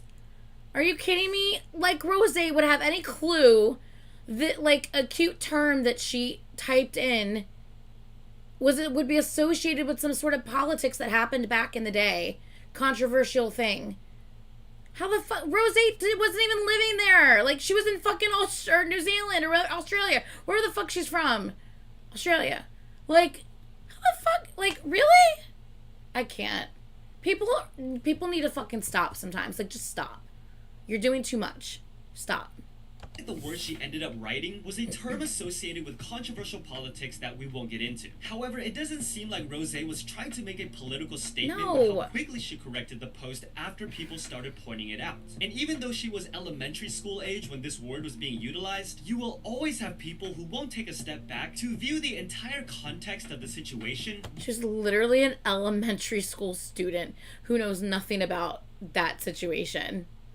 I mean, it's just, people just do way too much sometimes. They do the most to try to get someone canceled, and it's just obnoxious. Before jumping to conclusions, and GOT7's Bam Bam is someone who is not afraid to call out that hate. Hallelujah! Bam Bam recently performed at a free-to-the-public New Year's event in Thailand alongside a lineup that included Sunmi and Dara, though for some reason, one of the staff members on the event organization team posted on TikTok complaining about how many people showed up, blamed it on Bam Bam, then said he wouldn't be invited back, and the only reason he was there was due to his brother, who, by the way, is a famous dance choreographer. I'm pretty sure when you see all of the green in the crowd and all of the light sticks in the crowd that are green as well, I'm pretty sure that they were there for Bam, not just Bam's brother, which I'm sure is an amazing choreographer. But you can't tell me that, like, Bam being there wasn't, like, it's so ridiculous. What a fucking shithead. Bam Bam apparently caught wind of the hate coming from this individual and seemingly responded to it in his own tweet, essentially asking what he has done to warrant so much hate for everything he does. The uproar against this staff member after Bam Bam's post caused him to turn off commenting on his TikTok videos and put up an apology for Bam Bam, the fans, and apparently himself, if I'm reading that correctly. The final piece of more serious news. And apparently, like, I guess, like, his brother made a comment as well, and basically was just like, you know, that staff member will never be involved in another organization or another, like, thing that we put together again, with the way he unprofessionally, like, talked and spoke and behaved. So yeah, they were not happy with whoever the fuck that guy thought he was speaking out like that. They were not happy. Is that after 10 years, Block B's Jaehyo, B-Bomb, and Yukwon have all parted ways with their company's 7 seasons. And while we wish those members the best of luck on the next chapter of their careers, I'm glad that we recently got the opportunity to see them as a group smiling together on stage. But as crazy as 2023 already is, let's also celebrate the positive things going on in K-pop. We've already talked about why this collaboration has been years in the making, and then we got teases of them possibly in the studio together, but now it is official. Big Bang's Taeyang will release Vibe featuring BTS's Jimin in what will be one of, if not possibly the biggest K-pop collaboration. It's so good! Congrats to Blackpink becoming the first K-pop group in history to have a music video surpass 2 billion views. 2 billion. Since just the last video, we've already had a lot of awesome music. I have literally not reacted to a single one of the videos that are on the screen right now. Jesus Christ.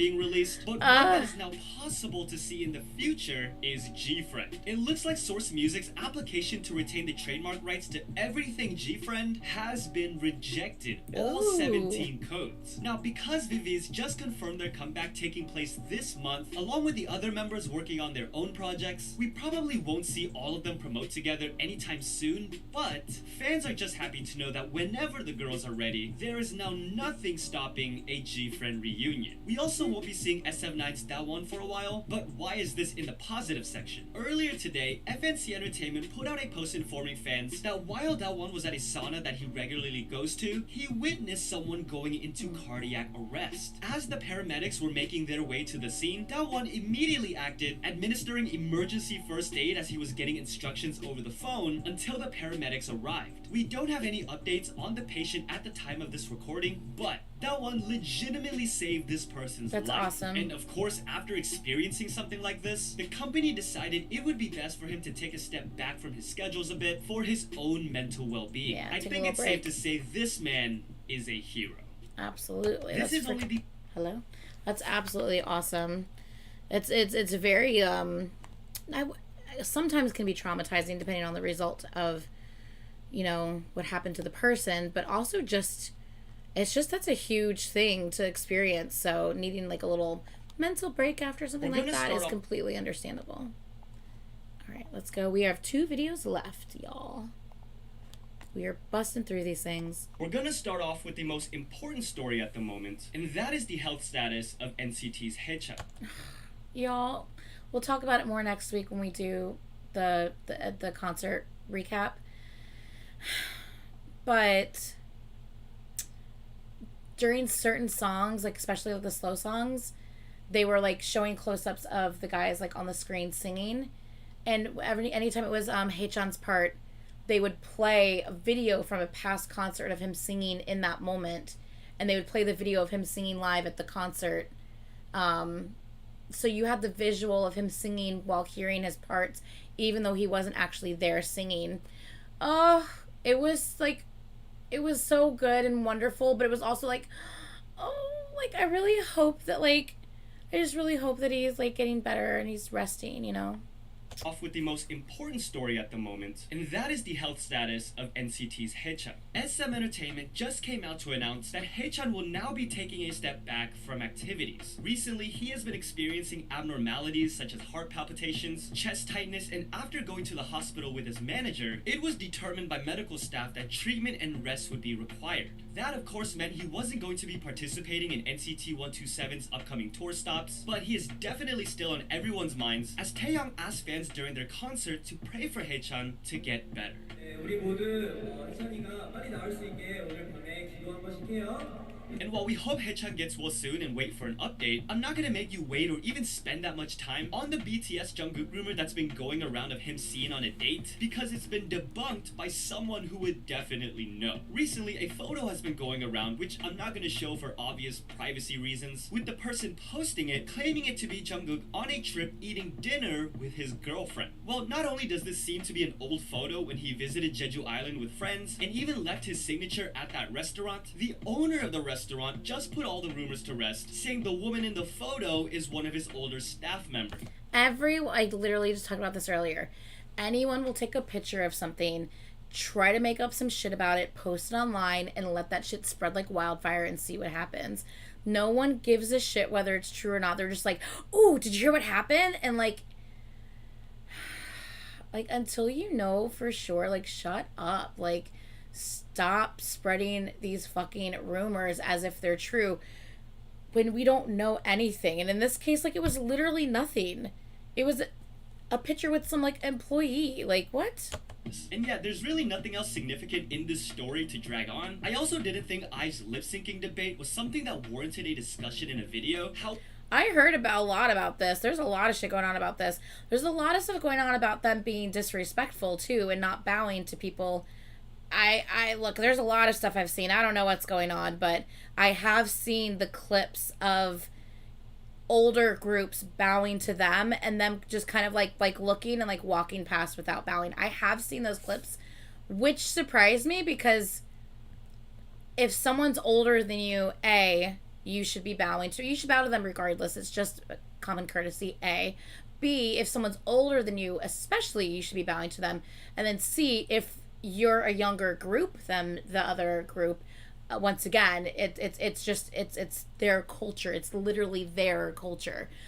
So I thought that was very interesting to see those clips and actually, because I mean, it's one thing to hear someone say something, you don't really know if that's true or not. But when I actually saw the clip for myself, I was like, that's interesting. Like, that doesn't really sit well with me. I don't really know the whole story, but just that clip in particular, I was like, it's a little off-putting.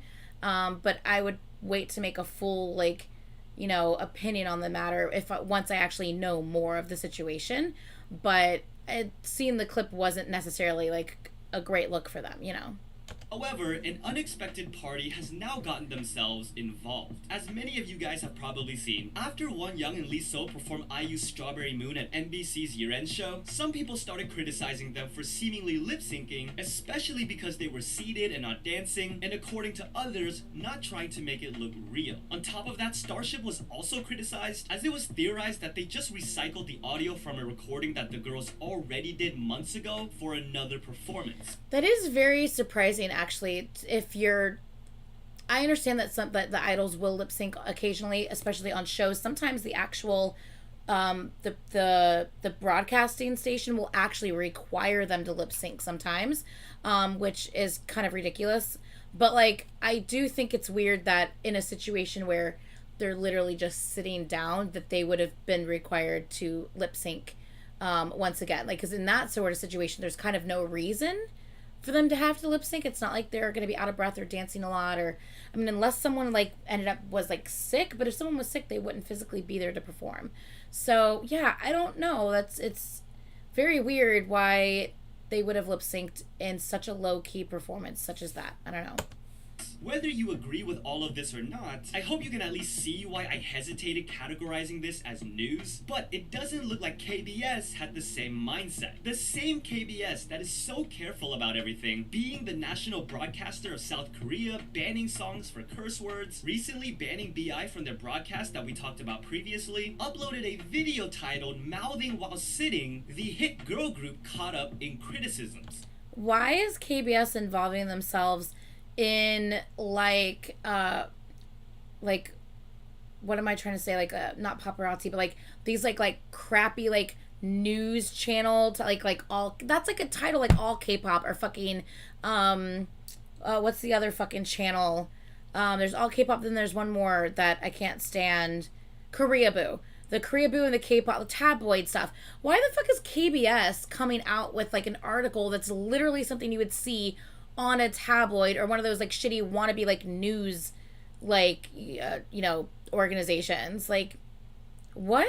Like, I don't understand. Like, there's supposed to be all these like high and mighty superior, we're better than these other people and we're gonna ban you and ban this for that. They're like sticklers to all these rules, yet they're gonna act like this. Like, what are you doing? Like, it doesn't make sense. On top of that, the thumbnail of the video shows Won Young and Lee So with the caption, "Are they really singers?" Are they really singers? Like, that's really shitty. Like, that is not something that a national broadcasting association, like station, should be. That is not how they should be behaved. Like, what? Like, what is this?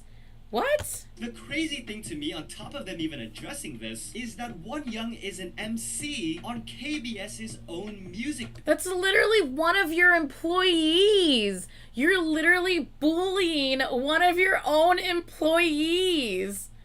Like, what? How fucked up is that? That your own company is putting out an article questioning whether you're a real singer or not. That's literally one of your employees. Isn't that workplace harassment? I don't know how the laws are and the rules are in Korea, but that's fucking workplace harassment if you ask me. That is so messed up, it's not even funny. That is so messed up. Bank. We know Won Young gets a lot of unwarranted hate already, so seeing a broadcast station that she works for doing something like this, it's no wonder she recently came out saying she relies on the fans to give her strength, and why you may have been seeing an outpouring of love for her. The final piece of more serious news. Like I said, the only thing I haven't cared for, I love the song Love Dive. The only thing I haven't cared for is the fact that they clearly were not bowing to other people in their industry, especially other older people in their industry, and I did not care. That was not a good look for them.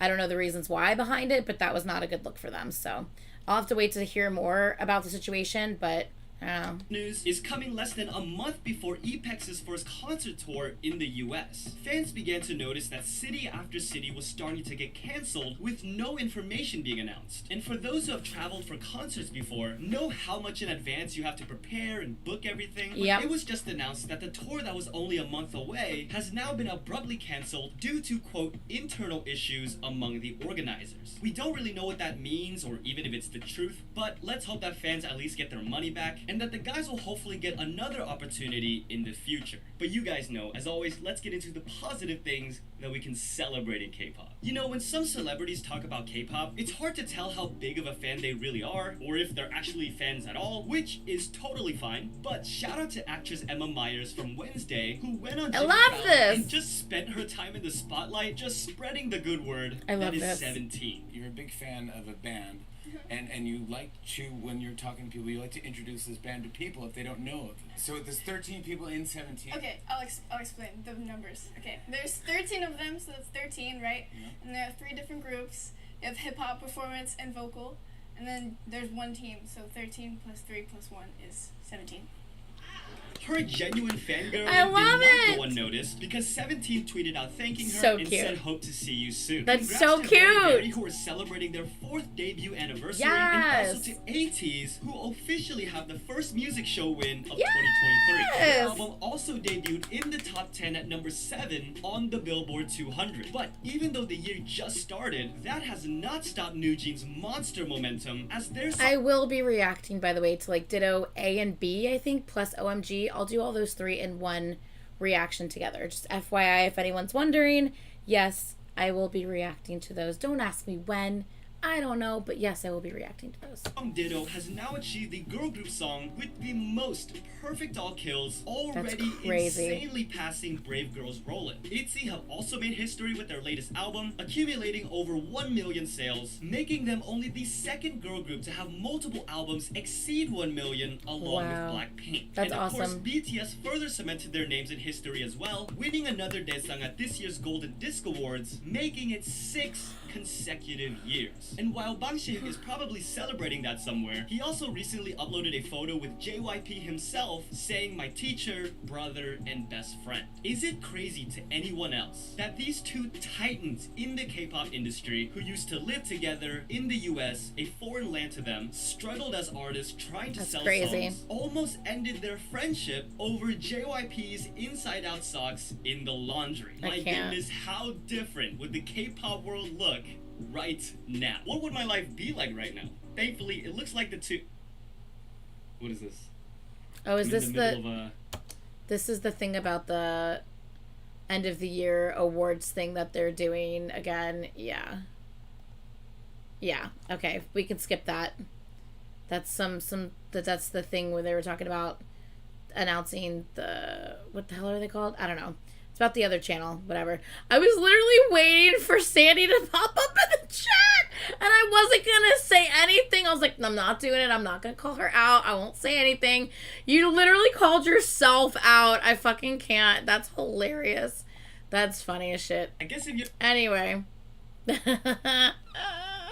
I can't. All right, let's go.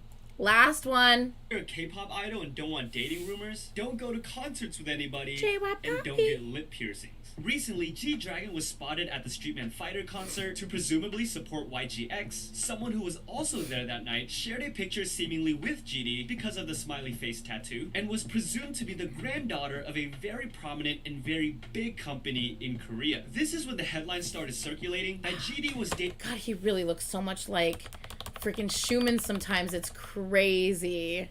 I can't. GD was dating the, quote, heiress of the company. Now, going to a That's concert with crazy. somebody doesn't automatically mean they're dating. Plus, the granddaughter is also said to be very good friends with CL and the YGX dancers, so it would make total sense why she was there with GD and probably a bigger group. But you guys know how invasive Okay, some Sandy. people are, and these rumors got to the point where her family's company had to come out denying any romantic relationship between the two, and even had to Ridiculous. explain that she posted the picture with GD because she is a fan. Duh. Yeah. Like, she's a fan. Why else would you take a picture with someone? Like, people are like, I can't stand. Oh, they took a picture. They must be together. They're together. They're lovers. They've been together for years. Look, they took a picture. It's like, shut up. Fuck. It's like the concept of two people just being casual acquaintances or fans or friends for that matter is just so foreign to people. Like, oh, no. There's no way. They have to be together. Look, they took a picture. They took a picture together. They're wearing the same brand t-shirt. They must be together. I've never seen behaviors like this before. Like I literally have never seen it to this extent until I got into K-pop. And I was like, what? Like, yeah. Look, I get it. Like, when it's like there's a lot of them back to back. Like, there's like, when you can pull up like 20 examples of the same two people and you're like, look, I'm not just saying it's one thing. It's like, look, there's like a lot of examples. I get it. Then yes, you can be skeptical. But like, come the fuck on. When it's something like this, get over it. While we've seen many dating rumors surface, it's rare for us to see get back together rumors. These first started when Hyuna deleted her post on Instagram that initially announced the breakup with Dawn. Although I don't think anyone would want to keep up a post like that forever, but the speculation that they got back together really took off when this week Hyuna showed off her new lip piercing, which I guess people thought resembled Dawn's lip piercing, which I guess people... That just looks like it's in a spot that really hurts. Not only does it look like it's in a spot that really hurts, it also makes me, like, wouldn't that, like, be uncomfortable to kiss someone? With, like, right there in the center? If it's off to the side, I think that's okay, that's one thing. But, like, right in the center like that, and especially if two people have the same piercing in the center when they kiss, like, wouldn't it, like, scratch? I don't know. I'm just trying to think of the logistics of it. Lip piercing doesn't hurt at all, really? Okay. Well, yeah, but I'm a fucking baby. Everything hurts to me. Like, literally, I'm a redhead, and I'm such a baby when it comes to pain. It's not even funny. To that meaning they've reunited as a couple, which then started getting reported on actual websites like SBS News, to the point where both sides had to come out and say Hyuna and Dawn are still just good friends, who even hang out sometimes. And Hypen's Jay also officially addressed his remarks from a live broadcast this week that had garnered criticism. During the Weverse Live, the topic of Korean history came up, with Sung-hoon saying he thinks Korean history is really interesting, and Jay responding saying he's more interested in world history because he's already learned a lot about Korean history in school. He then added some... Yeah, I could see how that may not go over well with, like, the locals for sure. Especially since, if I'm not wrong, he didn't, like, grow up here the whole time, if I'm not wrong. So, yeah, I think that saying, oh yeah, I already learned enough of that in school. It's kind of like, yeah, but I could tell you I learned about American history in school, and I could tell you I don't know shit about American history. I know you don't retain that shit. Give me a break. Yeah, so I don't know. To be kind of dismissive of the history, of, like, literally your culture. You know, I mean, obviously I know that he didn't go to school here fully. He didn't, like, grow up here the whole time because he grew up obviously in another country. So yeah, like, so to learn saying that, oh yeah, I learned enough about that in school, I could see how that would not go over well with like, you know, the locals, you know. Something along the lines of history being a subject that he's really into, and might even say that there's not a lot of material in Korean history There's not a lot of material in Korean history. So yeah. Bring it to a short story that ends quickly, and that from what he's seen, other countries have rich histories that go on and on. Like we mentioned, this garnered backlash to the point... Okay, but he looks like really good in that picture. Where Jay has now posted a letter apologizing for speaking too carelessly about such an important topic. And honestly, in this type of subject, like, You know, I think that he did need to apologize for it. I'm sure fans went overboard with the way they handled it and probably tried to attack him for it, which is unnecessary. Just politely informing him that, like, you know, I get that you might have an opinion or a view on this, but FYI, your opinion, your view, in my opinion, is incorrect. There's actually a vast amount of history and knowledge that you can learn if you want to know more, so that you understand that there's more to it than what you think. You know what I mean? Like, but people aren't going to do that. People will just attack him instead, which it just sucks. Like, because you never want to be attacked, you know? Solely based on his personal impression, Jay said he never intended to speak lightly about Korea's proud history, and now sees why his comments were a mistake. The final piece of serious news is maybe the most important kind of news, as Omega X officially announced with much gratitude to fans that they have won their lawsuit against Spire Entertainment after the abuse controversy we've extensively discussed, suspending the validity of their contracts. In other words, they are free. They are free! More positive things this week to celebrating K-pop, or just funny things you may have missed, because something much more lighthearted that also had to get clarified this week. Look at Yeosang's eyes. Look at freaking Son's intense, like, performance. Yeosang's eyes, it's a lot. Return of ATEEZ's Son's his middle finger. Let me explain. Since the last video, of course, we've had a lot of great comebacks. Okay, I've seen one of those 4 on the screen. Fuck my life. Releases like LE SSERAFIM's Yeonjin continuing her quest to change the idol industry through her music, but I've heard a lot of people talk about the I Don't Equal Doll song. Of course, one of the promotions going on is ATEEZ, who just went on a radio show where Son was confronting. I fucking can't. These pictures are hilarious. Dude, he has a glove on, and the pointer finger of the glove is black, and then the other finger is not, so it looks like he's just flipping people off all the time, but he's not. He's holding up a peace sign, y'all.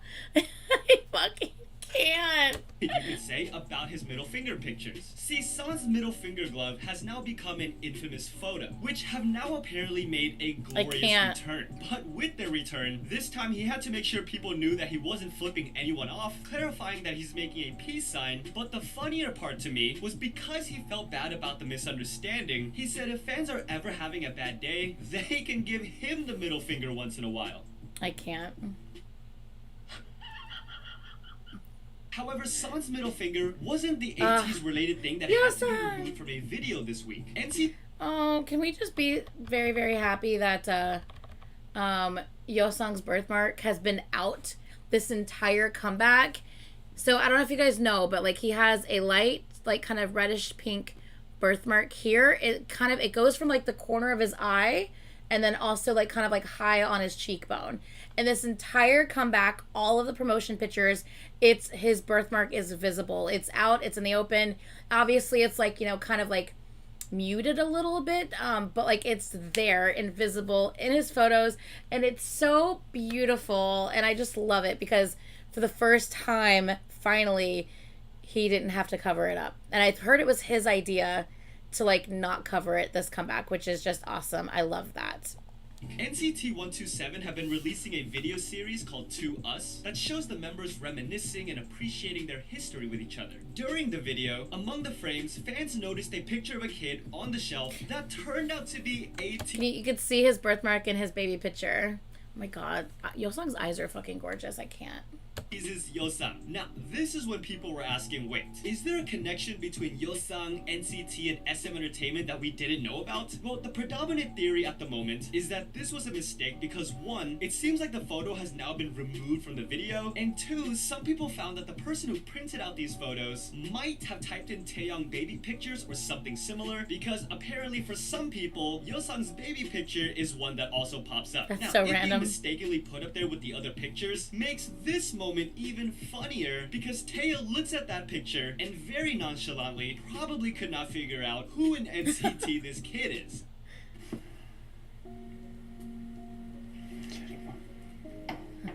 Just looks at the other picture. It doesn't even comment on that one. I can't. It's so random. I guess another explanation could be the Do you see it? Do you see his birthmark? It's so beautiful. I love it. I I guess another explanation could be the person who printed this out was just a big fan of ATEEZ and Yeosang and maybe thought no one would see it. Just like how GOT7's Mark recently revealed that when JYP Entertainment told him they didn't want him to get more tattoos. I love Mark. I love Mark so much. Well, I'll let him explain it. I was bored and I wanted to get another tattoo. And then the company at that time, they said no more tattoos. And then I was like, okay, secret place. So we got, smiley face tattoo on the inside of his lip. I fucking can't. He's like, oh yeah? Fuck you, I'll get a tattoo anyway. By the way, speaking of NCT, can somebody please tell me where to get Mark's fuzzy blue hat? It just looks so soft. I just want it. I love how he turned, it came off, and he catches it right as he turns. I love moments like that. So fluffy. Anyway, the final piece of big news right now is that after much speculation, Blackpink is now confirmed as the first ever K-pop group to headline Coachella. Jackson will also be there alongside DPR Live, DPR Ian, so I'm definitely gonna try to go. And you know how everyone always has a special outfit for Coachella? So please, Mark, let me know where you got that fuzzy blue hat. I will buy you all the Panera chicken soup bread bowls you want. I decided to tell you about the time I went to Panera. Fucking can't. Mark. Yeah. Fucking Mark. You guys have some real nice chicken soup. And you guys should have that with, like, inside the bread, you know? Yeah. So freaking funny. The Panera soup bread bowls. They, look, I'm not crazy about the bread bowl itself, but just the broccoli cheddar Panera soup, that shit's good. That shit's really good. So I can't blame the guy for shouting out Panera soup, Panera bread soup. It's really good. Anyway, we caught up with all the K-pop junkies. Can you believe it? Holy crap, that took a while, but we got through it, y'all. We got through it. It is 9:52. I'm going to be leaving this live stream at 10 p.m. It's been a long day. So we're going to leave at 10 p.m. That makes a little less than an 8-hour streaming day. Yes. Yes. And then I don't know what I'm going to do afterwards. I might try to record something real quick. I will be uploading a what is next? An ATEEZ One-Tees episode on Patreon tonight. I meant to do it last night. But it was about 2 or 3 a.m. when I fell asleep last night. So I was like, I'm going to have to do that tomorrow. So, yeah. So I will be uploading the ATEEZ One-Tees on Patreon tonight. So look forward to that.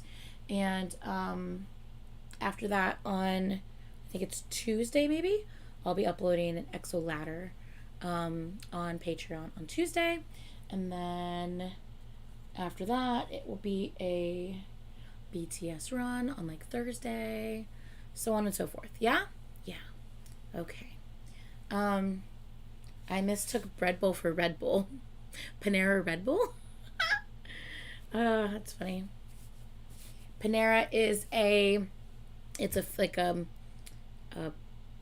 it's called the Panera Bread Company. But they like basically like bake everything at the facility from scratch like every morning. They make like everything at the facility like every morning. It's to me it's a bit overpriced, to be honest. But it is delicious. I'm not gonna lie. But yeah. Excited for the next run, BTS, because the next episodes are hilarious and so freaking iconic. Am I on 101 and 102, right? I think those are the episodes I'm on, is 101 and 102, I think. Yeah, Panera's a bit pricey, yeah. Yeah, it is. Yeah, but they do have some good ass fucking soup there, I'm not gonna lie. And just sandwiches. They have like a soup and sandwich combo that you can get. I get that. It's delicious. 100 and 101. Okay, those are the 2 episodes I'm on. Yeah. Yeah. I'm excited to see it, y'all. Oh, okay, is anyone... Oh, I'm yawning already, my God. Does anyone have... Oh my God, you know what really sucks? Because I always do, like, my live streams on Saturday, it feels like I should go to sleep tonight and tomorrow should be my off day on Sunday. But it's not, because it's Sunday today, which means I get to go to sleep and wake up and work tomorrow. That sucks hardcore, man. Man, that sucks. Yeah, so there's that. It really sucks, man. Sorry, let me put on my music again. I have an EXO question. Sure, ask away.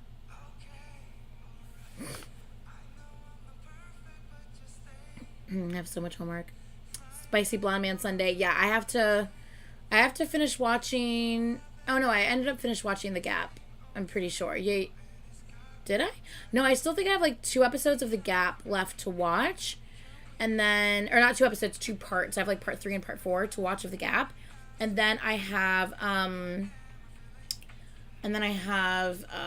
the new episode of Cutie Pie out that came out today that I need to watch. And there's a couple reactions that I saw posted today that I want to watch as well. So yeah. So that's probably what I'm going to do. I'm going to upload ATs to Patreon, but I'm just going to probably chill for the rest of the night and watch a couple things that I need to watch and catch up on and enjoy. Is The Gap good? Plan on watching it? Yeah, I think it's really good. Yeah.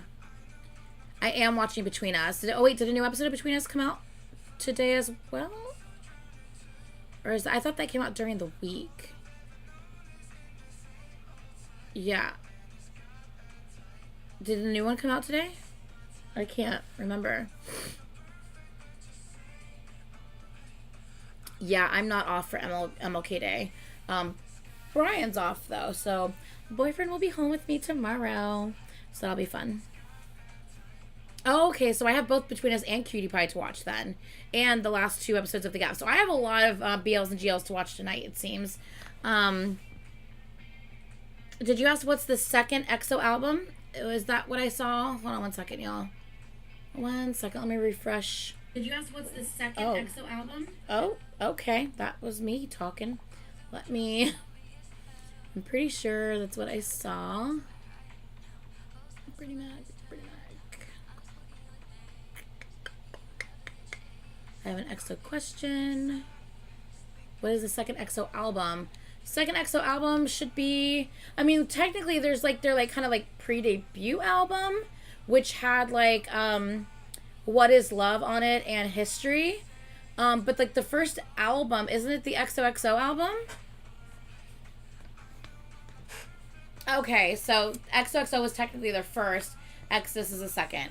So I wasn't sure if like the pre-debut like little thing that happened, was that ever released as its own little album thing though, or was that just included in XOXO? I guess I could just pull one of my albums and like look for myself, huh?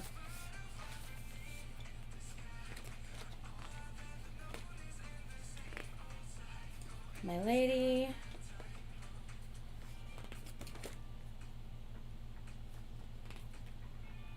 Baby, Peter Pan, Heart Attack, 365, Let Out the Beast, Don't Go, Black Pearl, Baby Don't Cry, Lucky, XOXO, Wolf, Growl. Yeah, so was it Mama? Mama was a mini. Okay. So wait, which one did you react to, Brittany? I thought of that. I was thinking the one with Mama was the first. So for me, even when it's a mini, I can still consider it like the first thing. So Mama, History, and like What Is Love, I considered like the first because it was the first thing that came out.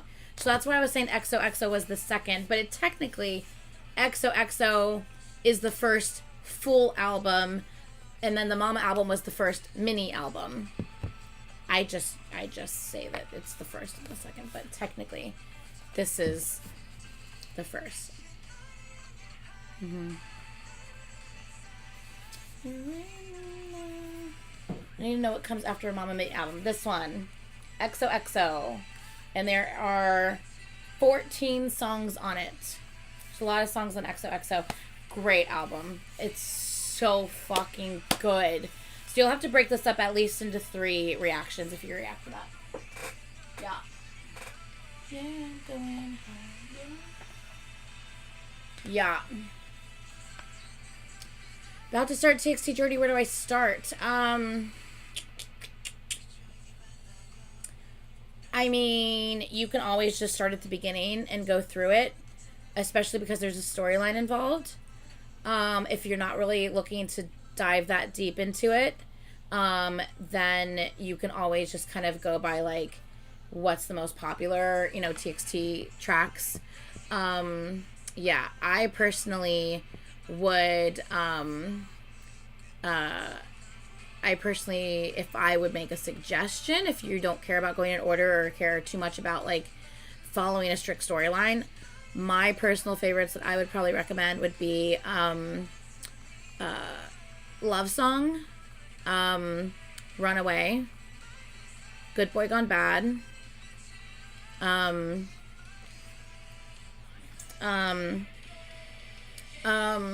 Blue Hour, what's the other one I always suggest too? Fuck, why am I blanking? Hold on a second, y'all. I am blanking. What's the other one I always, yeah, Love Song. Magic is a good one. It's really fun. Can't You See Me is good, but if you're gonna choose between Can't You See Me and Runaway, I would choose Runaway. Opening Sequence is my favorite B-side of theirs. No, just kidding. Ghosting is my favorite B-side of theirs. Oh, I don't know. Opening Sequence might have passed Ghosting. I don't know. It's just a really... I'm going to go deep into... Then just start from the beginning, sweetie. Just go from the beginning. Just watch their... not just their MVs, but like maybe like Google and... Or like, not Google, but in YouTube search like TXT... like TXT playlist or whatever, and they'll probably, I'm assuming, show you like their trailers and their like storyline, like things that they have, as well as the MVs, and hopefully everything's in order. But yeah, because there's a lot happening in that storyline. There's a lot. Allison, I can't even think about that right now. They haven't even announced when it's going to happen. I need to wait. Allison's regretting all of her choices to spend money at that K-pop store. Allison, this is why I always have to restrain myself and like refrain and like hold back. Because you just never know what the next thing is that they're about to announce or drop. I just can't. I cannot. Girl, no, I'm not. Allison's like, shit. No, I'm not. Allison's like, I'll figure out the next one. Don't you worry. I got this. I can't. I'll take a loan out, Allison. You better stop with that nonsense. Do not go into debt for K-pop. Nobody wants you to do that. Yeah, Druki is a very, very vast knowledge source when it comes to EXO. And she can help you with links and everything. So, definitely a good person to reach out for with help if you do need anything. Because she's awesome. Like, she is awesome. I can't do TXT in New York unless I find a way to drive there.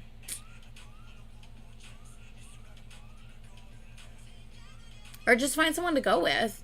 Is there anyone that you can find to go with that like is a part of like our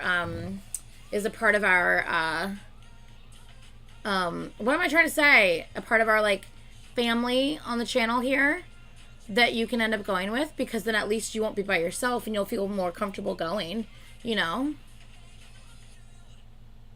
So yeah. I'll sell a kidney. I fucking can't with you. Stop it.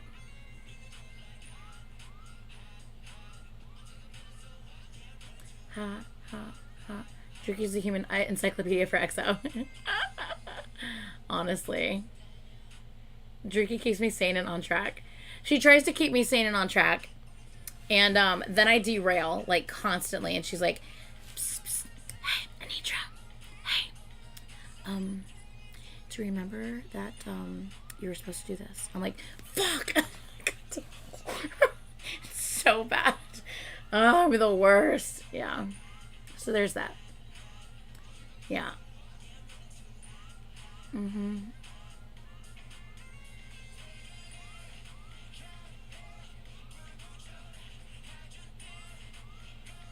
There's so few of us in New York or in the area. You love me. I do. Absolutely, I do.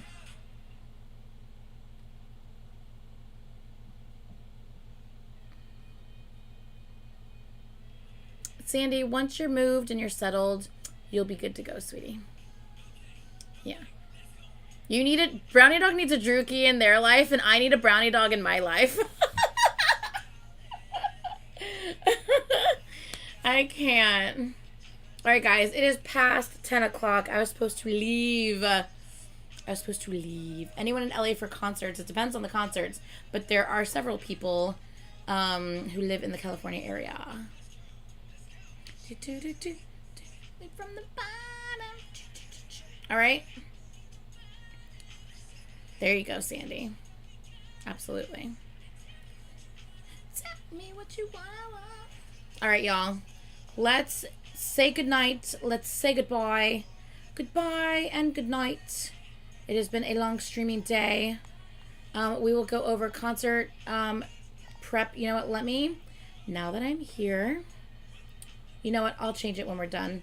I'll have to change the title of the stream because it says concert prep, or concert recap, but we didn't do that. So, yeah. I'm going to put my TXT playlist in the description for anyone who is interested. You mean in the comments? Yeah, Alexia, comment your TXT playlist. Like, send the link. It'll probably hold it for review, but when I see it, I'll approve it. Sometimes it takes like a while for it to show up in my review. But when I see it, I'll approve it so that people can refer to it, okay? But yeah. So, yes. All right, guys. I love you guys a whole bunch. Thank you for spending the day with me. I appreciate you. And, yeah, I think that is it for tonight. Please, please, please comment on the video. Talk about anything that we missed or we did not talk about that needs to be discussed during, for tea time or positivity time. And, yeah, that is going to be it. Let's do this shit. We're going to go. Yeah. Bye. Love you guys. Bye.